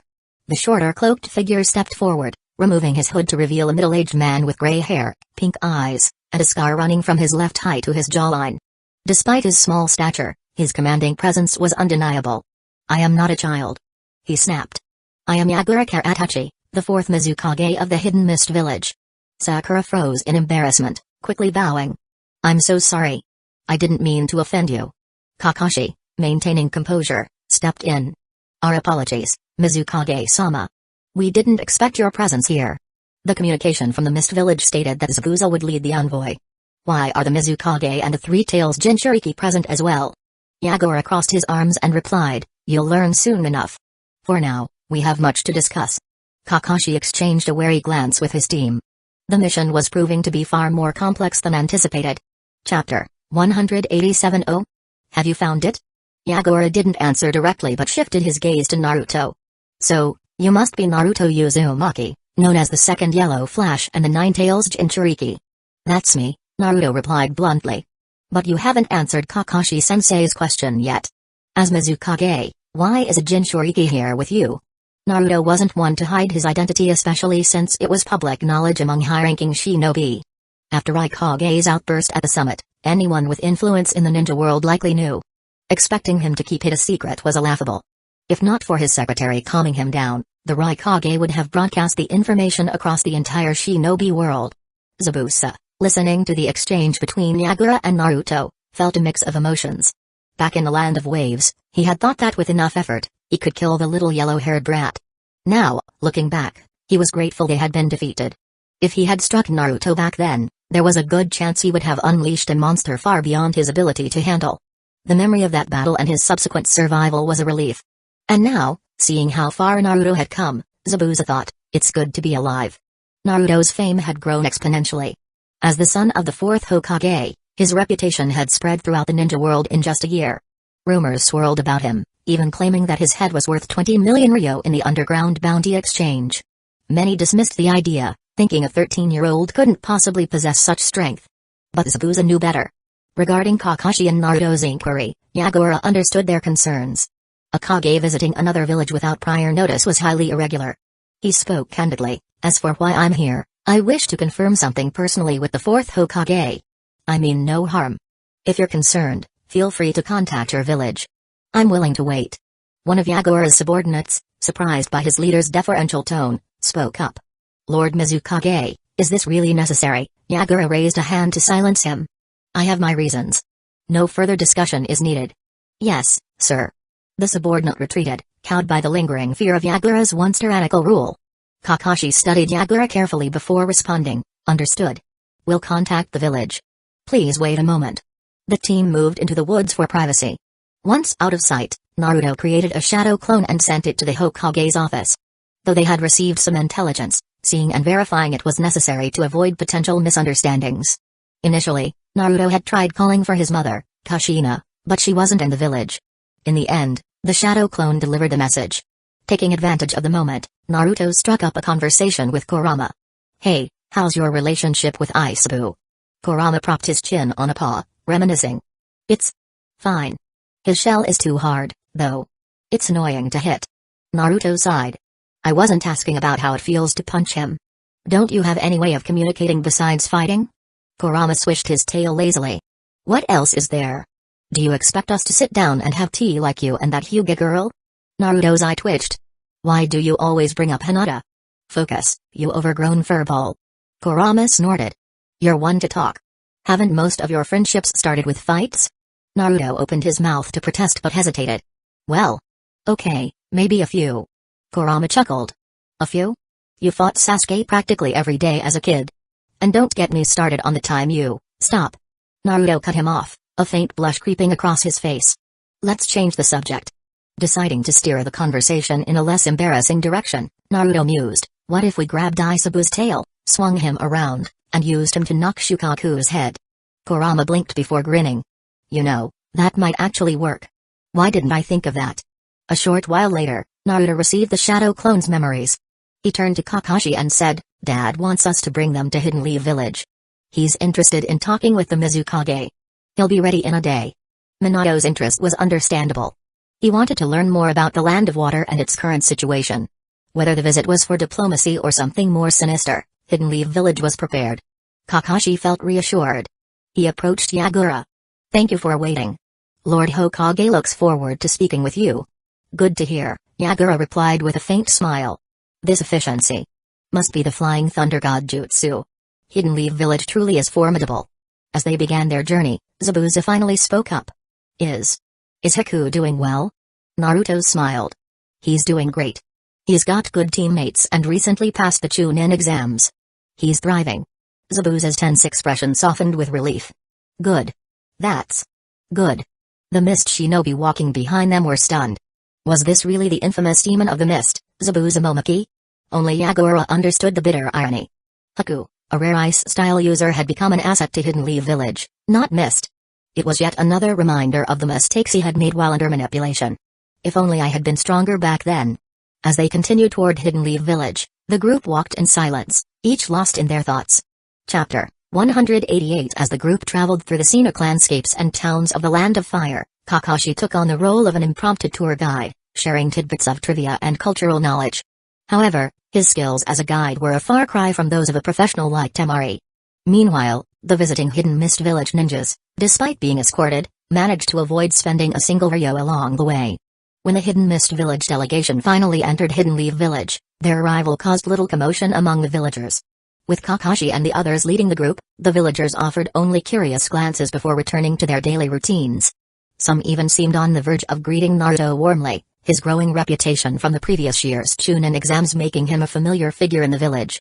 Do the commoners in Hidden Leaf Village lack respect for their shinobi? Yagura, the Mizukage, asked with thinly veiled surprise. The casual and friendly demeanor of the villagers toward ninjas was starkly different from what he was accustomed to. Kakashi responded without hesitation, his voice calm and confident. "Ninjas and civilians are all part of the same village. Why should they feel awe when we are their comrades?" It was a textbook perfect answer, highlighting the camaraderie between Hidden Leaf Village's shinobi and its civilians. Naruto, however, silently scoffed. Outsiders just don't get it. The idea of Hidden Leaf Village's shinobi being revered seemed laughable when one considered the village's unique characters. From the spandex-clad Rock Lee and his equally eccentric teacher, Might Guy, to Kakashi himself, reading questionable novels in public without care. How could anyone take them too seriously? Then there was the Hokage, who, despite his formidable reputation, often stood in line at a Kairaku ramen with the most transparent of disguises. And let's not forget the fiery Kushina Uzumaki, who haggled over vegetables at the market with a temper that could scare even the toughest shinobi. This is what makes Hidden Leaf Village special, Naruto thought with a small grin. But awe-inspiring? Not a chance. The meeting begins. The formal meeting wasn't held in the Hokage's office but in a specially prepared conference room. The fourth Hokage, Minato Namikaze, Minato introduced himself briefly, his voice calm yet commanding. The fourth Mizukage, Yagura Karahachi, Yagura responded, his tone equally measured. The two leaders exchanged polite nods before taking their seats at opposite sides of the long table. Yagura was accompanied by 7 others, including Zabuza Momaki and several senior Hidden Mist Village shinobi, while Minato was joined by Jiraiya, Shikakunara, and Kakashi. Naruto, Sasuke, Sakura, and Shizue stood behind them as silent sentinels. From Sasuke's sharp gaze, it was clear he was fully aware of another Uchiha's presence. Somewhere nearby, undoubtedly, Itachi Uchiha was observing, his mask blending seamlessly with the shadows. Minato made an effort to appear warm and respectful, remembering Naruto's warning that Yagura disliked being treated like a child. For his part, Yagura couldn't help but appreciate the Hokage's cordial demeanor. He was also privately relieved that Maitru Mummy hadn't accompanied him. Her flirtatious nature might have led her to propose an alliance far more personal than political. As the formalities began, Minato cut straight to the point. Mizukage-sama, to what do we owe the honor of your personal visit? Yagura opened his mouth to respond when, boom, boom. A series of explosions shook the village, the sound reverberating even within the reinforced walls of the conference room. Both delegations stood immediately, tension rising as their gazes locked warily. An Anbu operative rushed in, his voice steady despite the chaos. Lord Hokage, we are under attack. Unknown enemies have approached from the air, dropping ninja tools and explosives. There are currently nearly 100 attackers, and we cannot confirm if reinforcements are coming. Most have been stopped by the barrier, but over a dozen have breached the defenses. Suspicion filled the air as the Hidden Leaf Village shinobi turned their attention to the Hidden Mist Village delegation. Uchiha's eyes flickered to life, Sharingan spinning as they scanned the room. The timing was too convenient. Yagura and his party arrived, and moments later, an assault began. Sensing the hostility, Yagura's group instinctively formed a defensive stance. Despite their indignation, even they had to admit the circumstances looked damning. Minato raised a hand, his expression calm but firm. Stand down, he ordered, his voice cutting through the tension. Turning to Shizue, he gave his next command. Gather the Shadow Guard and neutralize the intruders within the barrier. Understood, Shizue replied before disappearing through the window. Naruto, Minato continued, deploy your shadow clones to assist with evacuation and rescue. Take Sakura to the hospital to aid the injured. On it. Naruto responded, grabbing Sakura and racing toward the hospital. Minato then turned back to Yagura, bowing slightly. Mizukage-sama, I must apologize for this interruption. Please remain here for your safety while we address the situation. Yagura nodded, his voice steady. I will comply, but let me be clear, Hidden Mist Village has no connection to this attack. However, I understand your suspicion and will remain here as a gesture of goodwill. The battlefield. From the rooftop of the hospital, Naruto created hundreds of shadow clones, sending them to locate and assist the injured. His sharp eyes scanned the village, now protected by a massive blue barrier. Explosions rippled harmlessly against its surface, a testament to the intricate seals Kushina had helped design. The attackers, identified as remnants of the defunct Sky Ninja Village, were relentless. Their aerial advantage allowed them to evade ground forces, but Minato's swift coordination of Hidden Leaf Village's defense left little room for them to cause further destruction. Naruto clenched his fists. Let's show them what Hidden Leaf Village can do. With that, he leapt into action, determined to protect his village. Chapter 189. A total of 15 airborne shinobi, members of the defunct Sky Ninja Village, Kunin, were trapped within Hidden Leaf Village's defensive barrier. They utilized special chakra-infused equipment strapped to their backs, granting them the ability to fly. When the barrier activated, they attempted to breach it using both ninjutsu and ninja tools, but to no avail. Frustrated, they resorted to dropping bombs haphazardly while searching for an exit. Standing atop the Hokage building, Shizue Uchiha led the 6 elite members of Minato's personal shadow guard.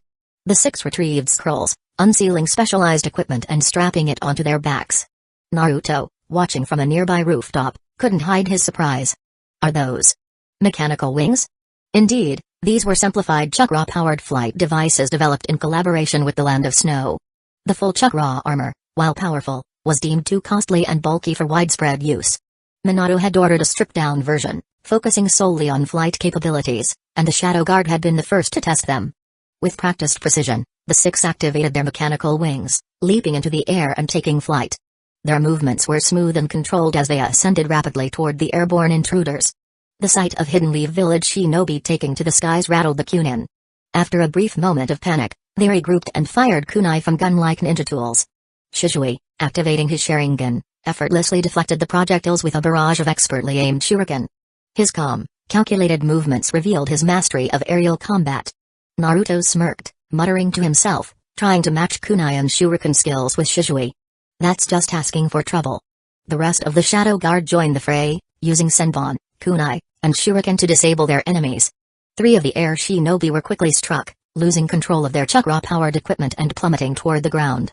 Shizui noted their descent but didn't falter in his pursuit, trusting the Hidden Leaf Village forces below to handle the situation.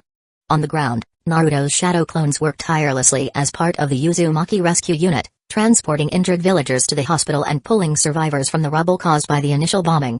Despite the quick activation of Hidden Leaf Village as barrier, the surprise attack resulted in significant damage. As his clones moved efficiently, Naruto's frustration grew. Watching civilians suffer only fueled his desire to end the chaos.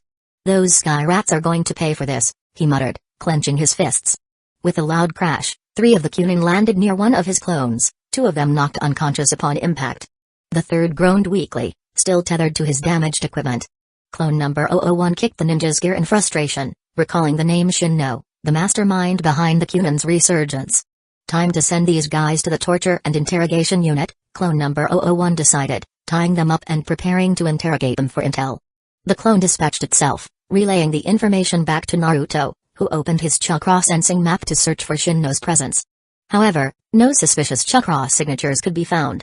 Meanwhile, the leader of the Kunin grew desperate. Ordering his forces to unleash their strongest weapon, the remaining intruders retrieved machine gun-like ninja tools, firing kunai in a relentless barrage. The dense rain of projectiles would have overwhelmed most shinobi but not the Shadow Guard. With practiced synchronization, the 6 spun rapidly, folding their mechanical wings inward to use them as makeshift shields. The kunai bounced harmlessly off the reinforced material. Their seamless teamwork and coordination left the Kunin leader visibly unnerved. Shizui and his team closed the distance with ease, their superior speed and agility far outmatched the bulky flight gear of the Kunin. Once in close range, the battle was over. The Shadow Guard dispatched their foes using a combination of taijutsu and precision strikes, leaving no room for retaliation. The lack of elaborate jutsu in the skirmish was a testament to the simplicity and efficiency of their tactics. As the last of the Kunin within the barrier fell, those outside appeared to retreat, likely low on chakra or disheartened by their inability to breach the barrier. Shizui, holding an unconscious enemy, observed their retreat with narrowed eyes. "Take these captives back for interrogation," he ordered.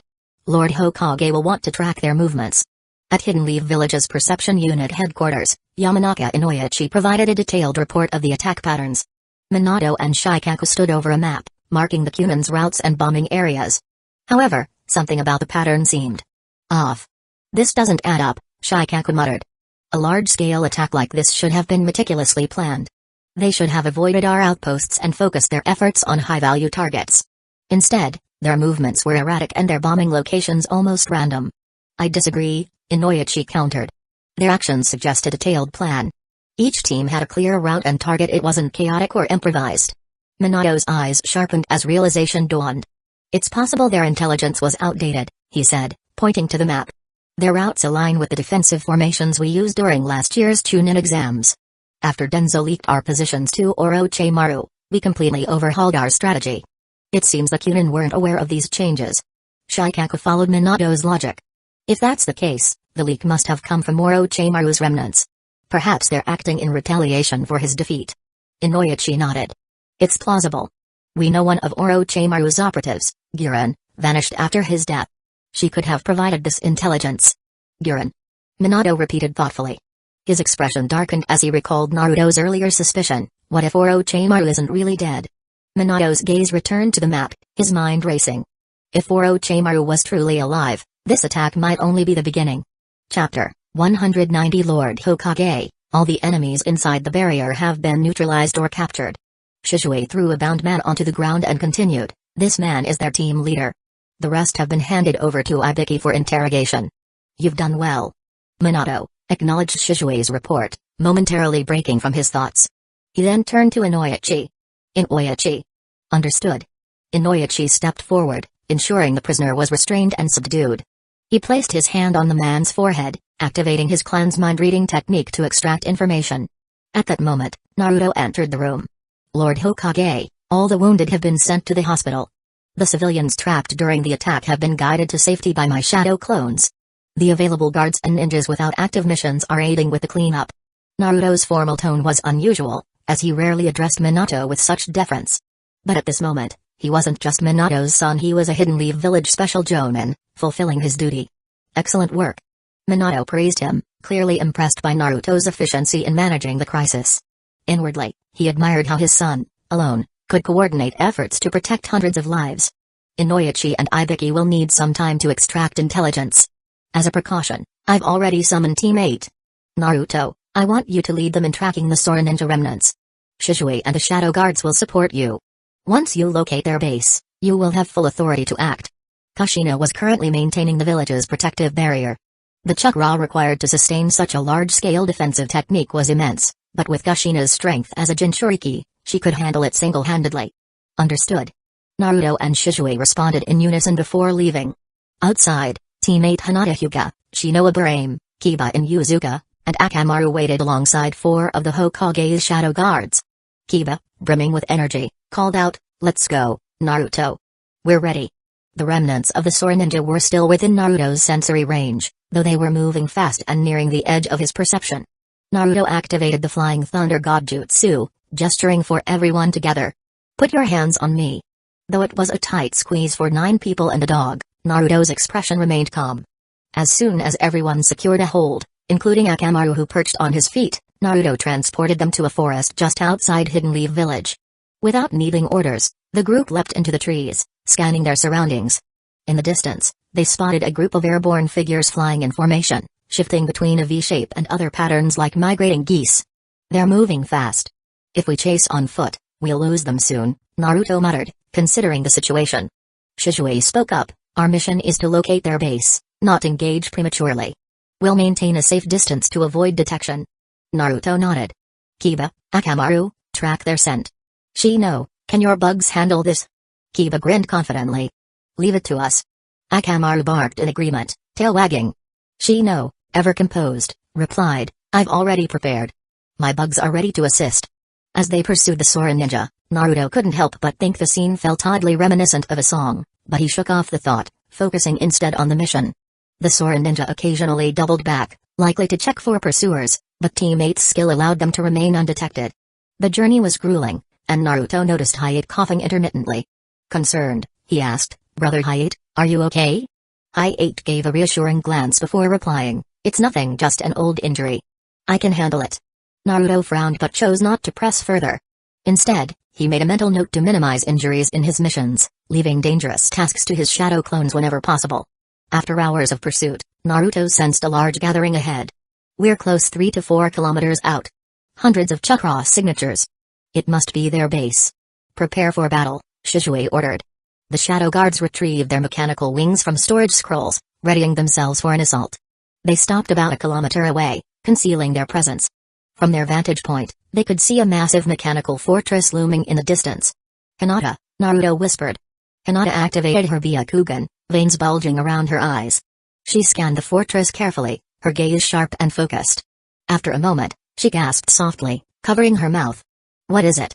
Naruto asked, concern evident in his tone. What did you see? Chapter 191. There are about 500 people inside, Hinata reported softly. Less than 200 of them are shinobi from the Hidden Sky Village. The rest appear to be civilians, and they look very weak. Hinata's expression showed her distress. Weak didn't fully capture their condition. They were gaunt, their faces sallow, and their bodies frail from starvation and chakra depletion. The civilians were being used as a source of energy for the Zero Tails. Shinno, who had once posed as a benevolent traveling doctor, had infiltrated various nations under the guise of kindness. His chakra signature was intentionally faint, making it indistinguishable from that of an ordinary person. Coupled with his mastery of medical techniques, he gained trust easily, saving countless lives over more than a decade. This allowed him to remain undetected by even Hidden Leaf Village's sensory ninja, who failed to sense any malice in him. Shinno had secretly studied forbidden techniques and eventually acquired the method to create the artificial tailed beast, Zero Tails, during his time in the Land of Fire. The process required two key components, a specialized sealing formula and a harvesting of dark chakra. Dark chakra, Shinno had discovered, was produced through despair and raw emotions like anger, hatred, and sorrow born from human suffering. To cultivate this energy, he captured and imprisoned hundreds of villagers, keeping them in a state of constant starvation and despair within his fortress. Their torment fueled Zero Tails, a living embodiment of negative emotions. Shinno's ultimate goal was to revive the Hidden Sky Village and overthrow the 5 great nations. To achieve this, he orchestrated a large-scale attack on Hidden Leaf Village with the Sky Ninja's fleet of flying fortresses, hoping to weaken the village and provide him the opportunity to further his experiments. His secondary goal was to test and enhance his so-called ultimate body, which granted him regenerative abilities rivaling Tsunoda's creation rebirth technique and increased strength with each recovery. After listening to Hinata's report, the group fell silent. Taking down enemies was straightforward, but the presence of innocent civilians complicated matters. Even if they weren't from Hidden Leaf Village, these people were victims and had to be treated as hostages. Naruto frowned. He wasn't experienced in hostage rescues. His usual approach using overwhelming force was clearly not an option here. To Rasen Shuriken, report back to the commander, and call it a day, he muttered sarcastically under his breath. The thought earned him a disapproving glance from Shikamaru. But Naruto had an idea. Pulling out a kunai marked with the Flying Thunder God seal, he said, if we can get this inside the fortress, I can teleport in and move everyone out in seconds. I'll handle it, Shizue volunteered before Naruto could assign anyone. Guy cleared his throat. Cough can go, too. His persistent cough, however, prompted Naruto and the others to unanimously entrust the task to Shizue. Though they respected Guy's stealth capabilities, they couldn't risk his condition jeopardizing the mission. Shizue accepted the kunai from Naruto with a nod. Turning to Hinata, he said gently, can you draw me a map of the fortress layout? Of course. Hinata took the pen and paper Naruto handed her. She worked quickly, sketching a detailed map that marked guard posts, patrol routes, and the location of the prison. Her precision amazed Naruto. It's like she has CAD software installed in her brain, he thought. Shizue memorized the map and stashed the kunai. With a quick glance at the group, he disappeared into the trees, using the body flicker jutsu to approach the fortress unnoticed. His movements were fluid, blending into the shadows as he navigated past the guards and patrols. Hinata, using her Byakugan, provided a live feed of Shizue's progress. He's inside, she whispered. The 2 guards at the entrance. They're under a Ganjutsu now. As expected of Shizue, murmured Shikamaru. His Ganjutsu is flawless. Through Hinata's eyes, the group watched Shizue move like a ghost, avoiding detection at every turn. At one point, he boldly walked past 2 guards, who remained oblivious thanks to his subtle illusions. Naruto couldn't help but marvel at Shizue's skill, imagining poetic praise for the legendary Uchiha. Finally, Hinata's voice broke his musings. Naruto-kun, Shizue-san has sent the signal. Naruto vanished instantly, teleporting to Shizue's location. The scene before him was grim, hundreds of civilians, ranging from elders to young children, huddled in rags.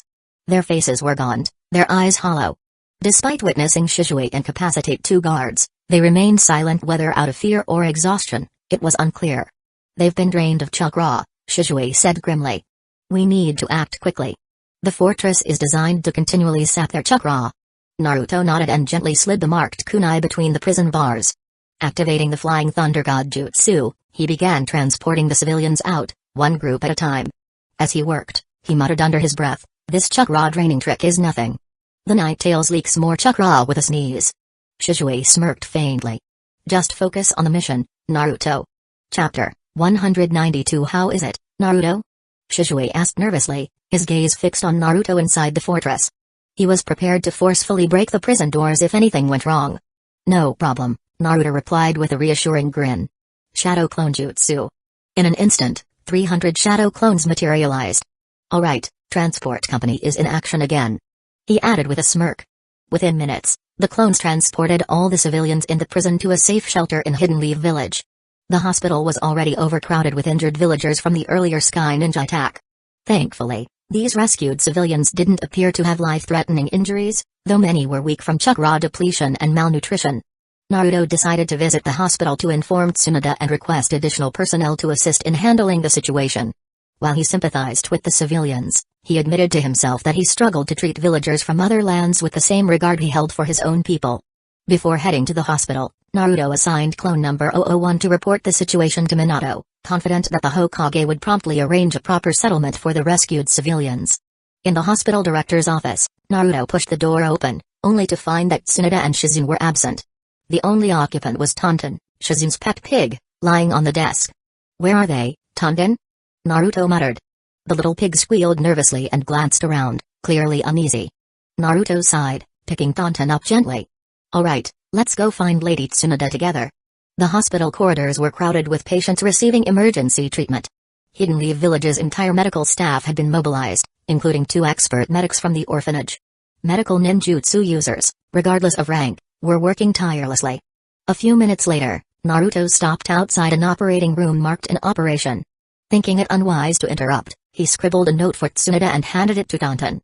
"Here, take this to Tsunade when she's free, okay?" Tonton squealed in affirmation, gripping the note tightly in her hooves and securing it beneath her pearl necklace. She positioned herself outside the operating room and nodded confidently at Naruto. "Good girl." Naruto smiled before leaving to focus on other tasks. Meanwhile, Naruto's clone number 001 dissipated, transferring its memory back to the original. Back at the fortress, Naruto turned to Shizue. "Reinforcements will arrive in 30 seconds. Let's head outside to regroup." Shizue nodded. "Also, the chakra drain civilians have been evacuated, so the Sky Ninja will realize something is wrong soon. We need to prepare for their counterattack." The team had been assigned a reconnaissance mission but had successfully completed a rescue operation along the way. Now, their priority was to stop the Sky Ninja from launching further attacks on Hidden Leaf Village. However, taking down the entire floating fortress would require reinforcements. Outside, Hinata, using her Byakugan, provided live updates on the fortress's activities. Naruto, piecing together information from his clone, addressed the team. "The intel from the interrogation team is in," he began. "This fortress isn't just a base, it's a fully functioning floating city. Once airborne, it can launch devastating attacks capable of leveling entire hills. Its name is Anchor Bandian," he grinned cheekily. The team exchanged confused looks at the strange name but quickly returned their focus to the mission. Naruto continued, his tone serious. "If they realize they can't penetrate Hidden Leaf Village's defenses, they might activate this fortress and target the village directly. It's too dangerous to let that happen. The Hokage's orders are clear: destroy the Sky Ninja forces and, if possible, capture the fortress intact." Shizue glanced at Naruto. "Reinforcements? Who are we expecting?" Naruto smirked, suddenly sensing a signal. He tossed a flying thunder god kunai behind him and crossed his arms. One signal arrow and a cavalry arrives. With a series of sharp swishes, dozens of reinforcements materialized behind them. Teams led by Gai, Asuma, Kurenai, Izumi Uchiha, and Yamato stood ready, accompanied by squads of Enbu and other shinobi.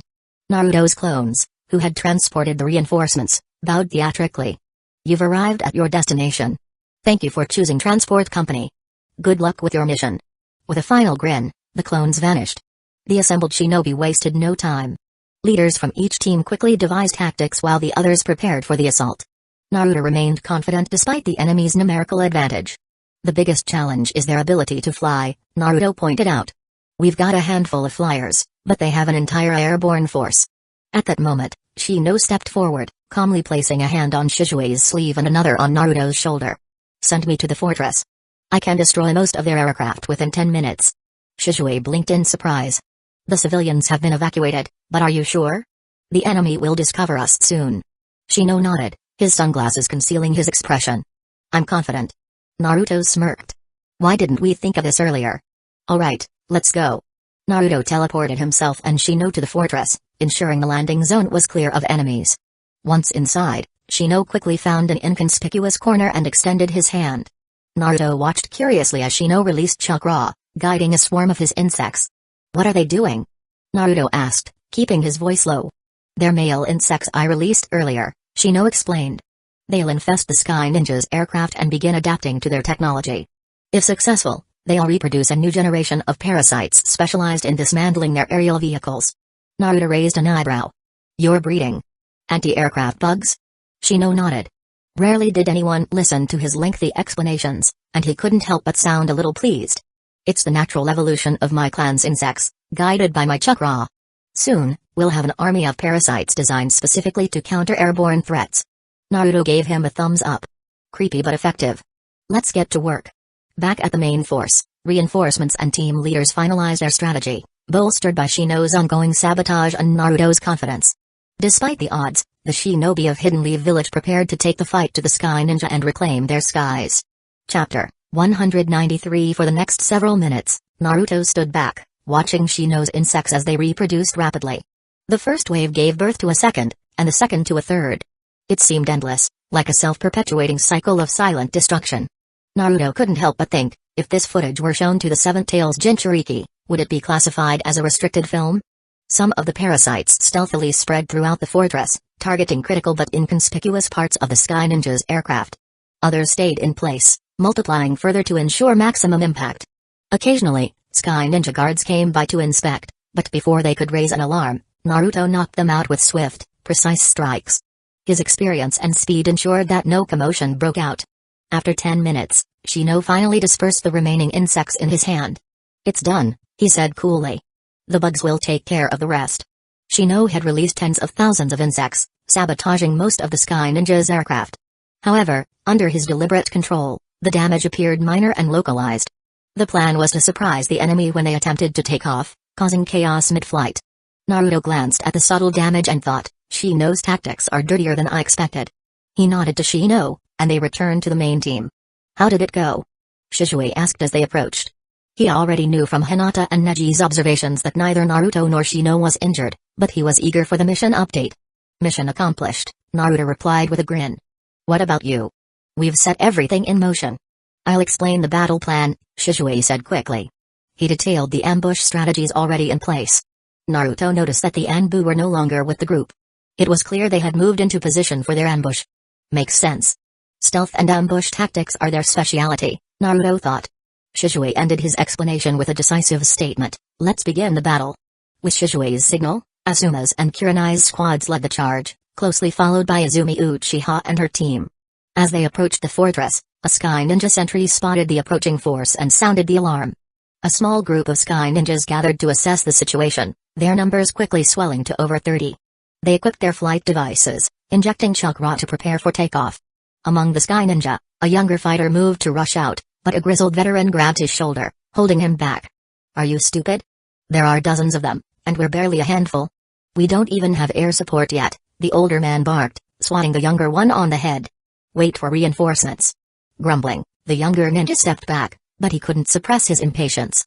When reinforcements finally arrived, the Sky Ninja launched themselves into the air, ready to rain down bombs and kunai. However, within moments, disaster struck.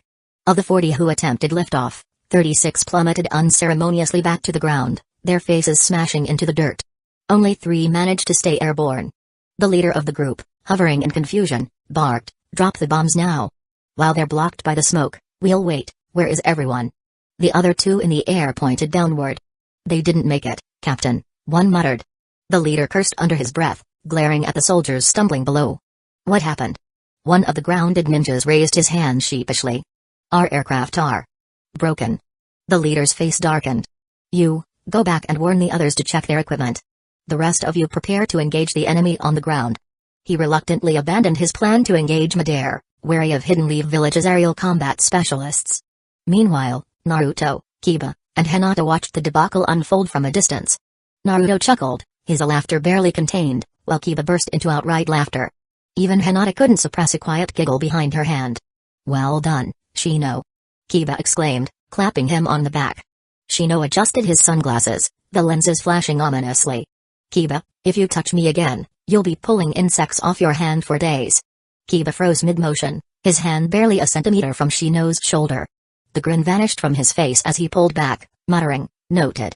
Naruto interjected to diffuse the tension. "All right, save it for the enemy. The next wave will be ours to handle. Everyone, regroup." On the battlefield, the Hidden Leaf Village ninjas were systematically dismantling the Sky Ninja's ground troops. Asuma cut through the enemy ranks with his chakra-enhanced trench knives, moving with precision and speed. Choji transformed into a massive human boulder and rolled through their formations, scattering soldiers like leaves in a storm. Karen, channeling her Uzumaki heritage, struck with relentless power, each punch reminiscent of Kushina's ferocity. Beside her, Haiku moved gracefully, dispatching enemies with precise strikes from his senbon needles. Izumi Uchiha led her team with elegance, employing chi-hostile taijutsu that combined beauty with deadly efficiency. Meanwhile, Yakumo Kurama, stationed at a distance, manipulated reality with her genjutsu, sowing confusion among the Sky Ninja. Shikamaru, Ino, and Choji worked seamlessly together. With their support, Choji barreled forward without fear, trusting his teammates to cover his flanks. High above, the remaining airborne Sky Ninja found themselves intercepted by Shizue and the Shadow Guard. Their leader quickly realized the futility of engaging Shizue in aerial combat and began retreating. Just as the Sky Ninja seemed to be regaining their footing, reinforcements poured out of the fortress nearly 100 strong. Morale among the Sky Ninja surged, but the Hidden Leaf Village ninjas, far from discouraged, smiled knowingly. Hidden in the shadows, Yamato formed a hand seal. Suddenly, dense roots erupted from the ground, entangling the Sky Ninja. His Anbu team emerged from their hiding spots, flinging shuriken and kunai with deadly precision, cutting down the disoriented enemies. Naruto gave the signal to his companions. "Let's go," he called out. Together, they joined the fray, determined to bring the battle to a decisive end. Chapter 194. The first group of Sky Ninja reinforcements was dealt with swiftly by the combined efforts of Asuma's and Kurenai's squads, as well as Izumi Uchiha and the Hidden Leaf Village police force. The second wave of reinforcements was intercepted by Yamato leading the Anbu, who executed a well-planned ambush. Once the first wave was neutralized, the remaining Hidden Leaf Village forces joined to handle the second wave. Meanwhile, Shizue's Shadow Guard focused on taking down the few undamaged aircraft that remained operational. Naruto was assigned to lead Team Gai, Kimimaro, Kiba, Hinata, and Shino into the fortress to destroy its energy core. Neji and Hinata had previously observed with their Byakugan that a massive chakra aggregate was located within the fortress. The dark chakra drained from the captured refugees was being funneled into this core. Destroying it would render the fortress incapable of flight. Naruto suspected that the core was likely tied to the Zero Tails, though its chakra paled in comparison to that of a true-tailed beast.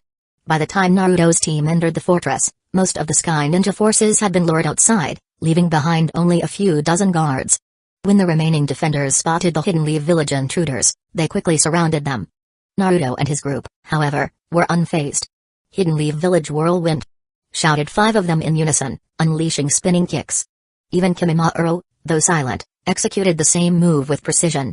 His distinct clothing and serious demeanor, however, immediately marked him as the leader in the eyes of the Sky Ninja, and they focused their attacks on him. Akamaru transformed into Kiba's twin, and together they launched their signature attack. Fang over Fang. The 2 white tornadoes barreled into the enemy ranks, scattering Sky Ninja like leaves in a storm. Meanwhile, Neji and Hinata activated their Byakugan, their coordinated strikes leaving no room for error. 8 trigrams 64 palms. Each strike landed on a different enemy, incapacitating them in seconds. Naruto refrained from using large-scale jutsu due to the close-quarters melee. Instead, he targeted individual enemies with his Rasengan every few seconds, efficiently taking them down one by one. Suddenly, Neji's voice rang out, "Something's wrong." Someone's chakra just surged dramatically right near the core. Hinata, delivering a final blow to an opponent, added, "Yes, it felt like an ordinary person before." Naruto frowned, realizing what this meant. "It's Shino. He's transformed. We need to finish these guys off and move on." The team responded with renewed vigor, pushing the Sky Ninja to their limits. "My youthful disciples, show them the power of your youth," Gai shouted, inspiring his team. "Yes, sensei." Lee yelled enthusiastically. "Fang over Fang. Gentle fist, air palm." In just a few minutes, the remaining Sky Ninjas were subdued. Dividing the team as Shino began moving toward them, Naruto turned to his team. "Neji, Hinata, Kiba, Shino, Tenten, you all go outside to help the others. There aren't many enemies left in here. We'll handle what's left, including Shino. Neji, you're in charge." Neji nodded without hesitation, understanding the situation. Kiba, however, frowned. "Why isn't I the captain?" he demanded. Naruto stared at him for a moment, letting the silence hang before replying, "Because you're the only one questioning my decision." "Huh?" Kiba blinked, confused. Naruto didn't explain further. He gestured toward Gai. "Let's go, sensei." Gai gave a thumbs up and followed Naruto, leaving Kiba standing there in frustration. Shino adjusted his sunglasses and calmly addressed Kiba. "Naruto is a special Jonin and the captain of this mission. His orders aren't up for debate. If we delay, our comrades outside could suffer casualties. Let's move." Kiba sighed, recognizing the truth in Shino's words. He glanced at Hinata and Akamaru, who gave him encouraging looks, before muttering, "Fine, I get it." He quickly followed the others as they left the fortress. Confronting Shinno, Naruto and his team pressed forward until they finally reached their target, Shinno. The man who once appeared as a kind, frail healer had transformed dramatically. His youthful appearance, long black hair, and bulging muscles were a stark contrast to his previous form. His upper body was bare, radiating arrogance and power. Naruto stared in disbelief. Is this guy a Saiyan? How do medical ninjas just turn into bodybuilders overnight? Shinno smirked, his voice dripping with confidence. Impressed? With the power of the Zero Tails and my perfected physical activation technique, I've achieved the ultimate body. Gay narrowed his eyes, his expression serious. You. I know you. You helped us once, outside the village. Shinno laughed. Yes, that's right. Your data was instrumental in perfecting this body. Thanks to you, I've also mastered the 8 Gates formation. What? Gay's face darkened. How dare you use the power of the 8 Gates for something like this? Before Gay could react further, Shinno vanished in a blur of speed, reappearing to deliver a powerful punch. Gay barely managed to block it, but the force sent him skidding backwards, leaving deep gouges in the ground. Sensei! Lee shouted in alarm. Kimimaro, along with the others, immediately took defensive stances, recognizing the overwhelming power of their opponent. Shinno sneered. With this ultimate body and the Anchor Bandian fortress under my control, ruling the world is only a matter of time. Gay stood, brushing dust from his arms, his expression resolute. I don't care about your ambitions. If you're threatening my village, you're my enemy. And I will stop you. Naruto stepped forward, his hands forming a seal. You're not doing this alone, Sensei. Let's take him down together. Chapter 195. Oh. Are you serious? Shinno cracked his neck with an arrogant smirk as if he had just won 1 billion ryo in a lottery. Then let me show you the power of the ultimate body. Gay stared at him intently.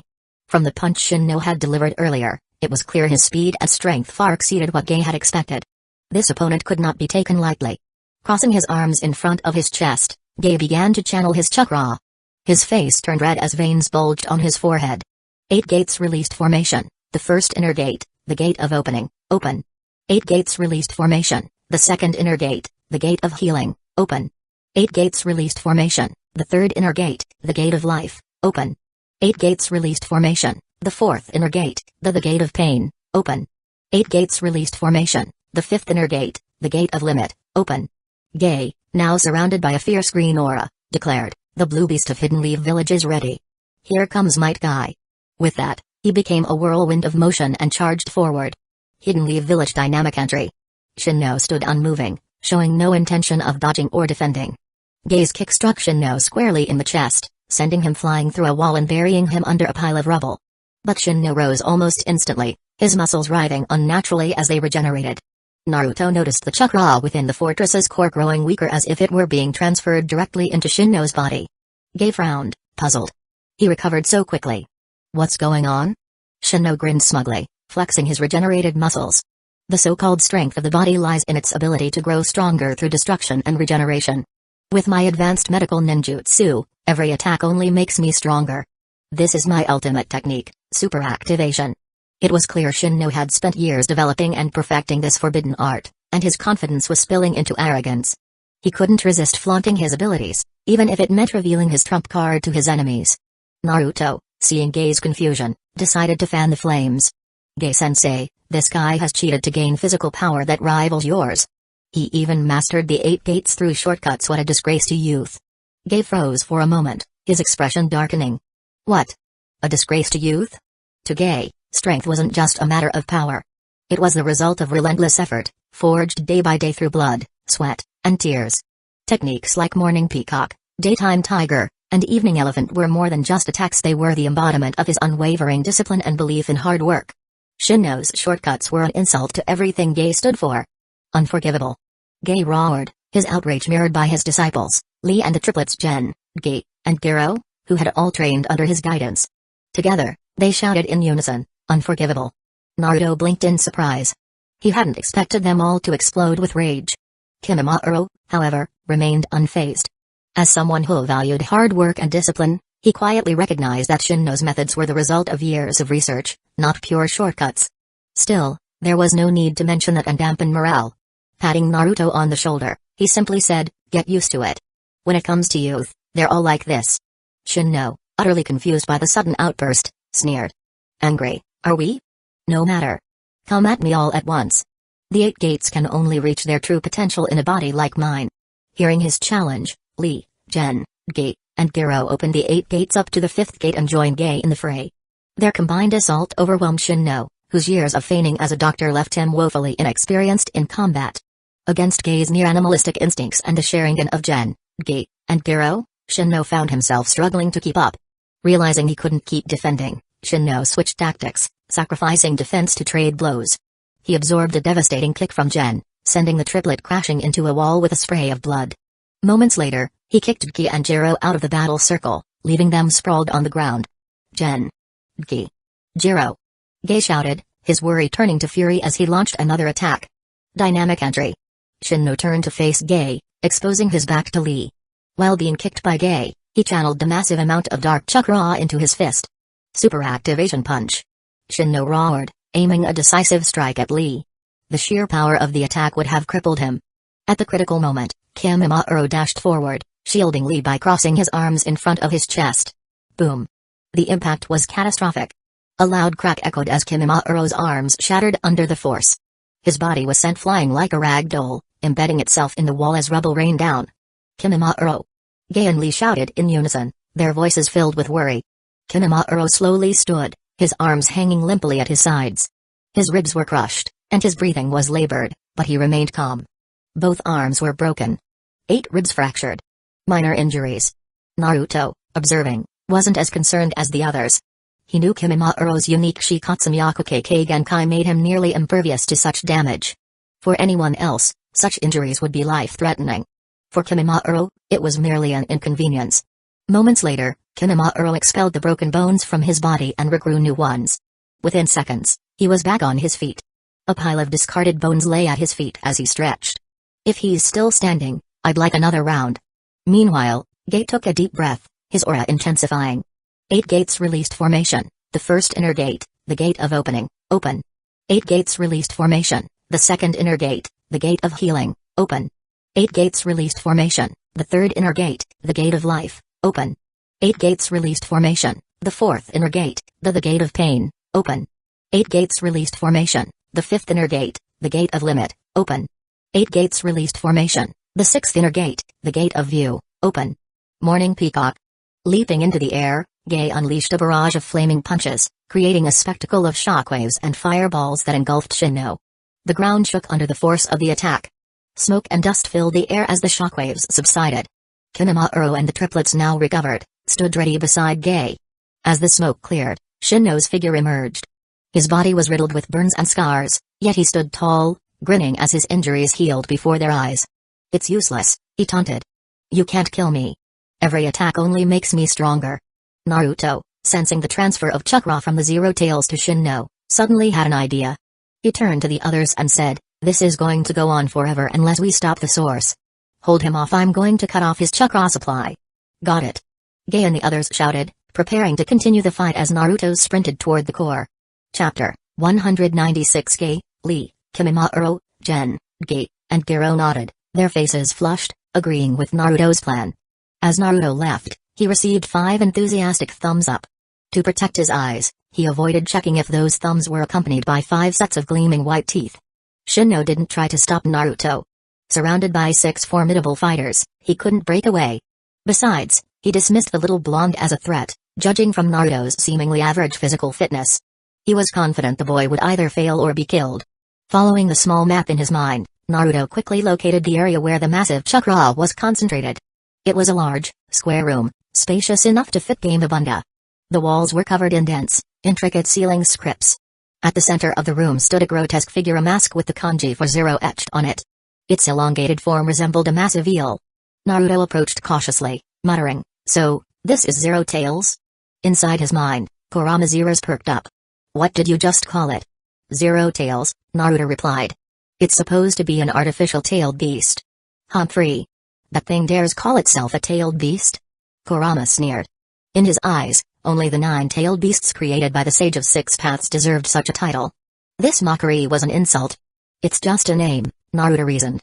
He'd seen plenty of absurd titles in anime and wasn't particularly bothered. After all, Kisame Hoshigaki was called the tailless-tailed beast, wasn't he? Destroy it, Kurama growled. He couldn't tolerate its existence. Naruto sighed. It's not that simple. These seals are interfering with my chakra, and I can't even form the Rasengan. Killing it won't be easy. Maybe I should just seal it. Kurama bristled. Seal it? You've studied sealing techniques, haven't you? Remove those seals and destroy them properly. That'll take too long, Naruto countered. He understood the theory but didn't feel like solving a complex problem under pressure. Besides, the others were fighting Shinno, and with most of them using the sixth gate, they wouldn't last indefinitely. TCH. Let me handle it, Kurama said impatiently, requesting control of Naruto's body. Naruto hesitated, then allowed it. What's your plan? Kurama smirked. Since it's so eager to absorb chakra, I'll let it. You're not going to, relax. It doesn't have the qualifications to even scratch me. As Kurama's crimson chakra shroud enveloped Naruto, he began to draw in natural energy. Within moments, Naruto's body shifted into Sage mode. What? Since when did you learn Sage mode? Naruto exclaimed, astonished. He had struggled through his training in Mount Myabaku, but Kurama seemed to have mastered it effortlessly. Kurama chuckled. I'm the strongest tailed beast. This level of power is trivial for me. Naruto thought internally. Does this mean I don't need to work as hard anymore? No. Hard work is important. I'll just ask Fukasaku-sensei for more lessons later. Kurama ignored Naruto's inner musings and allowed Zero Tails to absorb the chakra. At the same time, he continued drawing natural energy, cycling it into the Zero Tails like an overcharged circuit. Zero Tails writhed and screamed, its body contorting violently. Its movements became erratic as if it were being electrocuted. Gradually, its body began to petrify, starting from its tail and spreading upward. You can't even handle a little sage chakra. Kurama scoffed. Pathetic. In a matter of moments, Zero Tails was entirely encased in stone. Before leaving, Naruto smashed the statue to pieces, scattering the fragments across the room. Better safe than sorry, he muttered. Back on the battlefield when Naruto returned, Shinno still wore his arrogant expression. He had no idea Zero Tails had been destroyed. Gei remained in the sixth gate state, while the others, including Kimimaro, were holding at the fifth gate. The battlefield was a mess of craters and collapsed walls, evidence of a fierce struggle. Naruto shouted, it's done. He can't regenerate anymore. Kick him around. What? Shinno's eyes widened in disbelief. As soon as he confirmed his link to Zero Tails was severed, Shinno roared in fury, charging at Naruto with his fist raised. You insolent brat. But Shinno's tantrum was cut short. Kimimaro, Gen, Gei, Jiro, and Lee stepped forward, shouting in unison, 8 gates released formation, the first inner gate, the gate of opening, open. 8 gates released formation, the second inner gate, the gate of healing, open. 8 gates released formation, the third inner gate, the gate of life, open. 8 gates released formation, the fourth inner gate, the gate of pain, open. 8 gates released formation, the fifth inner gate, the gate of limit, open. 8 gates released formation, the sixth inner gate, the gate of view, open. Kimimaro darted forward first. Hidden Leaf Village Twin Rising Flame. With precision and fury, his elbow struck Shinno's chin, sending him flying. Boom. Naruto winced at the sound, imagining Shinno's teeth shattering. But it wasn't over. Hidden Leaf Village Gale. Lee followed up with a spinning kick, launching Shinno to the left. Lee. Great work. Gei praised, before leaping into action. Hidden Leaf Village Dynamic Entry, Adamantine Variant. His kick slammed into Shinno's ribs, knocking him in the opposite direction. Shinno groaned, barely regaining his balance before Gen's attack connected. Gen passed him to Gei, and Gei handed him to Jiro, each kick more devastating than the last. Jiro's final strike sent Shinno rocketing skyward. Naruto, watching the scene unfold, muttered, that move should be called Hidden Leaf Village Rising Dragon. The 6 fighters, as if moving in perfect synchronization, leapt into the air and shouted in unison, Hidden Leaf Village Whirlwind. 6 spiraling kicks descended on Shinno simultaneously, sending him crashing to the ground with enough force to create a 1-foot-deep crater. Chapter 197. The master and apprentice landed together, sighing in relief as they exited the sixth gate state. Their faces showed exhaustion, and their breathing was labored. Among them, Lee, being the youngest and opening the sixth gate for the first time, was the most affected. He couldn't stay on his feet and collapsed to the ground, sitting upright. Naruto glanced at the human-shaped crater left behind on the ground and briefly wondered if he should shout, "Ball in." In Naruto's perception, Shinno's chakra had indeed weakened significantly, but he wasn't dead yet. To be cautious, Naruto prepared a big ball Rasengan and descended into the pit. The pit was deep, and Shinno was buried beneath the rubble. Suddenly, a hand shot out from the debris, slamming into the ground like the opening scene from Plants vs. Zombies. Startled, Naruto instinctively slammed his Rasengan down on the hand. PFFT. Shinno, looking like someone who just heard their favorite manga was finally updated, sat up in shock from his near-death state. Lifting the rubble of his body, he coughed up a mouthful of blood. "You shameless Hidden Leaf Village ninjas!" Shinno rasped. Attacking an old man already on the brink of death. Seeing Shinno sit up, Naruto quickly formed another Rasengan, ready to finish the job. "If the enemy isn't dead, finishing the job is just common sense," he muttered. Before Naruto could land a strike, Shinno staggered to his feet. His injuries visibly began healing, but before he could revel in his recovery, his body betrayed him. His bulging muscles deflated as if a balloon had popped, and his thick, dark hair turned gray in moments. In just a few seconds, Shinno shriveled into a frail old man. This. Impossible. My ultimate body. My dream. Shinno stared at his trembling hands in disbelief before collapsing to the ground. His breathing stopped. Thus ended the man who once carried the reputation of a sage. Naruto pulled out a specialized scroll for storing corpses, sealing away Shinno's body and sending a clone back to Hidden Leaf Village with it. Turning to Lee, Naruto asked, "Do you want me to help you back? The fortress is still dozens of miles from Hidden Leaf Village, and you look exhausted." "No," Lee exclaimed, determination burning in his eyes. "I'm the only one in this group this tired. It means my efforts aren't enough. I'll walk back myself, and if I can't, I'll do 1,000 push-ups." "Lee. You bastard!" Gay cried, throwing his arm around Lee's shoulders, tears streaming down his face. "I'll walk with you all the way. Gay-sensei." "Lee." The two clung to each other, crying loudly. Naruto glanced at Gen, Gay, and Jiro and wasn't surprised to see them also wiping away tears, clearly moved. Naruto sighed, patting Kimimaro on the shoulder. "Brother, I don't know how you deal with this every day." "I'm used to it," Kimimaro replied dryly. After all the serious fighting, this was oddly comforting. No matter how strong a fool is, they're still a fool. "Gay-sensei." Naruto called out tentatively. Gay looked up, his tearful expression oddly endearing. "While your youth is inspiring, the battle outside is nearly over. We should join the others. Don't forget you still have 2 disciples out there." Kimimaro gave Naruto a knowing glance. "Way to talk nonsense with a straight face, Naruto." He recognized Kakashi's influence in that tone. Gay immediately leapt to his feet, his fists clenched. "You're right, Naruto. Our blood cannot allow Neji and Tenten to fight alone. Let's go, Gay-sensei." Lee shouted, already running toward the exit. "We must join them. I'll follow you to the end." Gay declared. "We're coming too." Gen, Gay, and Giro chimed in unison, refusing to be left behind. Naruto watched in disbelief as the 5 green-clad figures dashed off with renewed energy, as though they hadn't been exhausted just moments ago.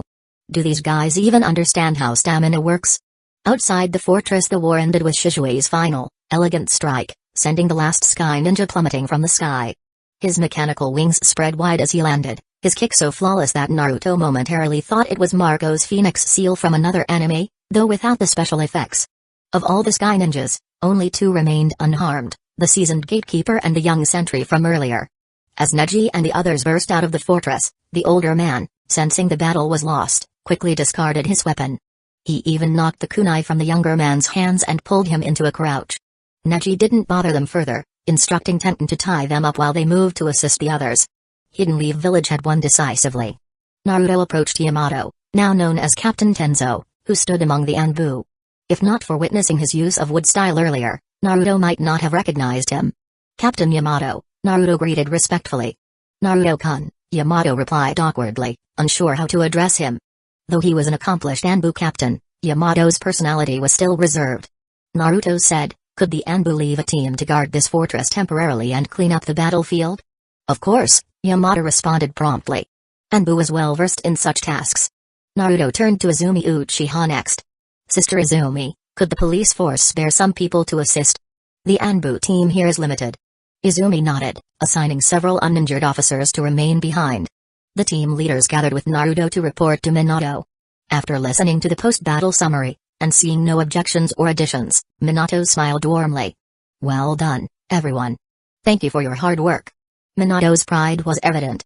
Naruto had proven himself worthy of the title of Special Jonin, and the other newly promoted Chunin had performed admirably.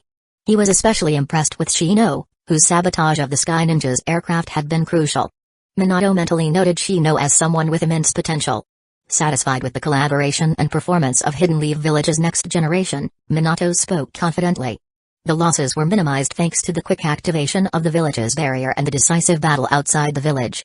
There's still much rebuilding to do, but I hope everyone will continue working hard with me. Yes, Hokage-sama. The group responded in unison. As they began dispersing, Minato stopped Naruto and Shizui. Now, it's time to meet with the Mizukage, he said. Chapter 198. In the conference room, Jiraiya and Yagura Karatachi were engaged in an unexpectedly lively conversation. Due to the isolationist policies of the Hidden Mist Village in the Land of Water, the village had long been shrouded in secrecy. Outsiders knew little about their customs and traditions. Yagura shared non-sensitive details about Hidden Mist Village's culture, which piqued Jiraiya's curiosity. In turn, Jiraiya's extensive travels and vast knowledge of the ninja world fascinated Yagura. What had begun as a tense diplomatic exchange quickly turned into a genuine and engaging discussion. The shift in atmosphere was so abrupt that even Sasuke, who was quietly observing, found himself struggling to process the change. He had been prepared for tension, perhaps even hostility, but instead found himself listening to laughter and stories. Sasuke's thoughts wandered, his attention shifting to the idea of a combat mission. He suspected Naruto had been sent on one and felt a burning desire to prove himself as well. Facing someone like Zabuza Momoki, a swordsman of the mist, seemed like the perfect opportunity to test his growth. Itachi, noticing Sasuke's restlessness, placed a calming hand on his younger brother's head.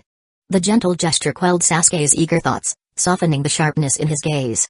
Meanwhile, Zabuza was silently relieved. Though he wasn't afraid of Sasuke, the last thing he wanted was unnecessary conflict with Hidden Leaf Village, especially over a misunderstanding. He had been hoping to check on Hiku after the meeting but found himself stuck listening to Yagura and Jiraiya's increasingly animated discussion. When Naruto and Shizui followed Minato back into the conference room, they were greeted by the sight of Jiraiya handing a signed copy of his Kikka series to Yagura. The stack of books in Jiraiya's hands caught Kakashi's attention immediately. His lone eyes sparkled with warmth and longing. It was the collector's edition of the Kikka series, complete with signatures. Kakashi had painstakingly acquired his own set, not because he couldn't buy them outright, but because keeping them safe from fire, theft, and Jiraiya himself was a constant battle. This world is cruel to those of us who simply want to read, Kakashi lamented silently. Minato lightly knocked on the doorframe to announce his presence, drawing everyone's attention and subtly reminding Jiraiya of the formal setting. Sorry to keep you all waiting, Minato said politely. It's no problem, Yagura replied with a respectful nod. Having the opportunity to converse with Jiraiya-sama has been enlightening.